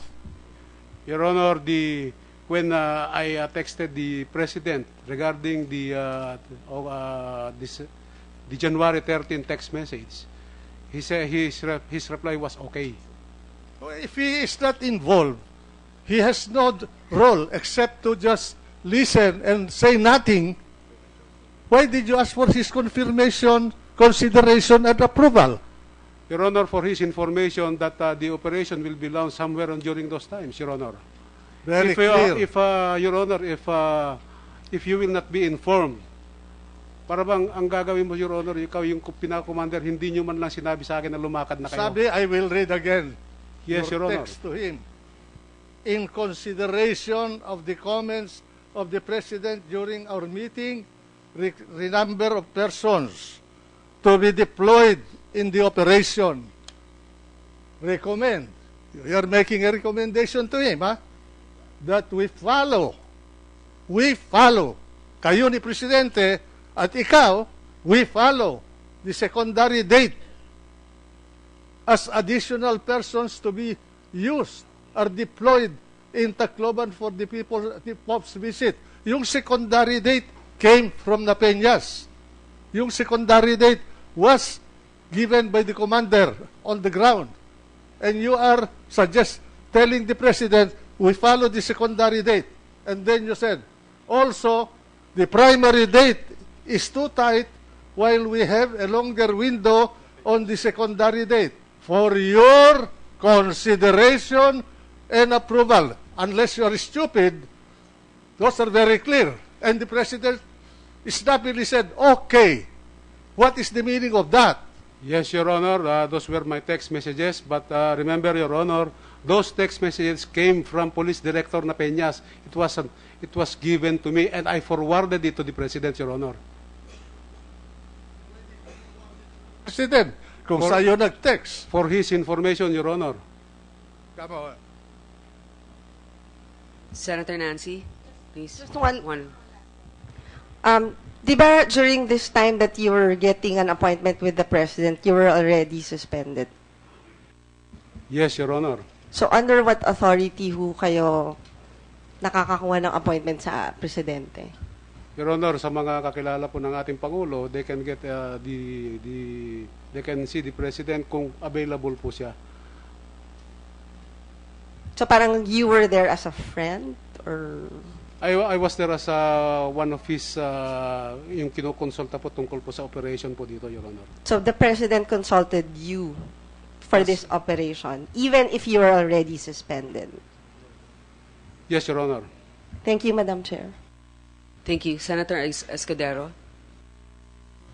Thank you, Madam Chair. Just to fill up some gaps in a brief manifestation, I'd rather give my time to the presentation of the AFP later on. I'll consume about 3 minutes, Madam Chair.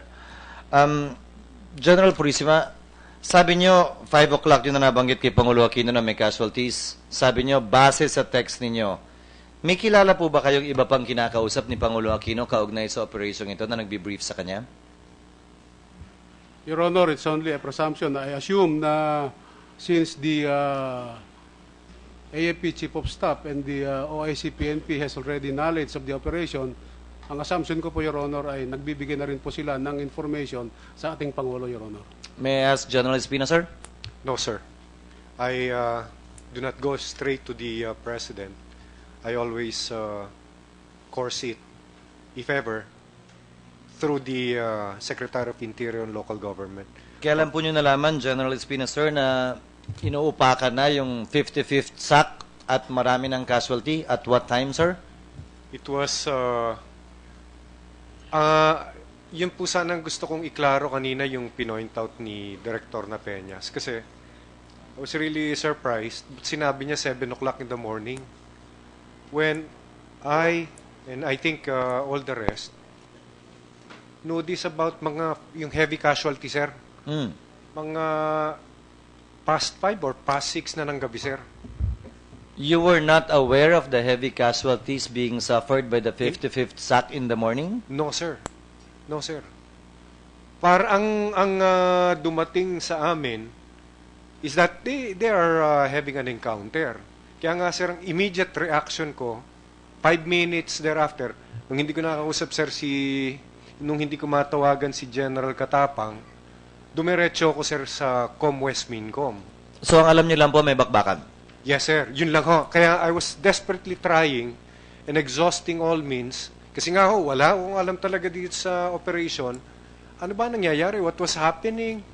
Ano ba ang disposition? Ano ba ang deployment nito? And nobody could give me an answer the whole morning until the afternoon. I called up General Napeñas. He was not answering, although he was texting me. And I forwarded them to General Guerrero. I called up General Guerrero. He positively replied. Tapos, sir, tinawagan ko pa yung officer in charge ng ProArm, si Armilia, who postponed his trip to Manila for an official business because he heard also, he was the OIC Regional Director, sir, that there was something going on and he couldn't give me the details. Kaya nga ako nagtataka, ba't sinabi rin kanina ni General Napeñas na Maguindanao PPO was ready to go on action with them. Sir, thank you, sir. I won't belabor the point. Thanks, General sir. Napeñas, narinig ko kayo kanina na sinabi nyo, General Napeñas, sir. Narinig ko kayo kanina sinabi nyo, may tinext kayo, may tinawagan kayong sinabihan po ninyo na inuupakan na at baka maubos yung tropa. Sino po yung ka-text o kausap nyo kanina na binabanggit? Yes, sir, Your Honor. Just who, sir?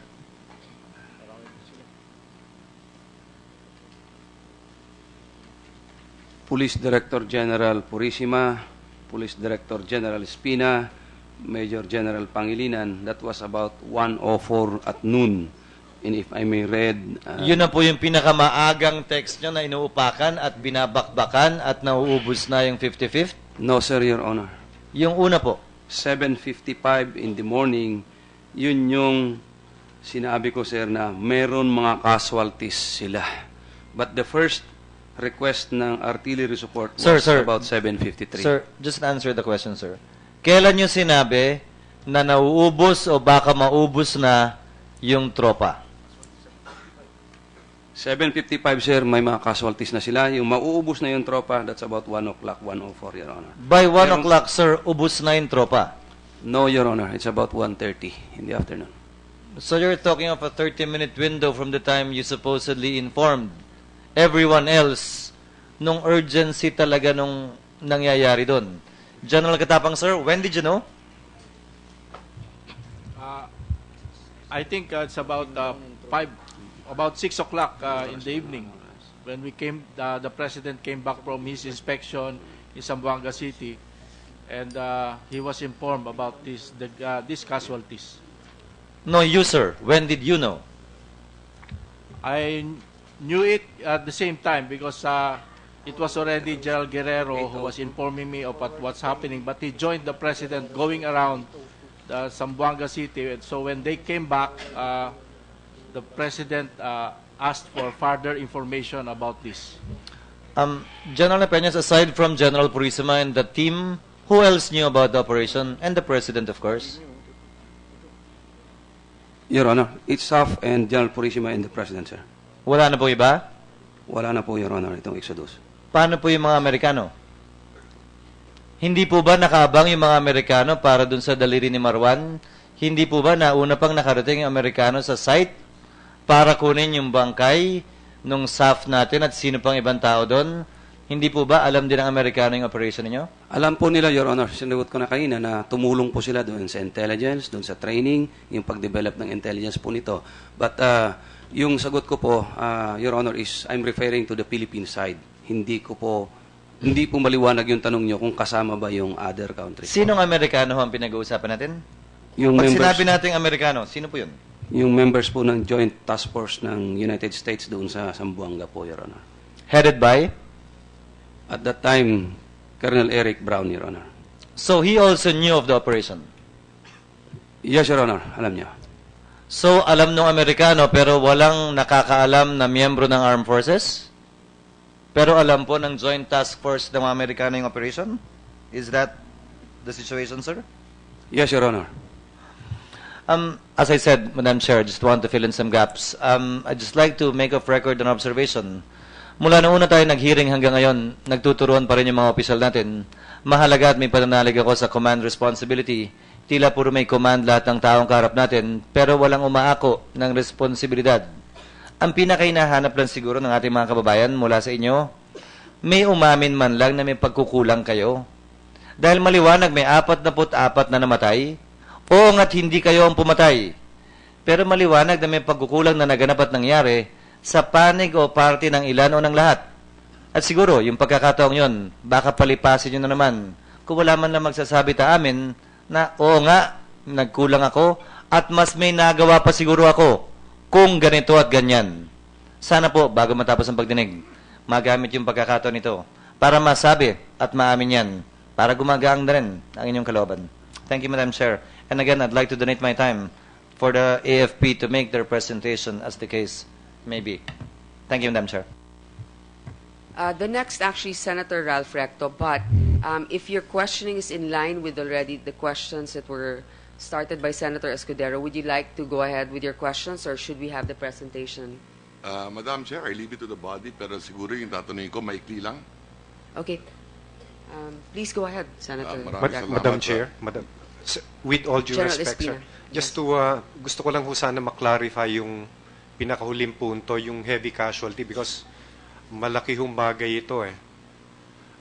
In a report by the Board of Inquiry, I vividly remember during that time, 1:30 p.m., na Kasi sir, buong umaga parang ordinary encounter, etc. Pero kahit ordinary encounter ito sir, I instinctively called up Guerrero. Tulungan mo mga bata kung walang etc. Pero sir, yung pong aking punto, in page 25, yung independent BOI namin sir, if I may quote, OIC PNP Espina was kept off the loop, report po ito ng BOI, received information about the escalating number of casualties on the ground around 1:30 p.m. He clarified this with Napeñas. Relayed to Rusty, meaning I relayed it to Guerrero. Bakit may balitang 11 na ang patay sa SAF? Almost instantly, Napeñas replied, Sir, di confirmed yan. Ang report, tao nila ang wounded, meron, pero wala pa patay, sir. It's very clear, sir, 1:30 p.m. Wala pang nagkakabalitaan ng ganung heavy casualty, sir. And it's in the investigation record, sir. Thank you, sir. Thank you, ma'am. Madam Chair, can I just ask General Napeñas to confirm that? Senator Bams, Is that, do you concur with that statement of General Espina, General Napeñas, na sabi mo, hindi pa confirmed na may namatay at 1:30 p.m.? Yes, Your Honor. Because we've been constantly talking with in the radio doon kay Senior Inspector Irania. Hindi rin niya masabi sa amin kung ilan ang patay. Pero sabi niya lang siya, maraming casualties at napin down kami. Yun nga po sir, yung 7:55 in the morning, napin down sila at marami casualties. Because during the firefight, hindi rin niya ma-check yung tao niya kung casualty lang ba o patay na.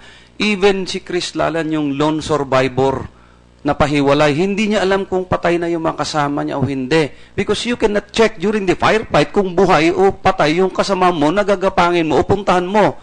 But then, the text message is very clear na marami mga casualties na sila at napin down sila, Your Honor. Madam Chair, with the permission of Senator Recto, one short point. Let me ask Director General Espina. Sa operational readiness, you are required to move, communicate, and shoot. Is that correct?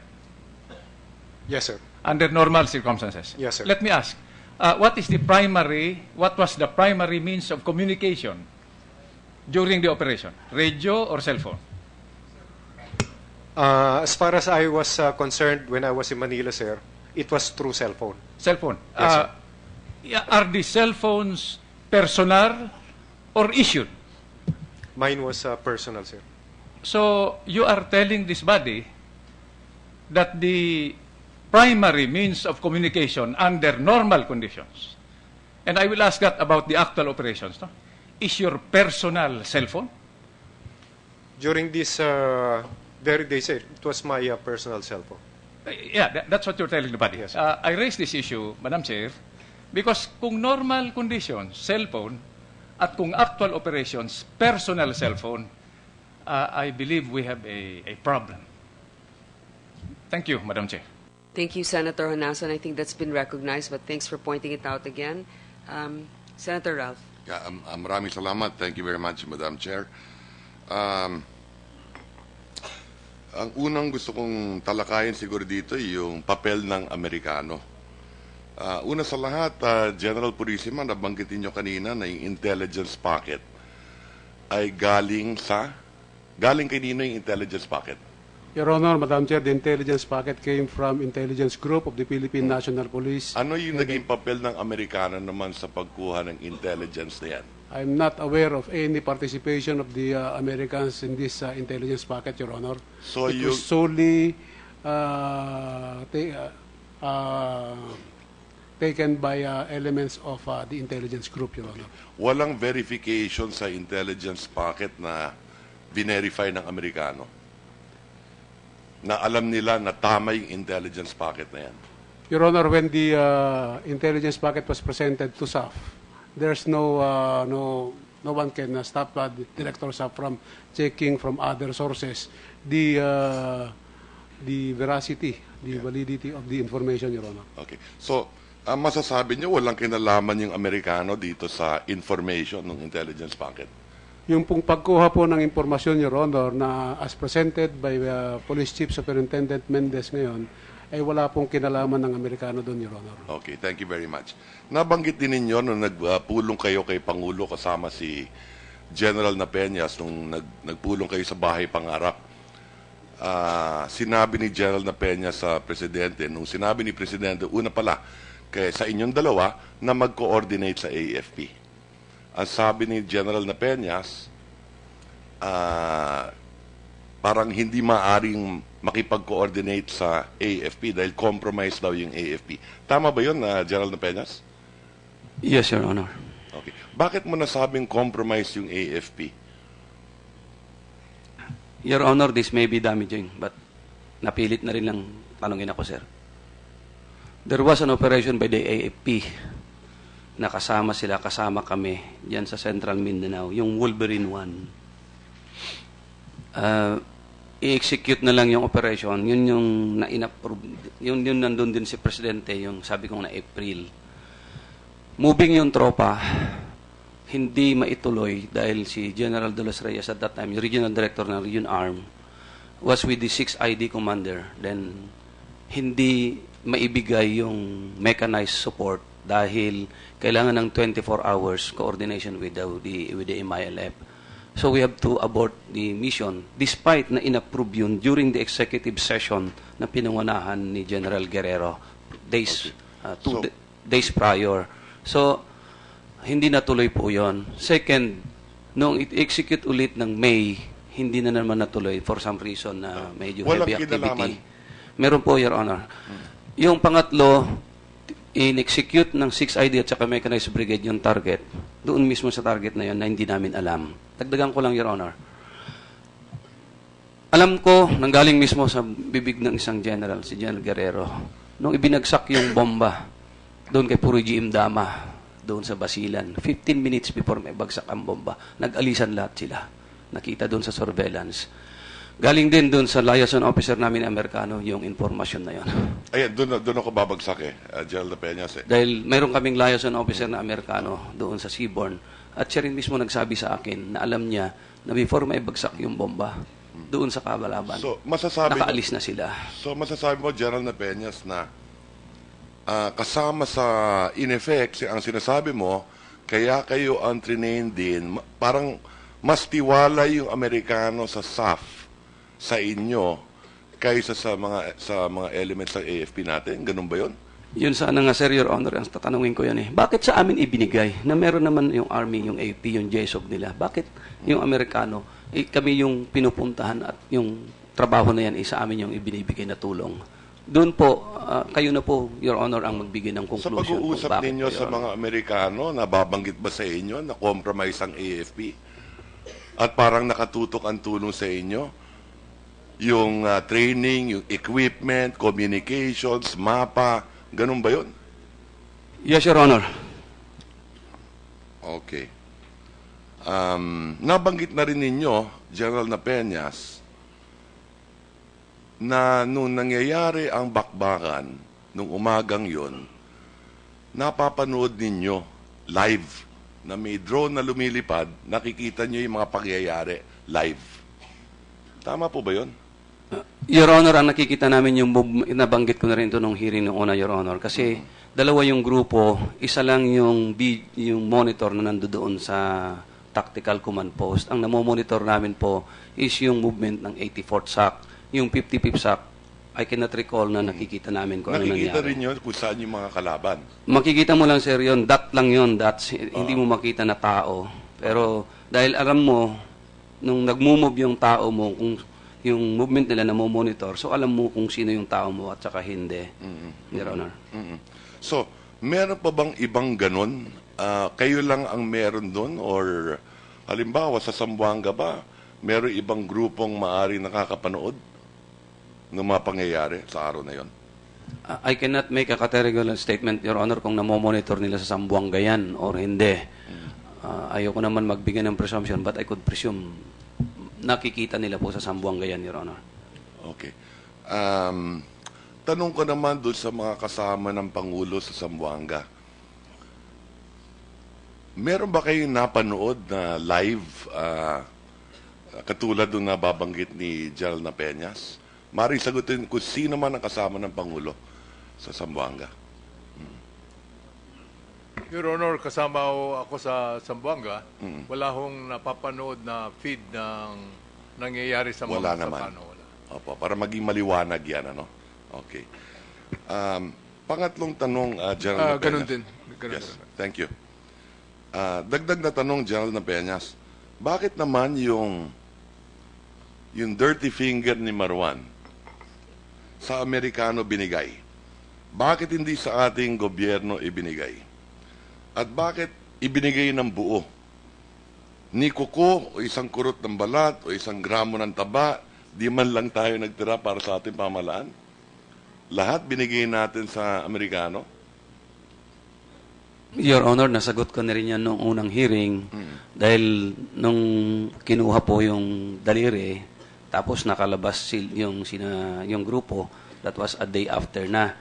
Then, nung naalala ni Superintendent Train, that's on the second or the third day na, yung nasa Cotabato City kami, Your Honor. So, nag-recommend sila sa akin, Sir, ibigay na natin doon sa taga-FBI. Kukontak kami ng taga-FBI na kukuha. Kasi mabubulok na yung finger. Then, yung FBI lang ang meron database na maikukumpara yung sample na galing kay Marwan. At si Superintendent Train po ay graduate po ng FBI Academy. That's why meron alumni association yan. Nagmi-meeting sila dito sa Manila. At Yes. meron siyang direct contact po sa FBI sa US Embassy, Your Honor. Yes. General Peñas, kaya ako naman tinatanong to, dahil di mo may iwasan na meron $5 million na binabanggit. At ano yan, yung daliri bang yan ay parang premyo, raffle ticket, lotto ticket na kailangan ipakita to redeem a prize? Ganun ba yun? O hindi naman? Hindi naman po, Your Honor, pero that will serve as the confirmatory nga na siya si Marwan dahil ikukumpara doon sa DNA naman na sample na manggagaling doon sa kapatid niya na nasa custody sa Amerika, Your Honor. Ang plano naman po dyan is ita-turn over sana po dyan sa CIDG din sa crime lab. But then because of yung nagmamadali nga dahil masisira na, mabubulok na dahil magtatatlong araw na po. Nangangamoy na nga po talaga. That's why yun ang recommendation ni Superintendent Train sa akin. And then, tungkol naman doon sa $5 million na binabanggit na premyo at 7 million pesos na galing sa ating pamahalaan. Sino ba ang pagbibigyan nun? Wala pong mapupunta sa amin na Special Action Force, Your Honor. Wala mapupunta sa inyo. Wala po. Pero sa polisiya natin, kanino mapupunta yon? Doon sa intelligence packet? Yung nagbigay ng intelligence? Ganun ba yon? General Purisima? Your Honor, the reward money will go to the agent of the intelligence packet who At provided. sino naman yung agent ng intelligence na yon? Pilipino ba yan? Amerikano din yan? Ano ba yan? Filipino, Your Honor. Pure Filipino. Filipino. Yan ba ay MILF member din? Mr. Chairman. Mr. Chairman. If I may finish, You might be putting in the place. let him say that. Yes. No, Your Honor. Hindi MILF. No, Your Honor. Hindi naman posible na yung 5 milyon mapupunta ulit sa Amerikano o di kaya sa MILF. Hindi pwede mangyari yun. Hindi po pwede mangyari yon, Your Honor, if it will be awarded to the recipient, to the agent himself. Kaya nga, yung agent na yan, posible bang Amerikano yan? O yung agent na yan, posible MILF din yan? Masasabi nyo sa amin dito na hindi. As far as I know, Your Honor, hindi po ganun. Siguro, maybe in an executive session, pwede nyo sabihin sa amin kung sino nga talaga. Ha? Okay. And then, just to wrap up, no? Doon sa mga kasama ng Pangulo sa Zamboanga, bilang kasama ng Pangulo sa araw na iyon, saksi kayo sa galaw ng Pangulo. Ang tanong ko, ibinuhos niya ba ang lahat ng kanya makakaya upang mailigtas ang mga naipit na mga SAF? Can you personally attest that the President did his best, marshaled all the powers at his command to bring our boys home safely? Your Honor, I think the President did all the actions needed in order to support the operation, starting at the time that he gave instructions to General Delgado to provide air cover. And during the time that we were in Zamboanga, the informations that we were gathering, we were getting, where there was no sense of urgency in the reports that we were getting, so that the actions were also commensurate to the information that we were getting. Dagdag na tanong, no? Meron bang pressure na natanggap ang Pangulo o kayo mismo mula sa peace panel officials natin na idahan-dahan ang responde ng tropa ng pamahalaan sa pangamba na lalong malalagay sa peligro ang peace process? Wala hong ganun. Wala naman po. At nais, Madam Chair, Your Honor, nais ko lang suportahan yung sinabi ni Sec. Bolts na yung buong araw, kung titingnan po natin yung mga text messages, no, ang larawan na makikita mo is operation is parang yung nasabi nga kanina, I think the word was all right or something to that effect. No? Dahil extraction ongoing, AFP supporting, diba? So kung mababasa mo ito, wala ho yung mga salitang nauubos na kami or napaligiran kami or that sort of thing, no. Hanggang excuse me. Hanggang sometime late afternoon, may mga 3:34 thereabouts, na merong pumasok na text mula sa CCCH na marami ang casualties. Yun ang parang pinakaunang kumpirmasyon na malubha ang sitwasyon. At magmula nun, inutos ng Pangulo na alamin kung ano talaga ang sitwasyon at nagpa-briefing at matapos yung briefing na yun ay iniutos ng Pangulo na gawin ang lahat. No? In fact, I remember there was even a conversation na dumidilim na, gumagabi na. At ang sabi ng Pangulo ay sa armed forces na hindi pwedeng pabayaan sila. Kung kayo yun ang nakabilad doon. No? So kung kinakailangan magpalipad ng eroplano just to keep parang may signal na may sumusubaybay or magpapatak nga ng artillery at hanggang nagpapatak na nga ng artillery at yung 84th was recovered. No? But during the day, nung kasagsagan nung laban nung 55th, walang, kung titingnan ho ninyo lahat ng mga nasubmit naman ng lahat ng text records, it's all, extraction ongoing, AFP support provided or made available. Ganun ang impormasyon. Okay, maraming salamat. Thank you for that. And finally, nung umaga, nung araw na yon, kung di ako nagkakamali, mga alas 8 ng umaga or prior to 8 o'clock in the morning, meron ng attempts for ceasefire.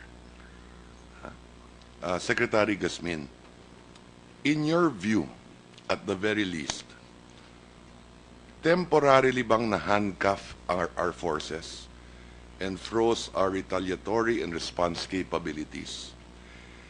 Did this withhold the actions which should have been done to the detriment of the embattled men on the field? Dahil nga sa pag-uusap ng ceasefire.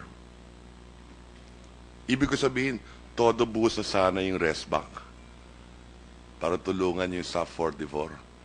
Pero nag-umpisa na yung usapan ng ceasefire at parang dun sa mga naalala ko sa mga pangyayari ay parang nagtatawagan na yung armed forces at kinakausap na nung peace panel ata, yung kabilang puwersa sa MILF.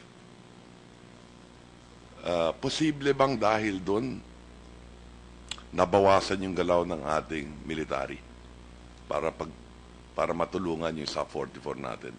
Ang palagay ko po, hindi hindi mababawasan ang kuha ng armed forces. Dahil sa ganitong sitwasyon, mahirap na mapigil yung gulong nangyayari, even with the ceasefire committee in the area.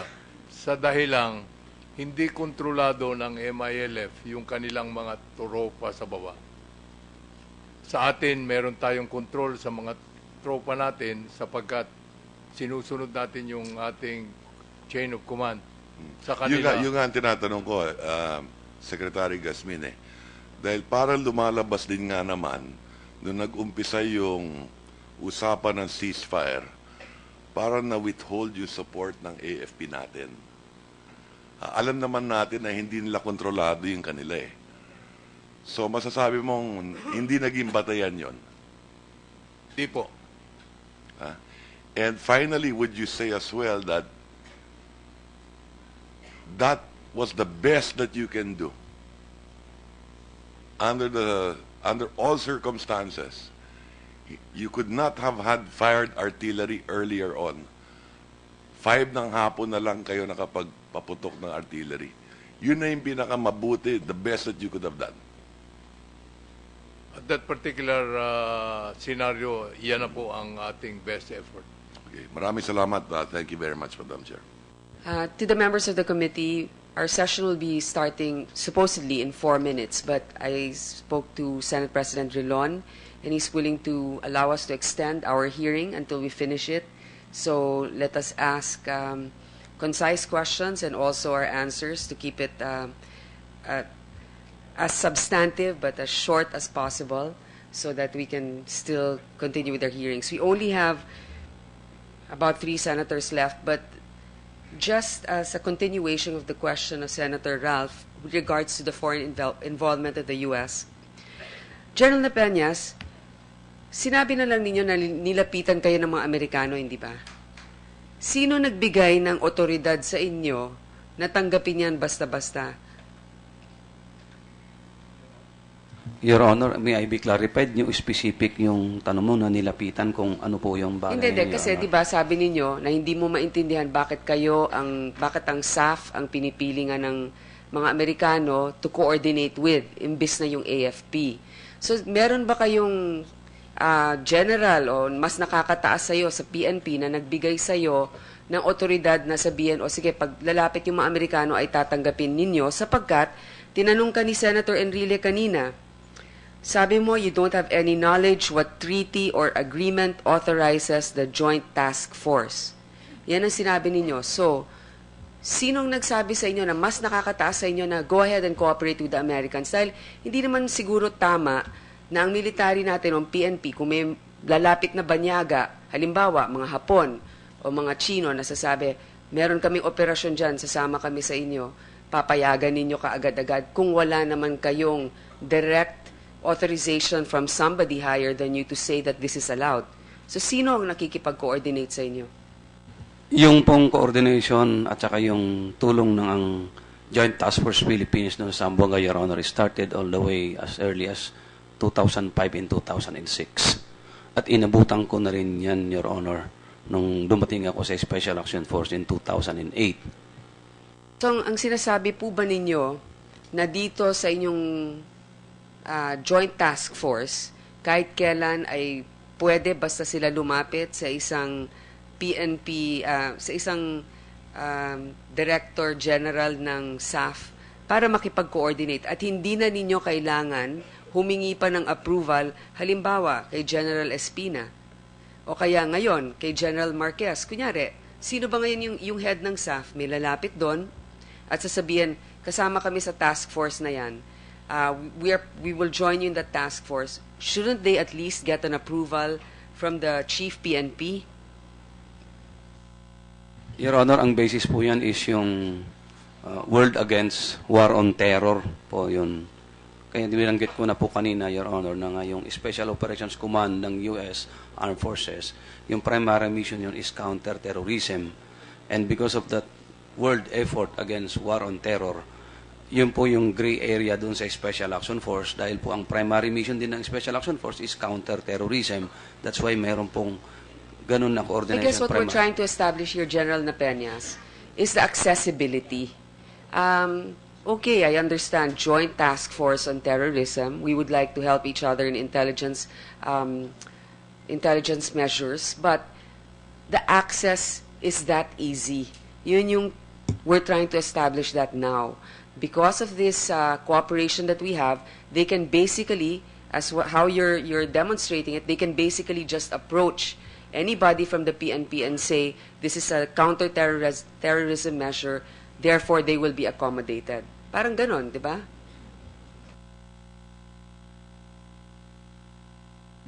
As far as yung anti-terrorism assistance program at saka yung mga ganyan, Your Honor, there are earlier arrangement at the national headquarters level kasi nagko-courtesy call po naman po sila yung ATA at saka yung Because of Joint that Task prior Force na yan. arrangement, you are already familiar with them, Yes, so they Your could Honor. approach you. Okay, I just wanted to establish that. The accessibility. Thank you. We will now have the short presentation of the AFP, and then we will proceed with Senator Pimentel. I saw Senator Trillanes earlier. He's also on the list. And then we will finally have Senator Enrile again to continue his line of questioning. Oh, yeah, there's Senator Trillanes. Sir, Your Honors, Madam Chair, the presentation will be, the briefing will be presented by the former J3, Major General De Leon.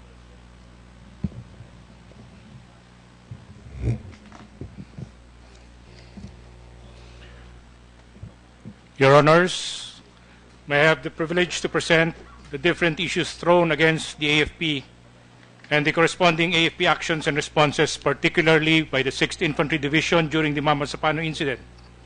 And this briefing will follow the topics as shown.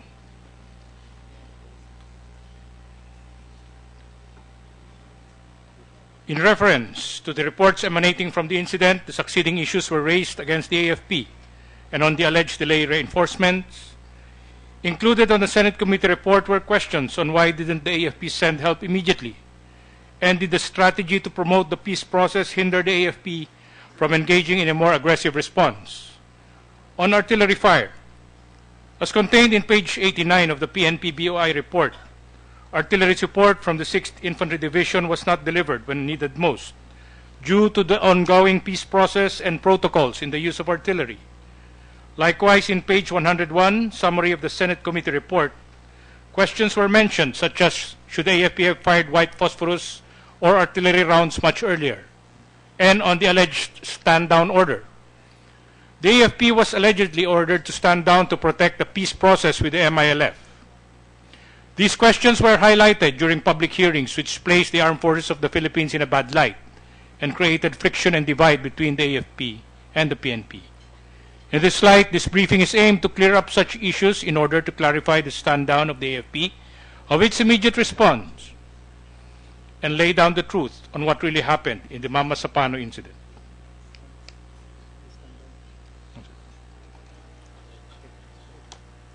On the alleged delayed reinforcements, the AFP immediately consolidated and organized reinforcing troops upon knowledge of the developing situation. The following specific actions can be cited.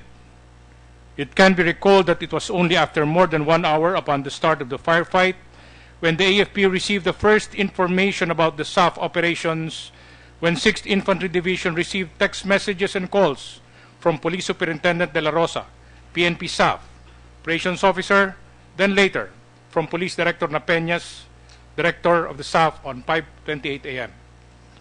Nonetheless, the AFP mobilized its forces with the initial deployment of security forces at 6:30 a.m. 6th ID forces were consolidated and organized for the conduct of reinforcement operations in which movement of troops and armored vehicles, composed of 1 light armor platoon, 1 mechanized section, 1 section of 62nd Division Recon Company, and 1 explosive ordnance demolition team started at around 8:20 a.m. after which the AFP forces were able to link up with the PNP SAF in their command post in Barangay Tucana, Lipao at 9 a.m., took guidance from Police Superintendent Mangaldan, the PNP SAF ground commander, and started their attempt to reinforce the beleaguered SAF troops. However, due to the absence of communications brought about by the non-interoperability of radios with the forward SAF elements and the heavy gunfire from the enemy, the combined troops were unable to go near the engaged SAF elements. 2 UH-1H helicopters from Pagadian, used to support ongoing operations of the 1st Infantry Division, arrived at Tactical Operations Group 12 in Awang, Datoodin, Sinswat, Maguindanao at 10:52 a.m. to provide air evacuation if requested, but such was not requested by the SAF. The combined government troops pushed for the conduct of a 12 hours of rescue and retrieval operations that started at around 5:30 p.m. In totality, there were 211 AFP personnel with 6 armored vehicles who assisted the 300-plus SAF who were near the highway and who supposed to reinforce the 55th and the 84th SAC but failed. Despite these difficulties, the AFP actions resulted to the following: the rescue of the 17 unharmed 84th SAC, the retrieval of the 8 killed in action and 11 wounded in action, one of which expired while in the hospital, the recovery of the 84th SAC equipment, and the retrieval of the 35 killed in action from the 55th SAC with the support of the local government unit and the mechanisms of the CCCH and the AJAC. And these were accomplished under extreme conditions such as limited visibility during the actual link-up of the AFP and beleaguered SAF forces, no radio contact with the 84th SAC, open and marshy terrain characterized by multiple neck and waist deep water tributaries, and the presence of other armed groups. On the issue of artillery fire, the mandatory information for the delivery of field artillery fires were not present during the first 4 requests from the SAF. It was only on the 5th request at 5:35 p.m. when the necessary information were already available that the artillery fires were provided. AFP doctrine dictates that the mandatory information needed for artillery fire support or a call for fire were absent, such as location with grid coordinates of friendly forces, the forward observer, civilian population, location of enemy or target, the description of the target, its method of engagement of the target, and fire and control measures. Note also that there was no trained forward observer and no radio contact with the engaged SAF during the first 4 requests of the SAF. The first request was made by Police Chief Superintendent Talino when he visited the headquarters of the 1st Mechanized Brigade at around 7 a.m., wherein Chief Superintendent Talino failed to give the grid coordinates of the location of the engaged SAF, the enemy, and other SAF elements. The second request for fire support was made by the SAF at 8:35 a.m., but since only the location of the engaged PNP SAF was given, and other elements for call for fire were absent, the delivery of field artillery fires was not approved. Likewise, the data provided is doubtful, since the enemy location is about 1 kilometer from the location of the reported engaged SAF, and it is very near the community. The third request was made at 9:10 a.m. Although there were 2 known locations of the SAF, the artillery fire cannot be delivered due to the following: no forward observer, no communication with the SAF engaged troops and other friendly troops, the given location is near a community, and it is very near the SAF troops. The following prohibitions were also present: the gun target line, which refers to the location of the friendly troops which is along the flight path of the projectile; danger close, referring to the distance from the projectile impact point, is very close to the location of friendly troops, and there is a high risk and probability of hitting friendly forces or the forward observer; and no fire area, referring to areas which prohibit firing due to the presence of civilians.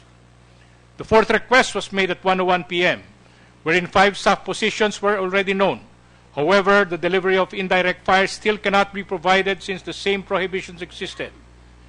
The fifth request was at 5:35 p.m., and at 5:48 p.m., the delivery of artillery fires of white phosphorus was executed in view of the following: all SAF troops' locations are now known. There is now communications with engaged SAF troops or the seaborne. The given location is far from the community, and there is now a forward observer in the 61st Division Recon Company. On the alleged stand-down order, the AFP is firm that there was no stand-down order whatsoever from higher authorities. The following can clearly attest to this. Commander 6ID initiated actions to support the SAF. Commander Westmincom instructed Commander 6ID to provide support to the SAF. And Commander Westmincom deployed 2 UH-1H helicopters at Tactical Operations Group 12 in Awang, Datu, Odinsin, Swat, Maguindanao. At this point, let me discuss the various factors that affected the AFP support to O-Plan Exodus. The first factor is the redeployment of forces prior to the incident. Shown is the disposition of 6ID forces prior to the incident. 5 battalions were pulled out from 6ID area and redeployed outside its area of responsibility. As such, 6ID forces were thinly dispersed. Likewise, at that time, there was no air assets prepositioned in the area. It can also be recalled that there was an ongoing operation in Salapada, Cape and Datun, Maguindanao, involving the 61st and the 62nd Division Recon Companies. These forces were 30 kilometers away from the area of incident, and it would take 4 to 6 hours to preposition. Illustrated further are the units with their corresponding aerial distance to the encounter site. Headquarters 6ID in Awang, Datu, Odinsin, Swat, Maguindanao is 43 kilometers aerial distance. Headquarters 601st Brigade in Tacurong City with 36 kilometers. Headquarters 45th Infantry Battalion in Datu Onsay, Maguindanao, 12 kilometers. 1st Mechanized Brigade in Sarif Agwak, 11 kilometers. And the Maguindanao Provincial Police Office, situated in Datu Hofer, Maguindanao, also 11 kilometers aerial distance away. 45th IB is the infantry battalion that covers the Mamasapano area. It has 3 maneuver companies with a platoon of its Bravo company as the most proximate to the incident area at more or less 5 kilometers away. And shown are the disposition of proximate AFP forces to the area of incident. The next slide shows the disposition of different armed groups. In totality, the vicinity of Mamasapano is alert to 631 fighters with 626 firearms from 4 different groups which coexist in that complex. Second, there was a deliberate withholding of information about the SAF operation, which misled the AFP and local PNP forces, and the following accounts can be cited. The uncoordinated movement of SAF troops, which was done in trickles using civilian vehicles. The invitation of Police Senior Superintendent Ozaeta, case officer of the Khalifa Islamiyah Movement Special Task Force, for a fellowship dinner with the 601st Brigade and 45th IB Commander staff on January 24, 2015 at Coronadal City, in which no mention was made of any PNP SAF movement or operation. The unannounced and unusual visit of Police Inspector Santos, Provincial Police Safety Company of Maguindanao, at Headquarters Bravo Company of the 45th Infantry Battalion at 5 a.m. of January 25, 2015. He was received by Technical Sergeant Castillo, the First Sergeant of the Infantry Company. First Sergeant Castillo asked Police Inspector Santos if they have any special operations in the area. The latter did not answer. First Sergeant Castillo also asked if they coordinated with the 45th Infantry Battalion. The latter answered that he did not know. Likewise, information was also not relayed to the local PNP counterparts, as there was no knowledge of Police Senior Superintendent Hoxon, the Provincial Director of Maguindanao, of the SAF operation. And the AFP was left out with no information about the actual strength, disposition, location, and absence of communication with engaged SAF troops. At this point, we would like to show a video taken by 1st Mechanized Brigade troops while underway to the general location of the SAF, showing SAF troops who were on standby while the encounter was going on.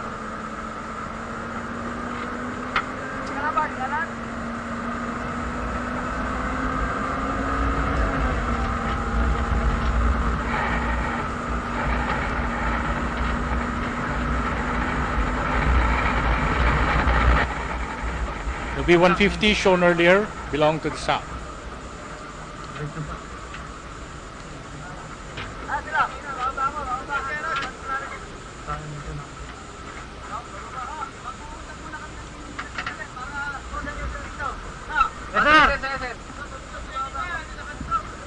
Buksan nyo muna dyan sa gilid. Ha? Kulang nga pick up. Saan pa banda yung hinaharas? Saan pa banda yun? Yung hinaharas na tropa nyo, saan pa? Ah, doon, sa kanan. Sige, sige.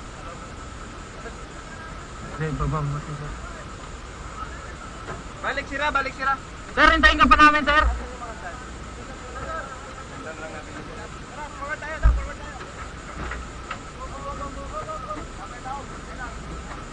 Sakay, sakay. Asa banda? Mga ilang kilometer pa? May isa pa, may isa? Isara yan kagad. Isara kagad dahil dyan yung ano.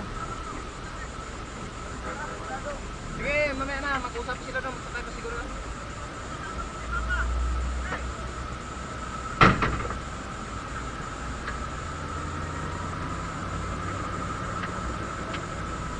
Dami naman sila, no? Dami pala dito. Ito pang kung baga sa atin siya, ranger na yun eh. Oh, sige, sige.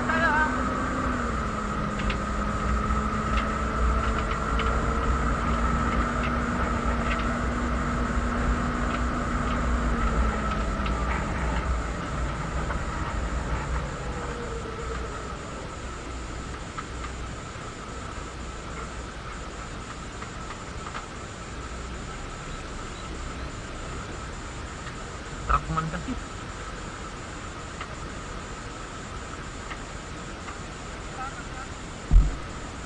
Kausapin ba daw kayo, sir?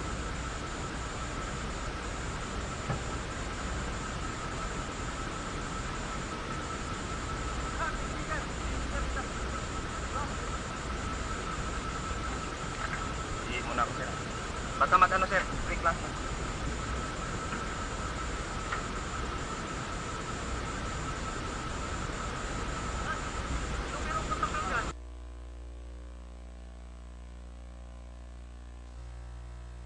The disposition of the 300 plus SAF troops was not known to the AFP.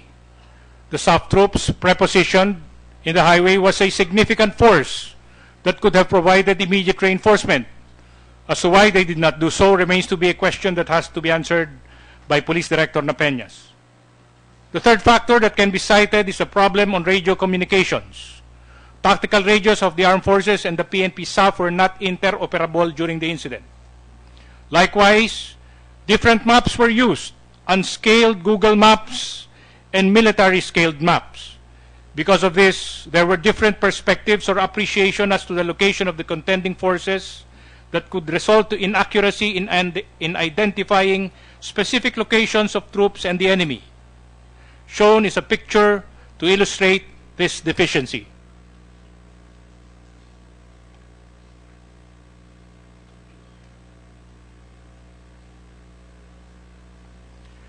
The fifth factor is that there was no established SAF tactical command post with competent battle staff that will provide direction or make adjustments to address the operational requirements of the fast-changing and fluid situation of a fierce gun battle. The picture shows us the type of facility they refer to as a command post, which is an incongruous red pickup. Another factor was the glaring lack of knowledge of the PNP SAF as regards to the requisites of delivering an effective artillery fire support procedure and ceasefire protocols. It was obvious that even before the planning process, Police Director Napeñas failed to consider the elements of call for fire procedures, such as the location of own troops, friendly forces, forward observer, the enemy and the target, civilians, and method of engagement. And also, there was no coordination at all. From the AFP glossary of military terms, coordination is the act of informing a department of or a person of a course of action so that he can either fit his own actions into the proposed course of action or take steps to modify the proposed course of action to make it fit into his own. And using other references, the definition of coordination is as shown. Moreover, another critical factor was that there was no tactical plan presented to the armed forces. Detailed planning of the conduct of the operation was kept secret within the hierarchy of the SAF. Clearly, the AFP was left out. Moreover, Plan Exodus was only a concept plan. It lacks the essential elements of a complete and deliberate operational plan.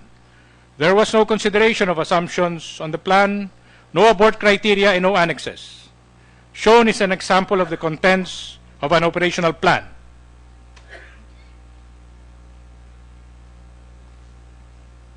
And the military decision-making framework.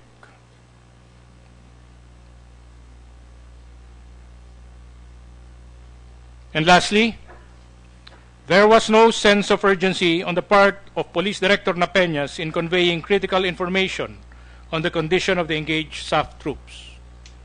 Let me invite the attention of everyone to take a closer look at the picture taken at around 4:14 p.m. at Headquarters 1st Mechanized Brigade. Here, Director Napeñas and party were still in civilian attire, can even afford to smile in spite of the dire situation faced by his troops at the encounter site.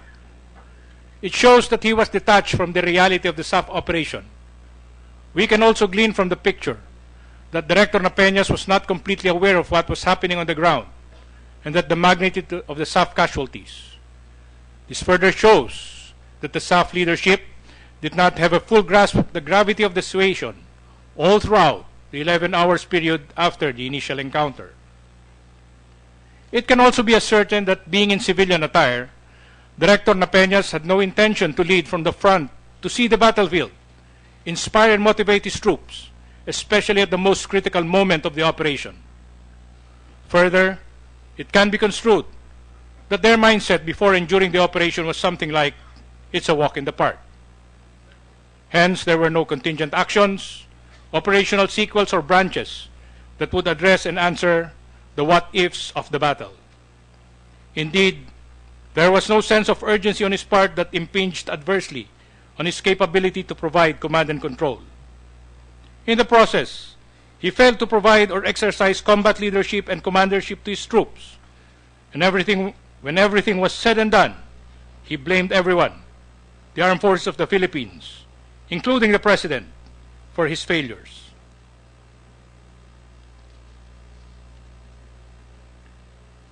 This kind of attitude and mindset, Your Honors, in the AFP's view was the root of the problem that led to the debacle suffered by the SAF 44.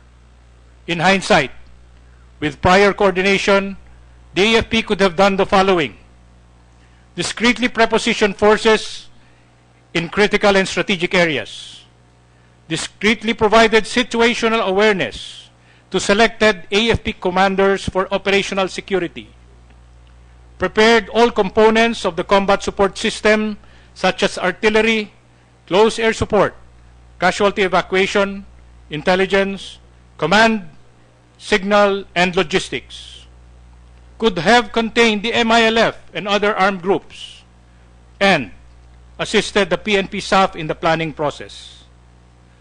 In conclusion, as we reflect on the Mamasapano incident, let me state that the success of any combat operation is much dependent and on how much effort one gives in planning, which was also clearly stated in the Senate Committee report, to which the AFP strongly agrees. And I quote, "If only the Plan Exodus that was prepared by Napeñas contained all the foregoing," referring to the supposed annexes of the plan, "it might have made it easier for the nearby AFP units in the area to provide support or reinforcement plans for execution, even on short notice, even on the so-called time-on-target basis. Napeñas merely informed the AFP time after target," end of quote. Aligned with the time-honored tradition of the military, the AFP is always ready to perform its mandated mission and is always willing to help. However, it is discerned that a commander's action in a developing situation is only as good as the information he receives. This ends the presentation. Thank you and good day, Your Honors. Yeah, I just asked a question. Thank you for your presentation, sir. It's Senator Trillanes kasi nandito na siya. Senator Trillanes first. Thank you, Madam Chairman. I will address some questions to Director Napeñas, but I would like to address questions to the following: Sergeant Haranilla, Colonel Del Rosario, and the two lieutenants of the 45th Infantry Battalion. Madam Chairman, sila yung mga naging resource persons natin during the Executive Committee, and I believe instrumental yung kanilang mga sasabihin. And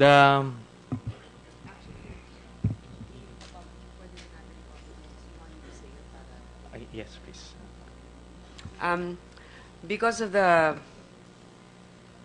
petition of Senator Trillanes that the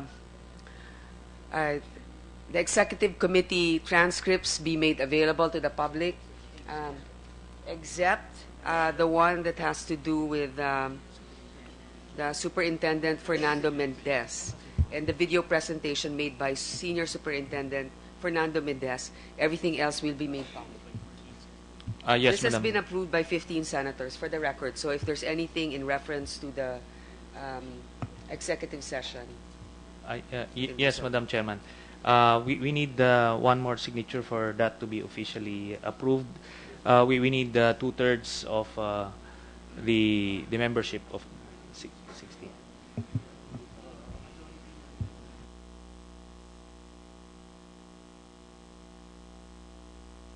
Anyway, Madam Chairman, in the meantime, I would just like to direct a few questions first to Director Napeñas. Director Napeñas, is it unusual for a commander to be aware of an operation plan, or let's put in this case the commander-in-chief? Unusual po ba yon na malalaman ng presidente o commander-in-chief ang plano, isang operation plan? Depende po yan, Your No, Honor. it's answerable with a yes or no, sir. It is usual, Your Okay. Honor, that he should know high level of Okay. operations. So, is there anything illegal about it? Na malaman niya about yung operation? No, Your Honor. No. Okay.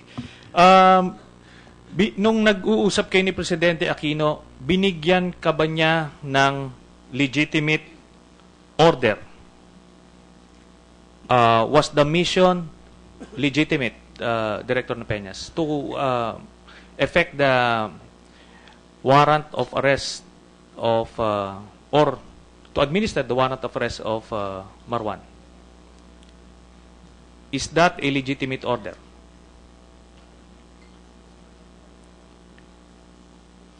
The mission is legitimate based on the warrant of arrest na naka-issue po ng court, Okay. Your Honor.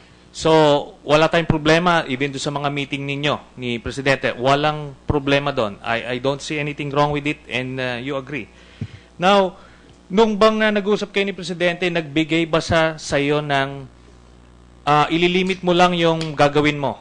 Or binigyan kanya ng latitude para mag-accomplish nyo yung mission nyo, sir? Hindi nagbigay ng limit at hindi rin niya dinefine yung latitude na sinasabi niyo, Your Honor. Okay. So, in short, kahit 1,000 tropa ang ilagay mo dyan, pwede. Wala siyang sinabing hanggang ganitong tropa ka lang. Yes, Your Honor. Okay. So, wala siyang binigay na limitation, hindi siya nag-hold back. Ngayon, may binigay ba siya na order sa inyo na wag mag-coordinate sa armed forces? None, Your Honor. Okay. So, in short, may binigay ba siya sa inyo na order na mag-coordinate kayo with the armed forces? Yes, Your Honor. Okay. So, maliwanag na binigyan kayo ng kalayaan para magplano at i-execute yung plano. So, ngayon, as a SAF, former director of SAF, ano ho ba ang tinuturo natin doon sa mga commander natin, sa mga opisyal natin sa SAP? Pagka binigyan ka ng legitimate order, binigyan ka ng latitude to plan, at pumalpa ka sa plano, what do you do, Director Napeñas? Your Honor, kung ibinigay natin ang mission sa tao natin, at i-represent, ibabalik yung plano sa atin kasi ang nagplano mismo sa trabaho, tao mismo, hindi yung mataas. Okay. Yung tao mismo gagawa, Your Honor, ang magplano. Okay. Ipapakita sa amin, sa Yun. taas, pag-aaralan, we make Okay. modification, aayusin, then ibabalik sa kanila na i-implement nila, Your Honor. Well, I assume ginawa ho lahat yan on your case. Yes, Your Honor. Okay, ginawa po yan. sige. Pero, hypothetically, pag kami isang opisyal ka sa SAP na binigyan mo ng mission, binigyan mo siya ng resources, tapos pumalpak siya doon sa mission niya, ano ang training nyo sa SAP?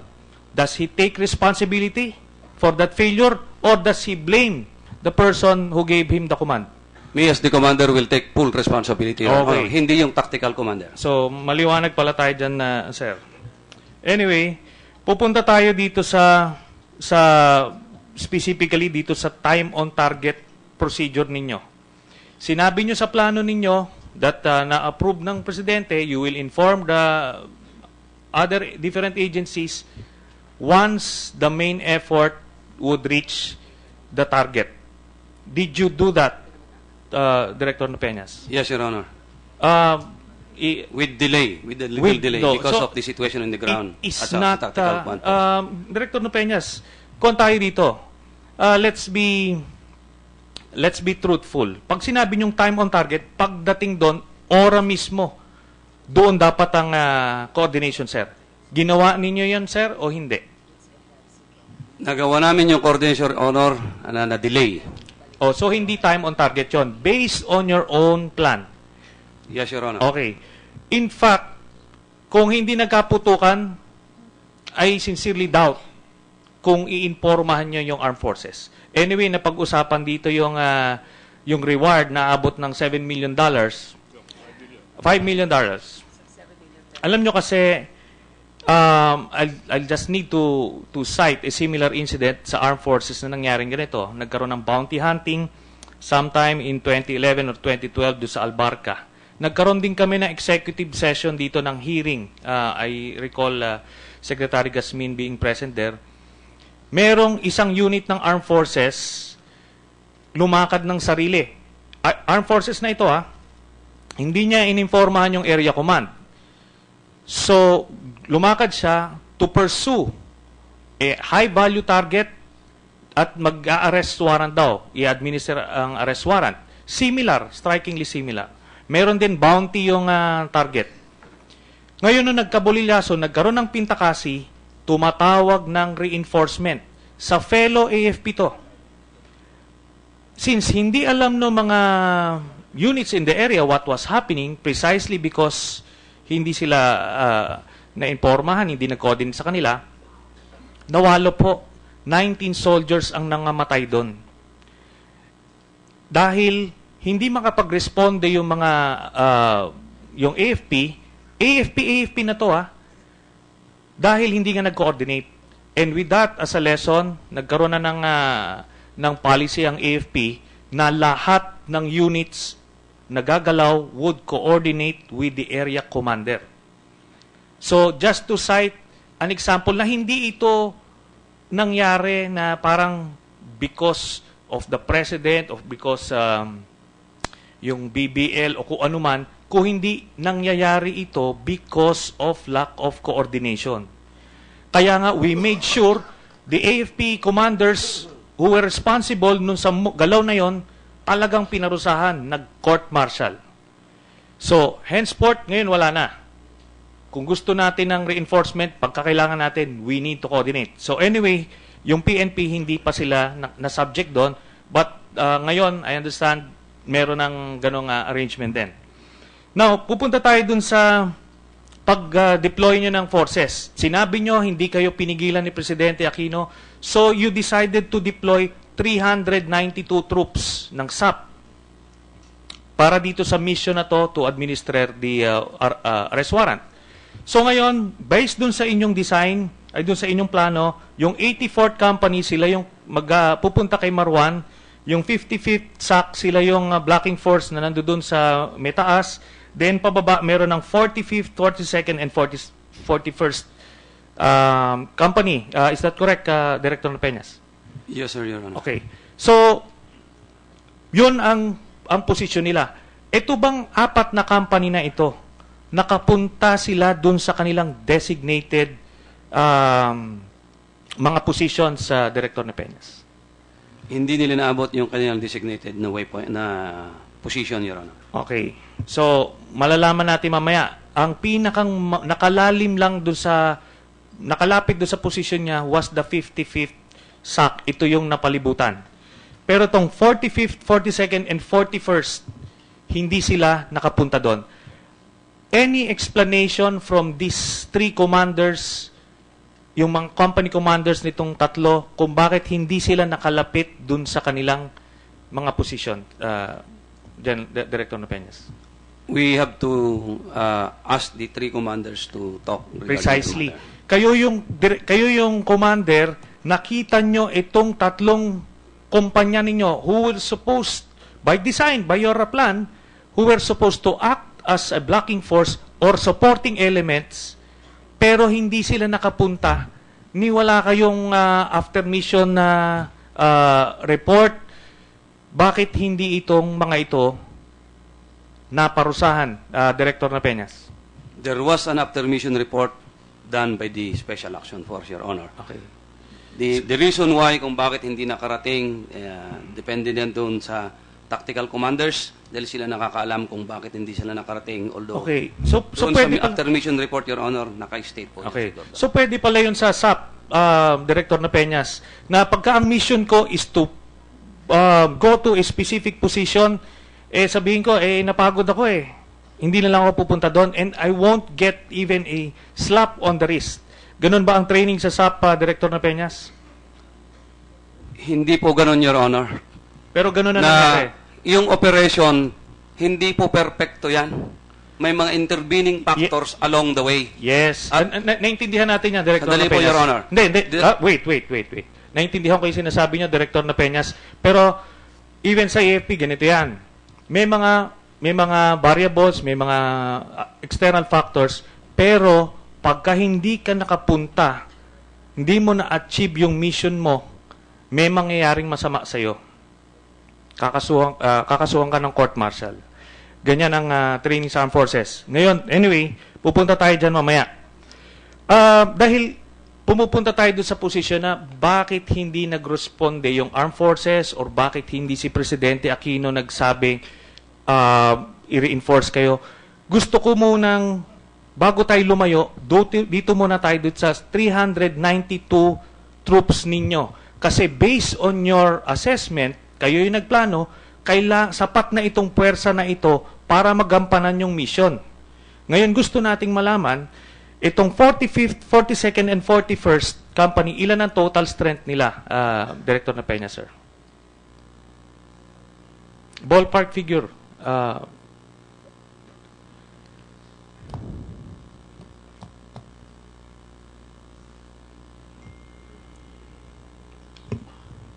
Sergeant Haranilla, can you find a seat para makapagsalita kayo sa mic?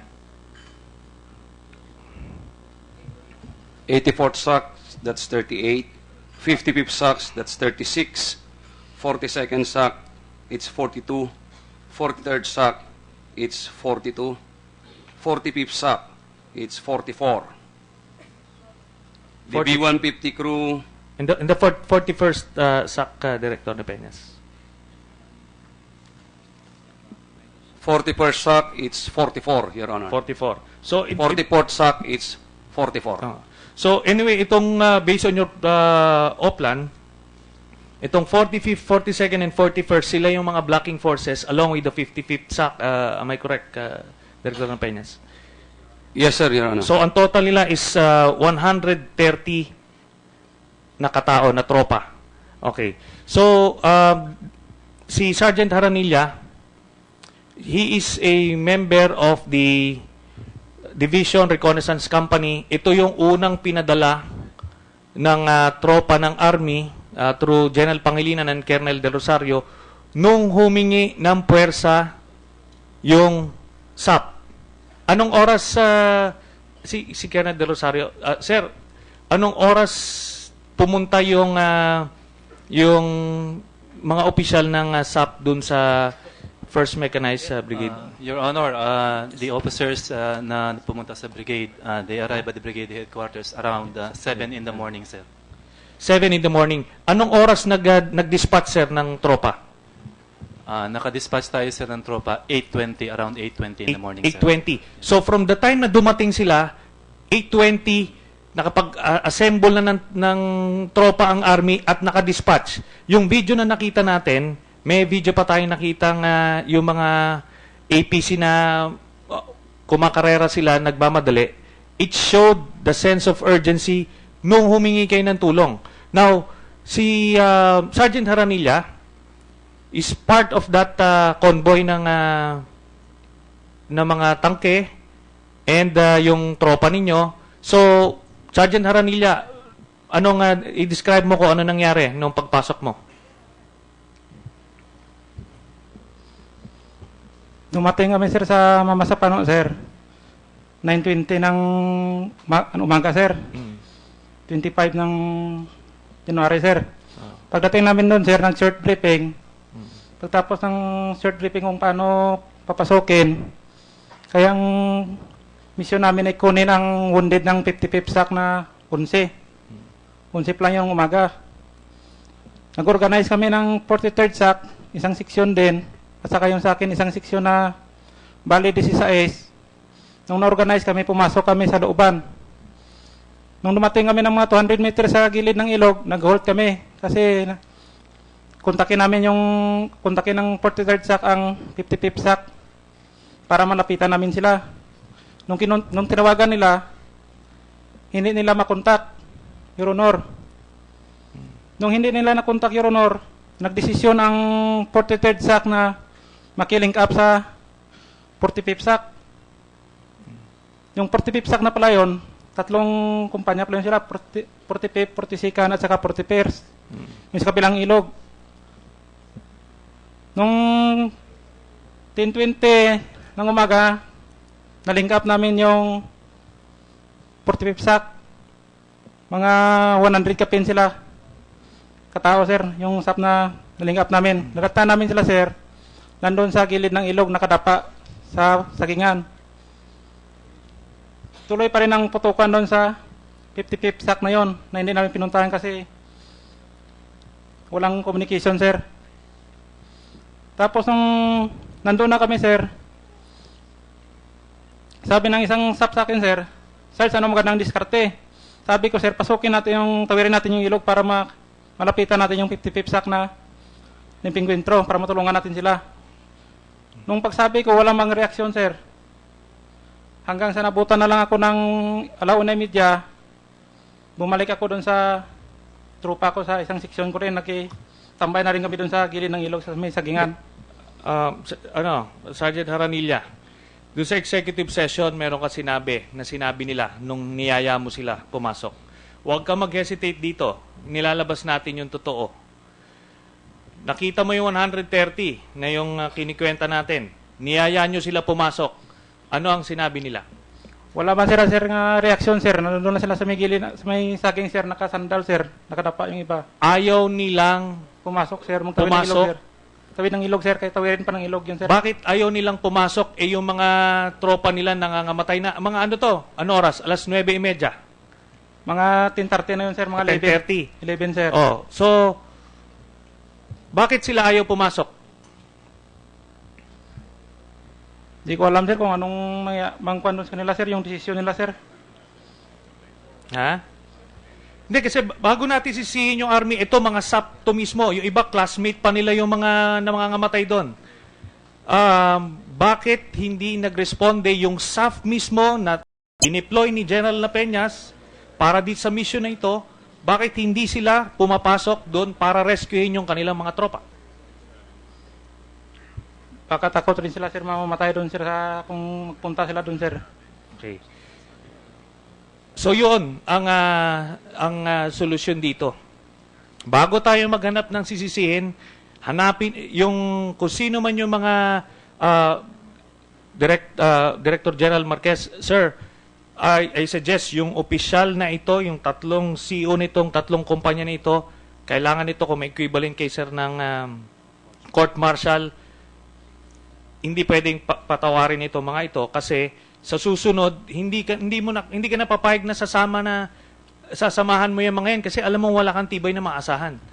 So it should be dapat makasuhan ng cowardice or whatever mga penalties na pwedeng ibigay, sir?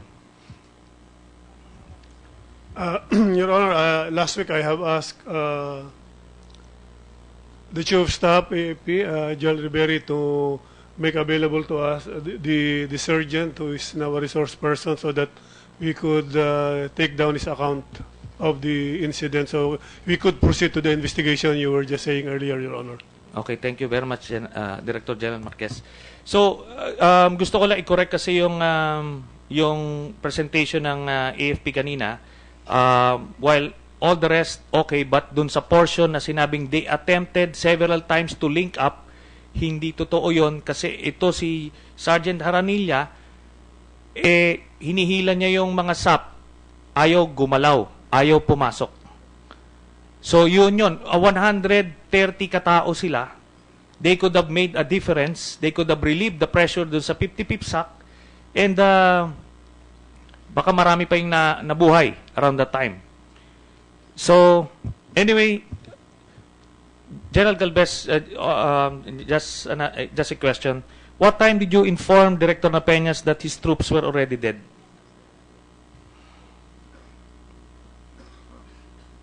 Sir, that time, sir, we came from Cotabato and then we arrived at the TCP around mga 4 plus na, sir, mga 4:20.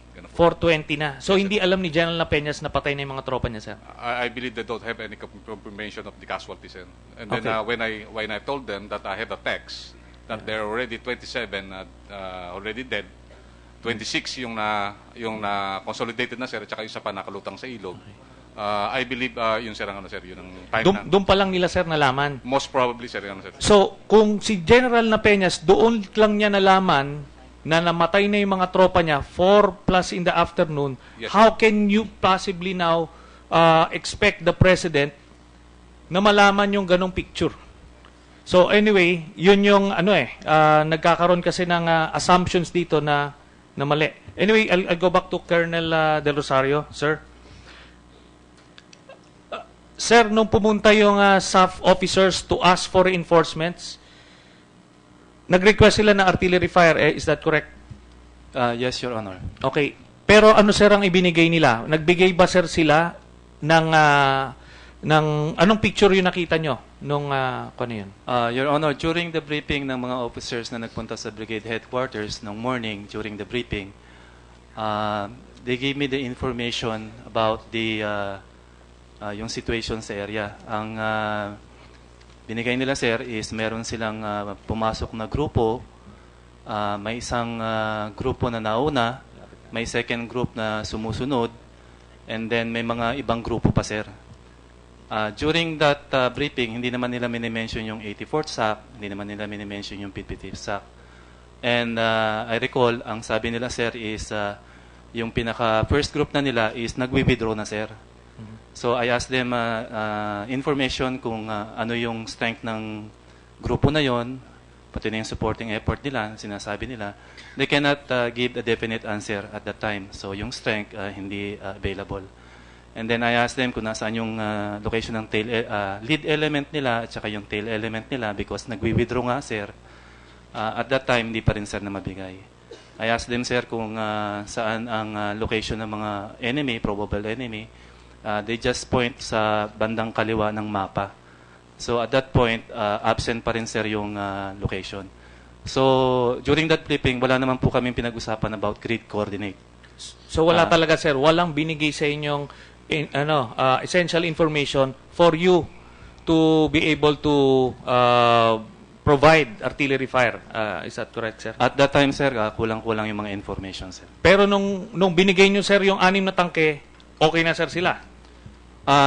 Hindi, sir, kasi noong na-i-provide na nga natin, sir, yung tangke, yung infantry, yung DRC, tsaka yung EOD, yun pa rin, sir, yung sumama na, sir, yung isang officer para mag-lead papunta po doon sa encounter area. Which is good naman, sir, at least may nag-guide, sir, ng mga SAP. Okay. Sa amin. So, then kay General Pangilinan, this is in relation to the white phosphorus. Sir, kailan nyo nalaman yung location nung 84th company? Anong oras, sir? As far as I can remember, around past 5 na po, Your Honor. When Past I was, 5? Yes, sir. When I was already in the tactical command post of 1st Mechanized Brigade. Okay. So, ang karamihan kasi nag-create ng picture, humingi ng saklolo alas 5 nagpaputok ng kanyon. Pero dito lumabas, alas 4:30 nalaman na patay na yung 55 sack nila Director na Peñas. And yung Army, nalaman lang yung location ng 84th sack. Mga 5:30, sir? Mga past 5. Past 5, Your Honor. Mga past 5. Tapos nung nalaman nyo agad, since may forward observer na kayo, kompleto na yung detalye, nakapagpaputok na kayo kagad. So, I don't see any wild conspiracy here.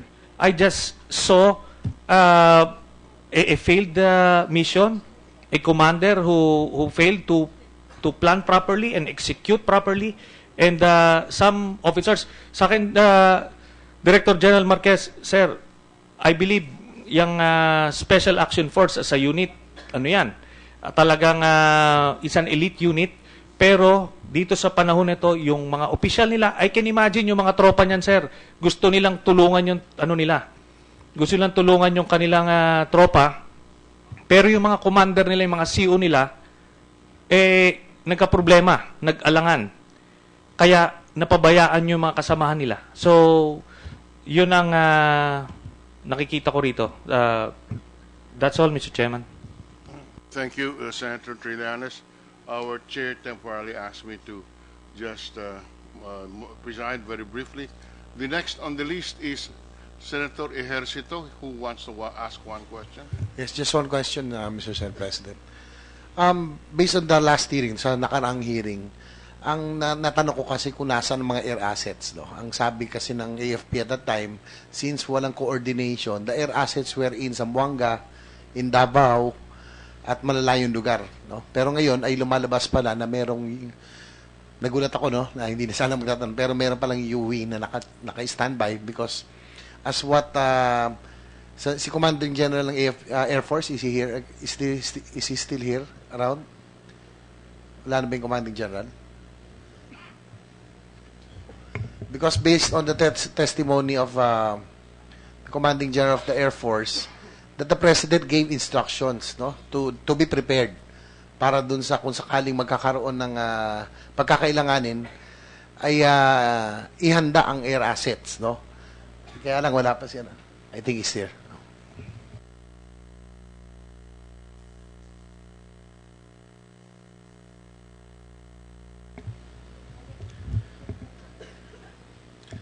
General, just like to ask, no, kasi nung nakaraang pagdinig, nung nakaraang hearing, ang sabi ng AFP at ng Air Force na yung mga air assets were in other places kasi nga hindi nakapaganda. Tama ho ba? Tama po, sir. Kaya lang, nagulat ako, hindi na ho sana ako magtatanong, pero nung ditong pinresent ng AFP ngayon na meron palang UH-1 na nasa area, nasa Pagadian ba? Ano po ang totoo? Nasa Pagadian po, sir. Yes, Your Honor. So, ang tanong ko lang ho ay, since nandun, naka-ready, the President gave instructions, no? Meron ho bang, bakit ho hindi nakalipad o tumulong ang air assets, no? Any helicopters, yung UH-1, kung may MG tayo na attack helicopters, wala ho bang napadala para mag-reinforce? May I refer you to the West Mincom commander, sir? They are the operational commander, sir. Yes, General Rustico Guerrero, sir. Mr. Chair, Your Honor, regarding the disposition of the air assets at the time, there were helicopters in Zamboanga, in Jolo, in Pagadian, none in Awang. That's the location of the Tactical Operations Group supporting the 6th Infantry Division. But I dispatched 2 helicopters from Pagadian. In fact, it is supporting the 1st Infantry Division operations. Anti-kidnapping po yun, sir. Pinadala ko po yun in anticipation of the requirement of the ground commander. Now, if the aircraft is already in a specific unit, discretion na po yun ng ground commander kung gagamitin niya po kung kailangan at may request. Ganon po yung sistema ng aming deployment, Your Honor. So, ibig kong sabihin, nandun yung air assets, no? Ready to be deployed or ready to be dispatched? Nilipat ko po ng alas 8 ng umaga, nakarating po ng 10:52 sa Awang. Nakalipad ho ba o hindi? Nagamit for this particular rescue operation? It was not utilized during the entire operation, Your Honor. What is the reason? Dahil lang discretion ng ground commander? Yes, sir. It's the discretion po ng ground commander. In this case, General Pangilinan. Pag meron pong request doon sa engaged units, kailangan po niyang suportahan through that asset. General, May I just, Mr. Chairman? Go ahead, Senator Nile. The permission of Senator Ejercito, Senator Nile. Yes, yes, sir. Go ahead, Senator Nile. You deployed those helicopters in Awang Airport, General. Did you instruct the division commander to do an aerial reconnaissance to find out what is the condition of the troops that were beleaguered? No, I did not, Your Honor, because that is the discretion of the ground commander. All assets under his responsibility is under his control. So siya lang po ang makapag-decide kung paano niya gagamitin, Your Honor. Thank you very much. To General Pangilinan. General Pangilinan, what time were those air assets arrived in Awang Airport? 10:52 in the morning po, Your Honor. 10:62. 10:52. Almost 11 o'clock in the morning. There were no casualties yet, but the SAF units were already trapped, according to the record. No? And you cannot fire your cannons, according to you, that is your excuse, because you are not sure of the area. You are not sure about the locations of the civilian houses, the location of the enemies, and the location of the troop. Since you have an air asset, helicopters at that, and that's their purpose, why did you not do a reconnaissance? Your Honors, on the first place, the UAE is not designed for such kind of operations. UH-1H is designed for troop insertion at saka po for evacuation. During that time, there was no request for evacuation, Your Honors. At kung sasabihin po natin na pang reconnaissance, the chopper, you cannot see on the ground if the chopper fly high. At kung mababa naman po ang magiging lipad natin, the chopper could be subjected to the enemy fires. At yun po ang isa sa delikado na kinukonsider po natin, Your Honors. What is the range of the maximum range of a fire, a bullet coming from an M16, M14, and caliber 30 machine gun? Your Honors, ang kalaban po ay merong 50 caliber. Meron po silang Barrett. Ito po ay isang 50 caliber din, sniper rifle. Ano ba ang range ng Barrett at ng 50 caliber? 1 kilometer. Ang effective range po niya, Your Honors, is 1.6 kilometers. 1.6. Hindi visible yung mga tao at 1.6 meters. Your Honors, 1.6, 1,600 meters. 1,600. Huh? You cannot see the people below. Napakahirap na pong makita at that distance, Your Honors. Ha? Mahirap, pero makikita.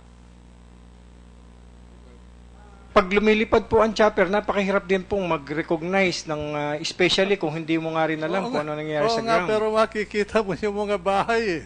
Makikita mo yung terrain. Makikita mo yung mga tao. Ako, 17 years ako na sumasakay ng Huey helicopter. Kadete ka pa lang, nandun na ako. Oh. Answer.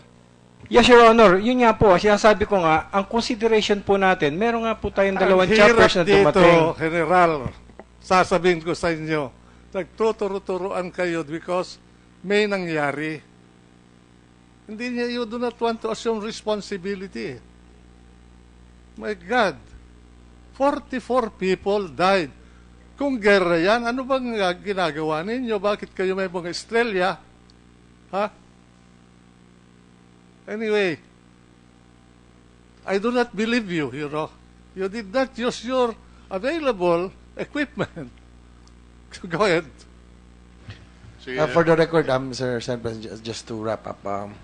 So for the record, General Pangilinan, you had 2 air assets available at your disposal, but it was not dispatched. Hindi siya pinalipad. Yes, Your Honor. Siguro kanina, no, tatanungin ko lang din, one more point, Mr. President. Yung General Dapeñas, meron lang ko tatanong. Yung kasi ang tinatanong, ang medyo katanungan din, malaking katanungan, yung inyo pong mga kasama, katropa, nagpas 300 ba yung naka-standby? Ano po ang rason bakit hindi pinapasok? Parang hindi ko ho narinig yung sunog. Yung inyong sagot. Your Honor, nakita natin sa video, wala ngang 30, yun nandoon sa labas. Yung 300 na sinasabi ni Senator Trillanes. Pangalawa, Your Honor, basahin ko dito yung sworn statement ni Staff Sergeant Haranilla. Since you are on the ground, if SAP decided to penetrate and get in the position of 50-50 SAP, will it be possible? Ang sagot niya, yes, it's possible for us to move in. But I believe that the result would be disastrous and will be pinned down because on our experience, enemies in that area is heavy. And I can observe, based on the volume of fire, they are so many and hard. However, if artillery support be given and fire at the enemies, they might run away. Meron pa dito yung statement niya. During our stay in the location of 45th SAP at around 9 a.m. in the morning, experienced minor gunfire from the enemies. But we cannot retaliate because the 50th SAP was in the line of fire. After 3 hours, we went back to the road and linked up with Lieutenant Concepcion. That's the time I got orders from him and we acted blocking force. Wala po sinasabi dito sa statement ni Staff Sergeant Haranilla. So, statement na pinirma niya ito sa investigador. Nakasubscribe. Wala siyang sinasabi dito na yung sinabi niya ngayon na ayaw samahan ng Special Action Force. Kamusta I-clarify ko na rin, Your Honor, ito. General Dapeñas, isang punto lang. No? Kamusta ho yung terrain doon? Hindi ba po sabi ho kasi, may nakating sa informasyon na 300 meters daw na open field. Ganon ho ba yung terrain na kinalalagyan ng 55th? Tama po, Your Honor. May open terrain sa pag-approach at saka may ilog malapit sa kanila, Your Honor. Sige po, ituloy niyo na yan para matapos na kasi yan. Yes, Your Honor. Nakalagay doon sa result ng briefing kanina, yung mapa, sabi niya Google Map. I'll show you if it is the Google Map. Na ibinigay ito ng ating counterpart.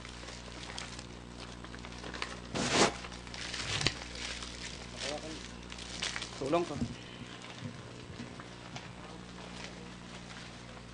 It is an enhanced military map with the grid coordinates. Nakita niyo yung bahay.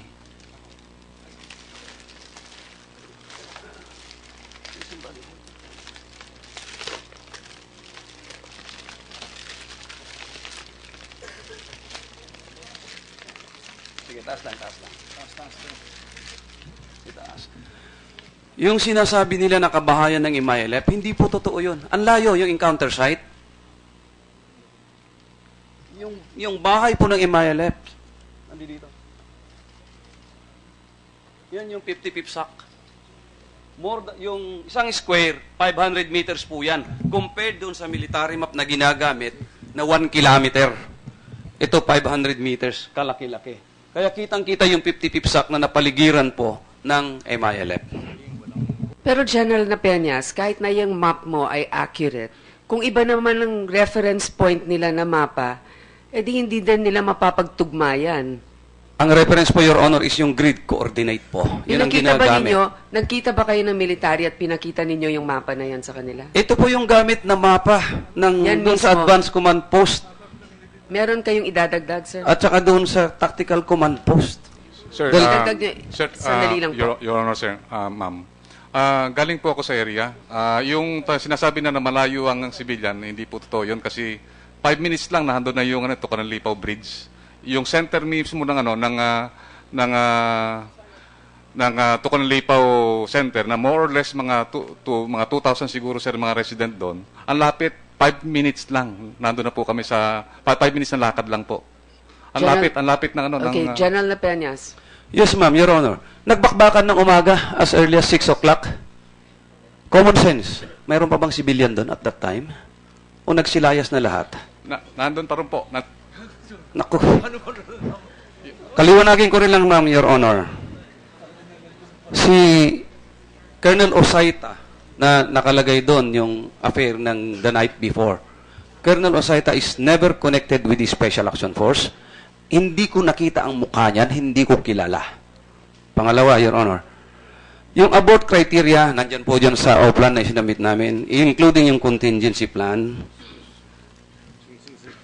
Nandun nga, naalala ko nandun yung abort at saka contingency, Yes, pero ma'am. hindi sinunod. Sinunod po, ma'am. Dahil po hindi pumasok doon sa abort criteria, yung unang-una po, kung mayroon na aksidente na mas casualties, yun po ang unang-unang abort criteria. Basahin ko na lang po sa inyo. Pangalawa, yung compromise by the lawless elements on the entry, hindi po na-compromise, nakarating doon sa target. Pero yung Wala exit- naman aksidente. Saan yung entry-exit points nyo? Pakiulit nga. Yung ingress-egress ninyo. Ito po, makikita sa mapa.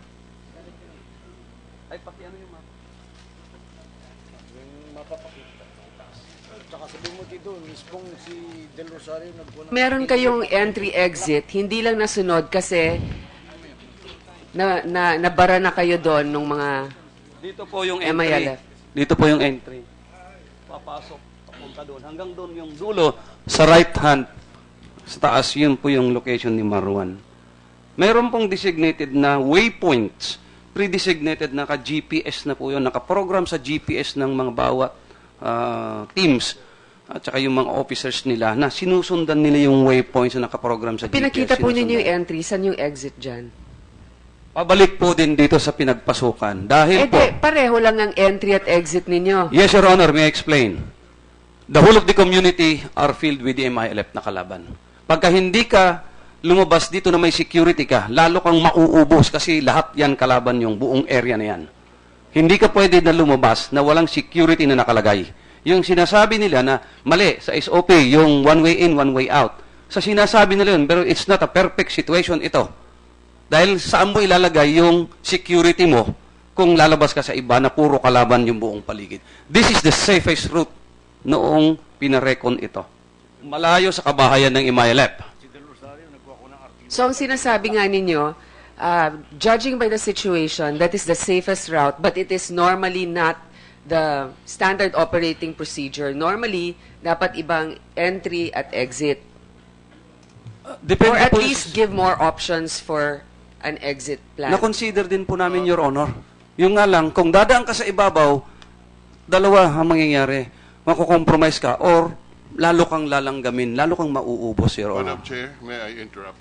Yes. Just as an administrative matter, many of these discussions and testimonies were also, we heard this before. May I suggest that, we give the floor to Senator Enrile. We request Senator Enrile the next 30 minutes to finish it, and then we call the session to order because there are just about 4 franchises that that we're trying to finish. If that's okay, so Senator Pimentel is giving his time to I Senator will give my Enrile. time to Senator Enrile. Thank you, Senator Pimentel.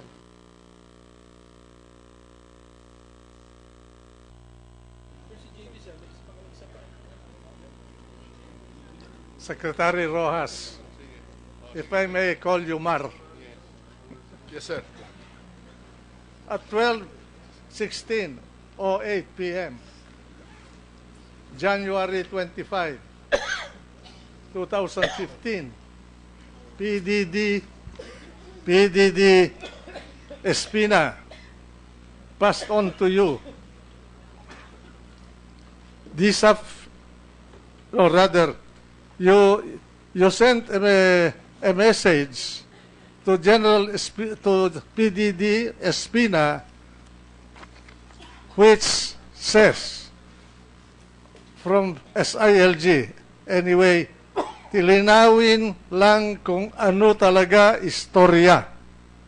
I know fog of war effect. So please have them sit and ikwento yun nila, may typographical error, di ko na ikwentro, pero ikwento ito. Ikwento nila sa isang professional debriefing investigator. Pinadala mo ba itong message na ito kay PDD, kay General Espina? Yes, sir. Ngayon, at what time did you send this message? Around noontime, 12, according to the record, around 12:15, 12:30. You were in Zamboanga at that Yes, time? sir. With the President? Yes, sir. Sino ba yung them? Please have them sit and ikwento nila sa isang professional debriefing. Sino ba yung mga yung them na yon? Ang pagkaunawa ko, sir, is patapos na ho yung enkwentro eh. Iba-iba ho ang storya na dumadating o pumapasok. Hindi malinaw ang story. We were not getting a clear picture. But you know that there was an encounter. That is correct, sir. In fact, prior to that, around this is 11:50, around 30 minutes before I sent this, I received from OIC Espina the following: Progress report. Member of Gemma Islamia neutralized in Mamasapano, Maguindanao. This is, tapos naka-parenthesis. I'm reading it verbatim. Yeah. Text message from ROC Pro-Arm received 11:19 a.m. Okay, January 25.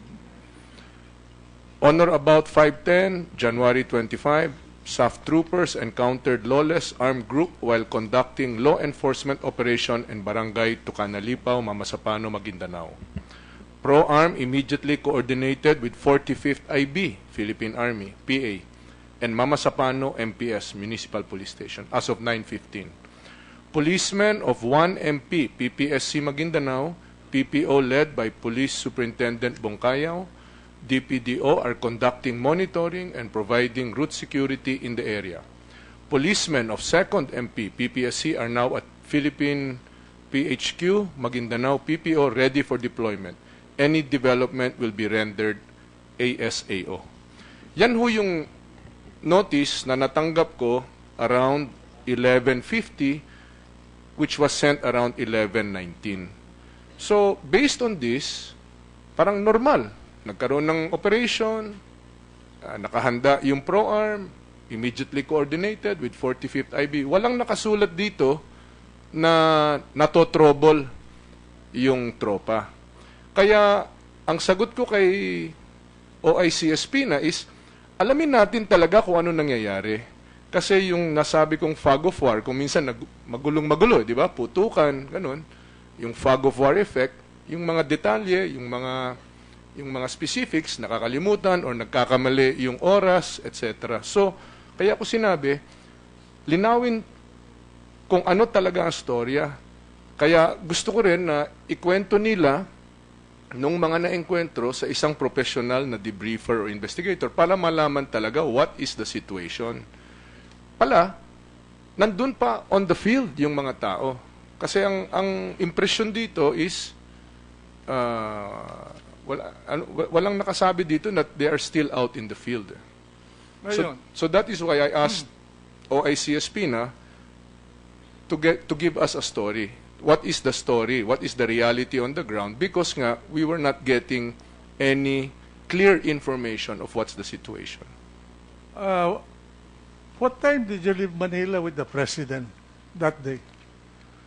Around 8:30? 8:30, Yes, 8:30. How long is the flight to Zamboanga? About 1 hour and a half, 1 hour 20. 1 hour and a half or? 1 hour 20, 1 hour and a half, thereabouts. What plane were you using? It was the President's plane. We just rode his plane. I don't know exactly what plane that was. Jet plane? Jet plane. Jet planes. When you were in the air, did you already learn that Marwan was killed? There was no discussion while... Yeah, no, I'm asking you if you learned already. Yes, sir. And the president already knew that Marwan was killed. Yes, sir. In fact, I sent him a text at 8 o'clock in the morning, before departure. Who is him? The president. Well, he was not with you? No, we were not yet together.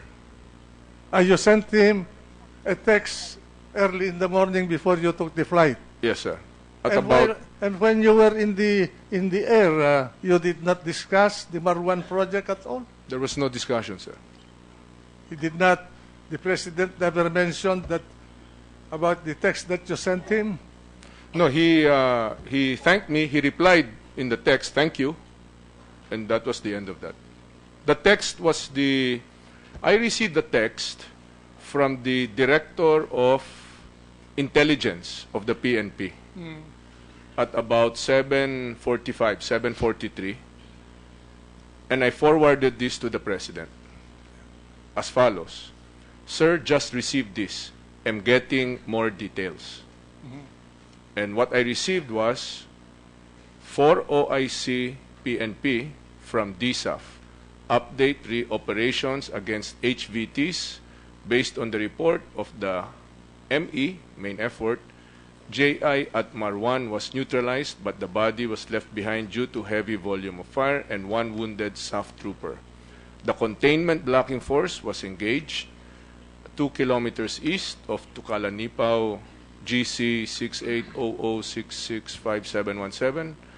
There was heavy firefight and SAF troops suffered casualties. Extraction is ongoing and support from the AFP was requested. The reply was, "Thank you." So this was at 8 o'clock in the morning before we met each other at 8:30 to take the plane. And then you also sent a message at 10:23:49 in the morning. And you said, from SILG, you sent this to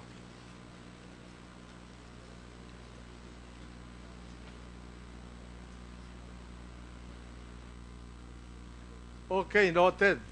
Since Marwan body reportedly left behind, is there any video or photo or DNA or personal effects retrieved to verify his death? You sent this to General Espina. Did you receive this, General Espina? Yes, sir. Yes, sir. This is at 10:23:49. You were already in Zamboanga when you sent this. We had just landed. Yes. And then, the cell signal returned. And then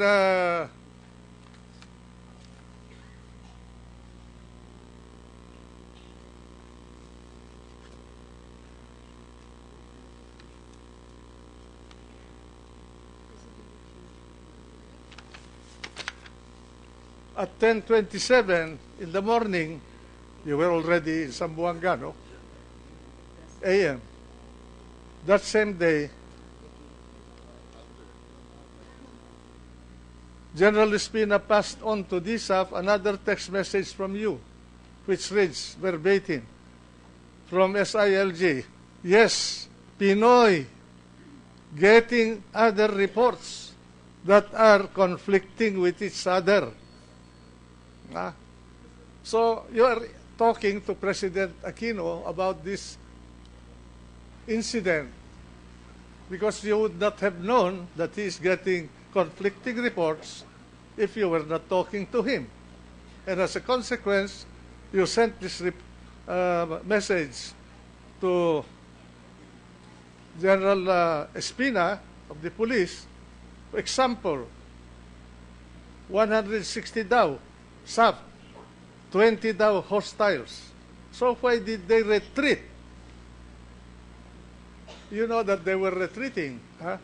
Ang ratio ay 8-1. Yes, sir. This was a question that was asked to me when when I told the president about this information that I was receiving. He asked me, find out more because halimbawa, sabi niya 160 ang SAF, 20 ang hostile, so why did they retreat? Yan ang tanong ng presidente. Since I did not know about the operation, I asked OIC Espina. If you know, from whom was he getting all these conflicting reports? From Purisima? I do not know. From Westmincom? From private sources? Where? I do not know. At that time, I did not know. He just asked me, oo nga, iba-iba ang kwento. Alamin mo nga kung nangyari. Halimbawa, 160 sila. I can only surmise now, after the fact, because everybody has submitted their cell phone records, that this precise question is a question he asked former Director General Purisima in his text to him. You asked Director General Purisima the same question. If I remember correctly, 160 SAF troopers were directly involved, etc., etc. Why could they not contain or overwhelm the 15 to 20 member opposing force, etc.? So this was a previous conversation that the President had with former DG Purisima. At 10:34 a.m., January 25, 2015, PDG Espina passed on to you, Mr. Secretary, DSAP, or rather, passed on to DSAP a text message from you, which reads, from SILG, good, you said, and something to compare it to, so we can verify. What is the meaning of this text? Because he had replied earlier, affirmative, sir, pictures including DNA samples were obtained. So it was in reference to a different question about how sure are you? Because the earlier text was simply reportedly J.I. Marwan was neutralized. So I asked, quote, reportedly, alias Marwan, a J.I. member, was neutralized during the encounter, but his body was left behind. So that was the report. Parang allegedly, ito yung nangyari. So tinanong ko, is there any proof of this? So ang sagot naman niya is, affirmative, sir, pictures including DNA. So ang sinagot ko is, good, something to compare it with so we can verify. In all these exchanges of text messages, Mr. Secretary, did you at any time inquire from the command system of the police organization under you about the condition of the SAF troopers that were involved in that incident? Did you inquire how are our troops? Are they okay? I will go through the record. I know that at some point I asked about the situation. Mr. Senate, Your Honor,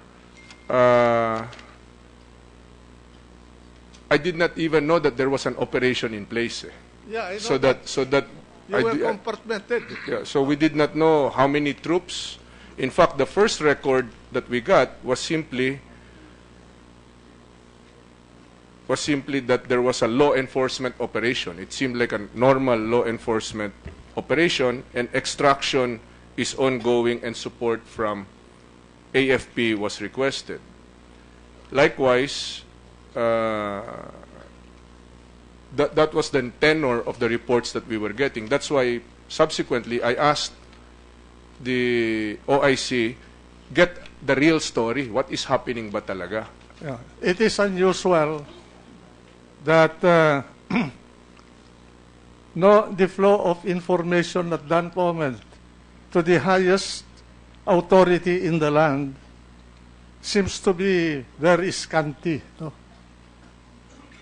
It's unusual because I know how the military and the police operate. Both organizations were under me for a long, long time.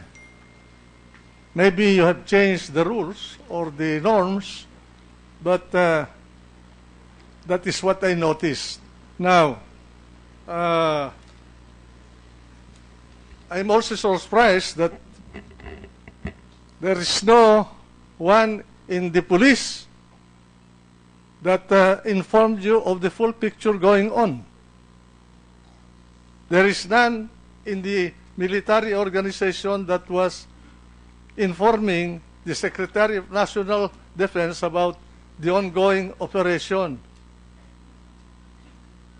in its totality.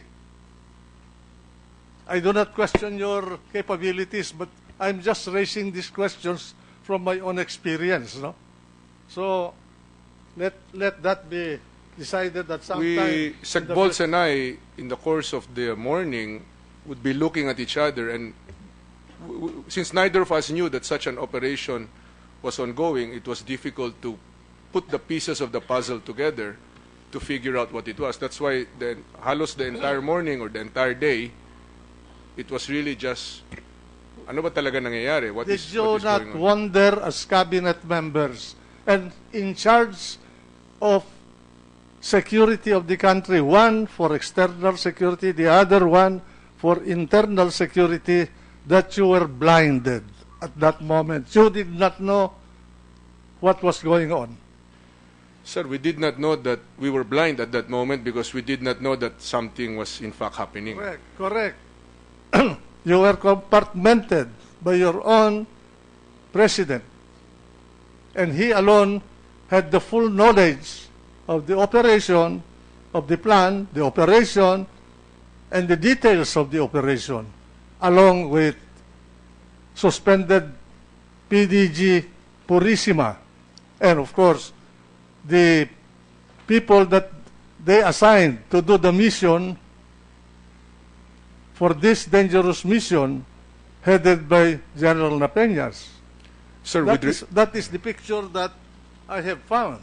Sir, with respect, yes, that is your conclusion. I subsequently asked the President, and he told me that he thought that we knew because he had given instructions to coordinate with the AFP and he thought that the normal processes would be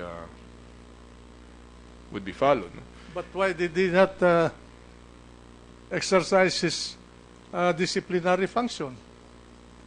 Anyway, let it be some other organization or agencies of government in the future to look at this. But I'm just clarifying these things for the people to know. No? Now,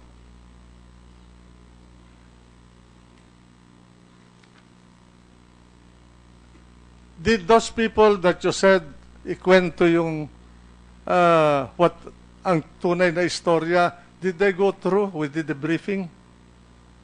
It turns out that they could not go through because they were in the middle of the firefight. So eventually, the real story came out after we formed the Board of Inquiry, and in an orderly manner, they went and investigated every aspect of the operation. But on that day, we never got the full picture until late in the afternoon. DIPO, Director for Integrated Police Operation Inking, showed me a text from CCCH Galvez indicating that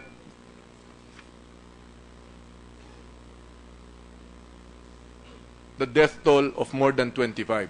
So this was late in the afternoon. At this point, I immediately cornered SND Gasmin and showed him the text. And we then went up to the hospital to show the text to the President. Now, thank you for that.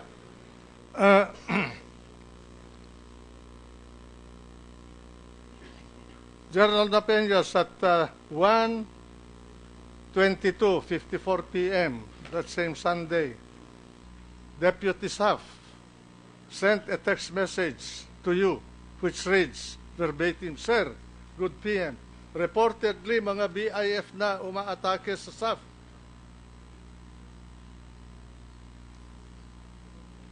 The SAF, no? The SAF was the one who sent this text message. I'm correcting myself. The SAF sent a text message to the DSAF which reads verbatim, Sir, good PM, reportedly mga BIFF na ang umaatake sa SAF and AFP troops. Kaya di sila tumitigil, sir. Baka pwede na. Artillery kasi ito lang ang maka-is sa atake nila, sir. Did you send that text message, General Napeñas? Yes, sir, Your Honor. And who is DDSAF? DDSAP, that's the Deputy Director Special Action Force, Your Honor. And DSAP is Director Special Action Force. That's me. Who is DSAF at that DDSAF at that time? I am, Your Honor. DDSAF, that's the Deputy Director Special Action Force, Your Honor. DSAF, that's the Director Special Action Force. And the DDSAF is Police Chief Superintendent Noli Talino, Your Honor. General Talino, when you received this text message, what did you do?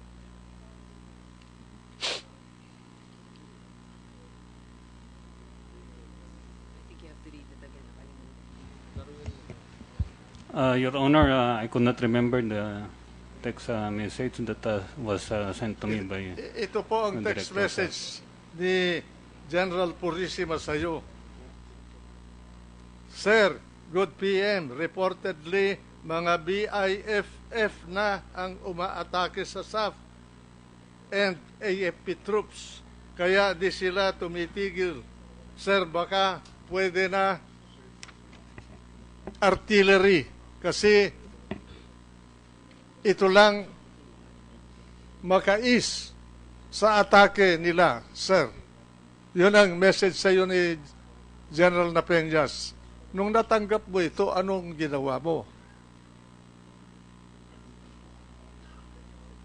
Did you contact the corresponding authorities who can deliver the artillery? Sir, actually, sir, honestly, sir, hindi ko matandaan, sir, kung na-receive ko yung text na yan. Okay. Mukhang baliktad, sir, yung information there.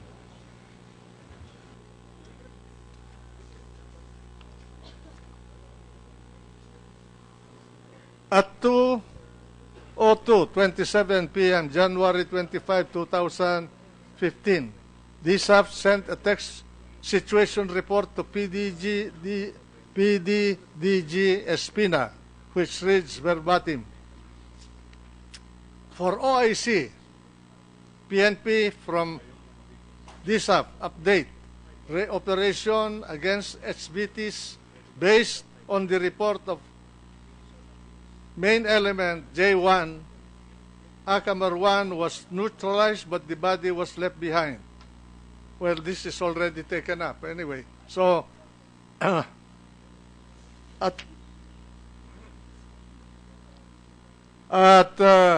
2:03:59, January 25, 2015, DSAF sent a text message to Superintendent Fernando Mendez, whom I identified as Jojo Mendez. And the text message reads, na-trap ang mga tao natin, mahirap sitwasyon now. Superintendent Mendez, did you receive this text? Madam Chair, Your Honor, yes, sir. And what did you do when you learned that na-trap na yung mga tropa ninyo? Did you communicate with the armed forces to ask for support? Your Honor, it's not in my capacity to do that. I think I was just being informed by General Napeñas about the situation, Your Honor. General Napeñas, why did you inform Jojo Mendez about that situation?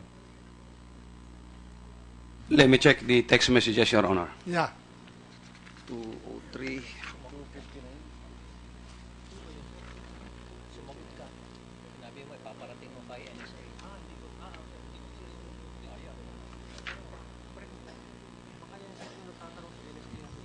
Your Honor, at 1:58, because the text message that you were referring, that's 2:02. At 1:58 in the afternoon, I received a text message from Police Senior Superintendent Mendez. Good afternoon, sir. Kumusta mga tropa natin, sir? Nagtatanong si NSA. Kaya po sinagot ko yun at 2:02. Sagot ko sa kanya,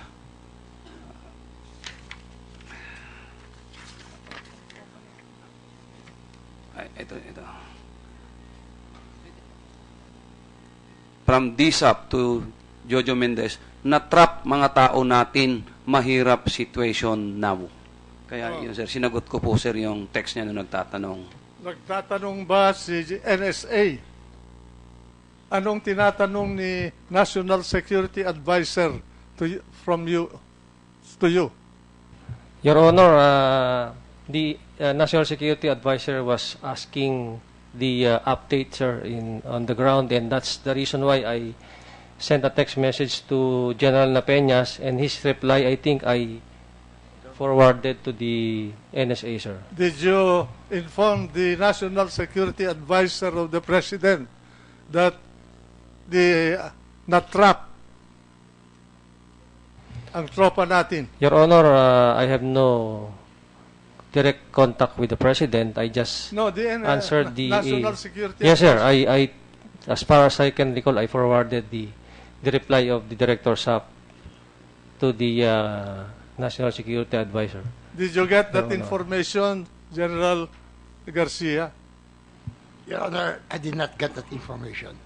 But at that time, at that day, when rumors were flying fast about the capture of Marwan or the neutralization of Marwan, we were naturally interested about what's happening out there in Mindanao. So we were asking questions. You did not receive any information about the condition of the troops sent to do the mission? None, sir. No information. Okay. Thank you.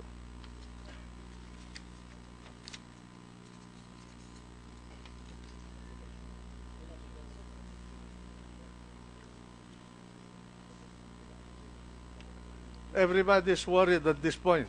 At 3:58:23, January 25, 2015, Charles Kalima, PDIR, sent a text message to DSAF, which reads verbatim, "Kabayan, we are worried about our operating elements. Anything we can do to help, magsabi ka lang. I hope this text message is not exaggerated. Receive this unvalidated info from Maguindanao. For your information po, confirm. Dalawa, tumawag yung CA natin. I suppose this is a covert agent. Sa loob, 22 Kia, pinagtatanggalan ng gamit, sir. May 8 pa na hinahabol ni Commander Emergency sa ilog. Sa ilog napunta ang 8 tropa. May pinugutan ang BIFF, 2 SAF, sir. Yung 8 nasa Sitio Inibog, malapit sa Polange.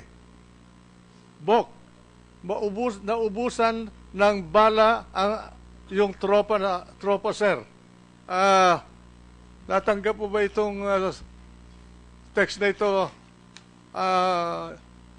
General Napeñas, from Charles Kalima? Yes, sir, Your Honor. Who is Charles Kalima? He was then the Director of Intelligence of the Philippine National Police Headquarters, Your Honor. And was what he conveyed to you turned out to be true? I have no way to validate the text message of General Kalima, but then we constantly communicate with the troops in the ground kung ilan na sir yung casualty, na sinabi ko kanina po, Your Honor, hindi nga maibigay sa amin yung actual na kung ilan yung patay at ilan yung casualty kasi yung team leader na mismo, hindi rin niya masabi sa amin dahil nagkahiwa-hiwalay po sila, Your Honor. Now, forgive me for saying this, but my observation when reading all these text messages, it seems to me that the entire organization of the Philippine National Police was concerned about the safety of the units that were sent on a dangerous mission. But there has never been any occasion among all the texts of the senior members of the cabinet to define out the condition of the troops in the field. That is just my personal observation. At 6:37 p.m., January 25, 2015, DSAF sent a message to SILG Rojas, which reads verbatim, Sir, good PM, the original strength we prepared for the operation was 552. Then we increased the strength to 382 based on the guidance to increase forces to be utilized. The target, Marwan confirmed dead by Police Superintendent Ryan and got pictures and DNA sample on the extraction. Lawless elements engaged on the extraction. Lawless elements engaged the SAF troops. Did you receive this message, Mr. Secretary? Yes, sir. This is the first communication I received from Director Napeñas. And shortly thereafter, I replied, Hi, Leo, this is Mar. Got your message. Yeah. Tanong, per your text, of the 382 total force, roughly 70 are either dead or being pursued and still in the field. What happened to the balance of 310 or so? Kasi 380 mahigit yung sinasabi niyang tropa that was out there, but they were only able sort of accounting for about 70. So, tinatanong ko kung ano yung nangyari dun sa balance. At 6:43:53 p.m., the same day, after only a little over 5 minutes, DSAF sent another text message to SILG Rojas, which reads verbatim, at the moment, 32 blocking force were reported dead by the CCH out of 36 engaged by the enemies, and the 4 are yet to be accounted. The main effort, numbering 36, were pursued by the enemies, and 3 were reported dead by the team leader. This second group is yet to extricate from the area, sir. Did you receive this report?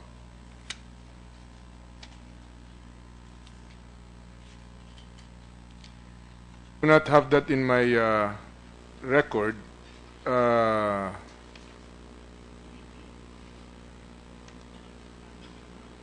What I have received is from the next message I got from General Napeñas is, Sir, the remaining troops were sent to rescue the persons being pursued by the enemies, together with the Army 7 rest were on a buffer zone to prevent the extraction, position, and exfil route. Yeah. I received that at about 7:02 or 700.20 or thereabouts. That's what my records have. You receive it after you sent this message at 6:51:34 p.m. January 25 that you already read. That's correct. Asking what happened to the people. Yeah. Hi, Leo. This is Mar. Got your message? Tanong, per your text, of the 382 total forces, roughly 70 are either dead, 32, or being pursued and still in the field, 36. What happened to the balance of the 310 or so? That is correct, because clearly this is very, very large number of people who were out, either casualties or still being pursued.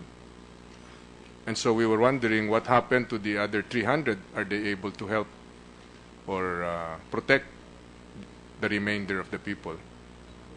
Senator Enrile, we respect that you're establishing also and verifying all of these conversations. If you can wrap up with perhaps matters of new concern that we haven't taken up during the last hearing. We have to wrap up our session, sir.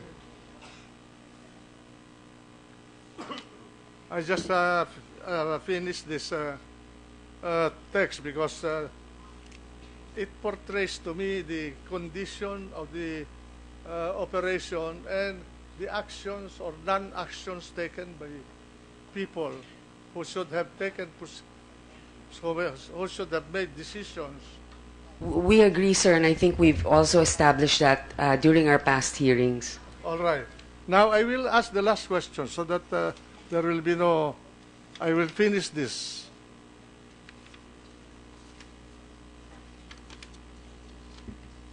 General Espina, you sent a text to General Napeñas at 6:12:04 a.m. January 26, 2015. And that text message reads, I with Code 1, SILG and SND will be in Maguindanao this a.m. Prepare to brief us, SITREP, what happened in operations. Use tactical map. Do you remember this text? Honestly, sir, I do not remember, but I think I sent it. Yeah. And you were in the palace at 6:12:04. Why did you go to the palace at that time? May I please know the date, sir? May I please know the date, sir? This is 26, the following morning after Sunday. 25 is Sunday. Punta po kami, sir, sa Cotabato noon, hindi sa Palace. I was with Secretary Rojas, Secretary Gasmin. We flew over to Cotabato for the briefing, precisely to know what happened. Tinatanong ko lang because ang text mo, I with Code 1, SILG and SNG will be in Maguindanao. Akala ko si Mama sa inyo si Presidente. Hindi po, sir. Oh. Inutusan ba kayo niya na alamin kung anong nangyari? Ako ho ay tinawagan or nag-contact ko sa akin, sir, si SILG to go with him to Cotabato the next day, first flight, with him on a private plane. Bakit kayo dumaan sa Presidente? Hindi po. We did not, sir. Sabi mo, I with Code 1. Si Code 1, alam ko ito, Presidente. I do not remember that. Who is Code 1? Hindi President, ba si the President, yan? sir. Lahat ng militar dito, alam ninyo kung sino si Code 1. Yes, sir, the President. Okay. That's all, Madam Chair. Madam Chair, just to clarify, that evening at about 10 o'clock, 10 p.m., magkasama kami ni Secretary Gasmin, and we really were still not getting a clear picture, so we decided to fly to Cotabato to get a first-hand briefing. So I asked OIC Espina to come along. It was at that time that he also directed Director Magalong and several other officers to also go so that the debriefing could begin.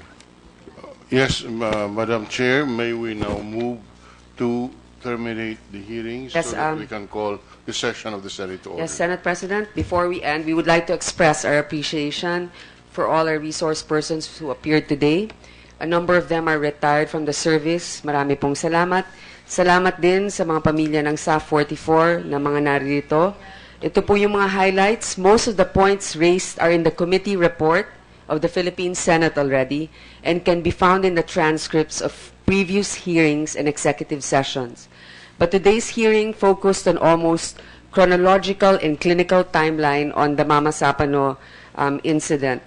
Also, new info, while discussed before, Safna Peñas claimed that the U.S. was assisting in the operation for real-time and on-target, and that the Mamasapano operation is not simply a police operation, but a counter-terrorism effort and a SAF mandate. We've been reminded that in the Mamasapano operation, the following officials are not in the loop or have no knowledge until the event happened and through SMS text. General Katapang, Espina, Guerrero, and Gazmin. And in his point also, it was established that the President did not, in the interpellation of Senate President Rilon, it was established that the President has been misinformed of the gravity of the situation in Mamasapano and communications sent lacking in details, and that nobody was ordered to stand down from sending reinforcements. We also received feedback from General Marquez. General Marquez stressed that there were certain things that could have been done so that it would have been a more successful operation. For example, a solid contingency plan, strategic planning, full scale, which includes logistics, etc. This was, of course, disputed by Safna Peñas. We also received the latest recap of benefits for the families of the SAF 44, an update at the current year-to-date that they've actually received. So, sa lahat po, sinikap natin, binigyan natin ng pagkakataon si Senator Enrile na malinawan ang mga nangyari nung January 25, 2015. Sa tingin ko, nabigyan natin siya ng sapat na panahon para tanungin ang mga gusto niyang itanong. Tayo naman, nakapagtanong din, pero sa tingin ko, wala namang naiibang maaaring magpabago pa sa committee report natin sa puntong ito. Muli, maraming salamat, and this meeting is adjourned.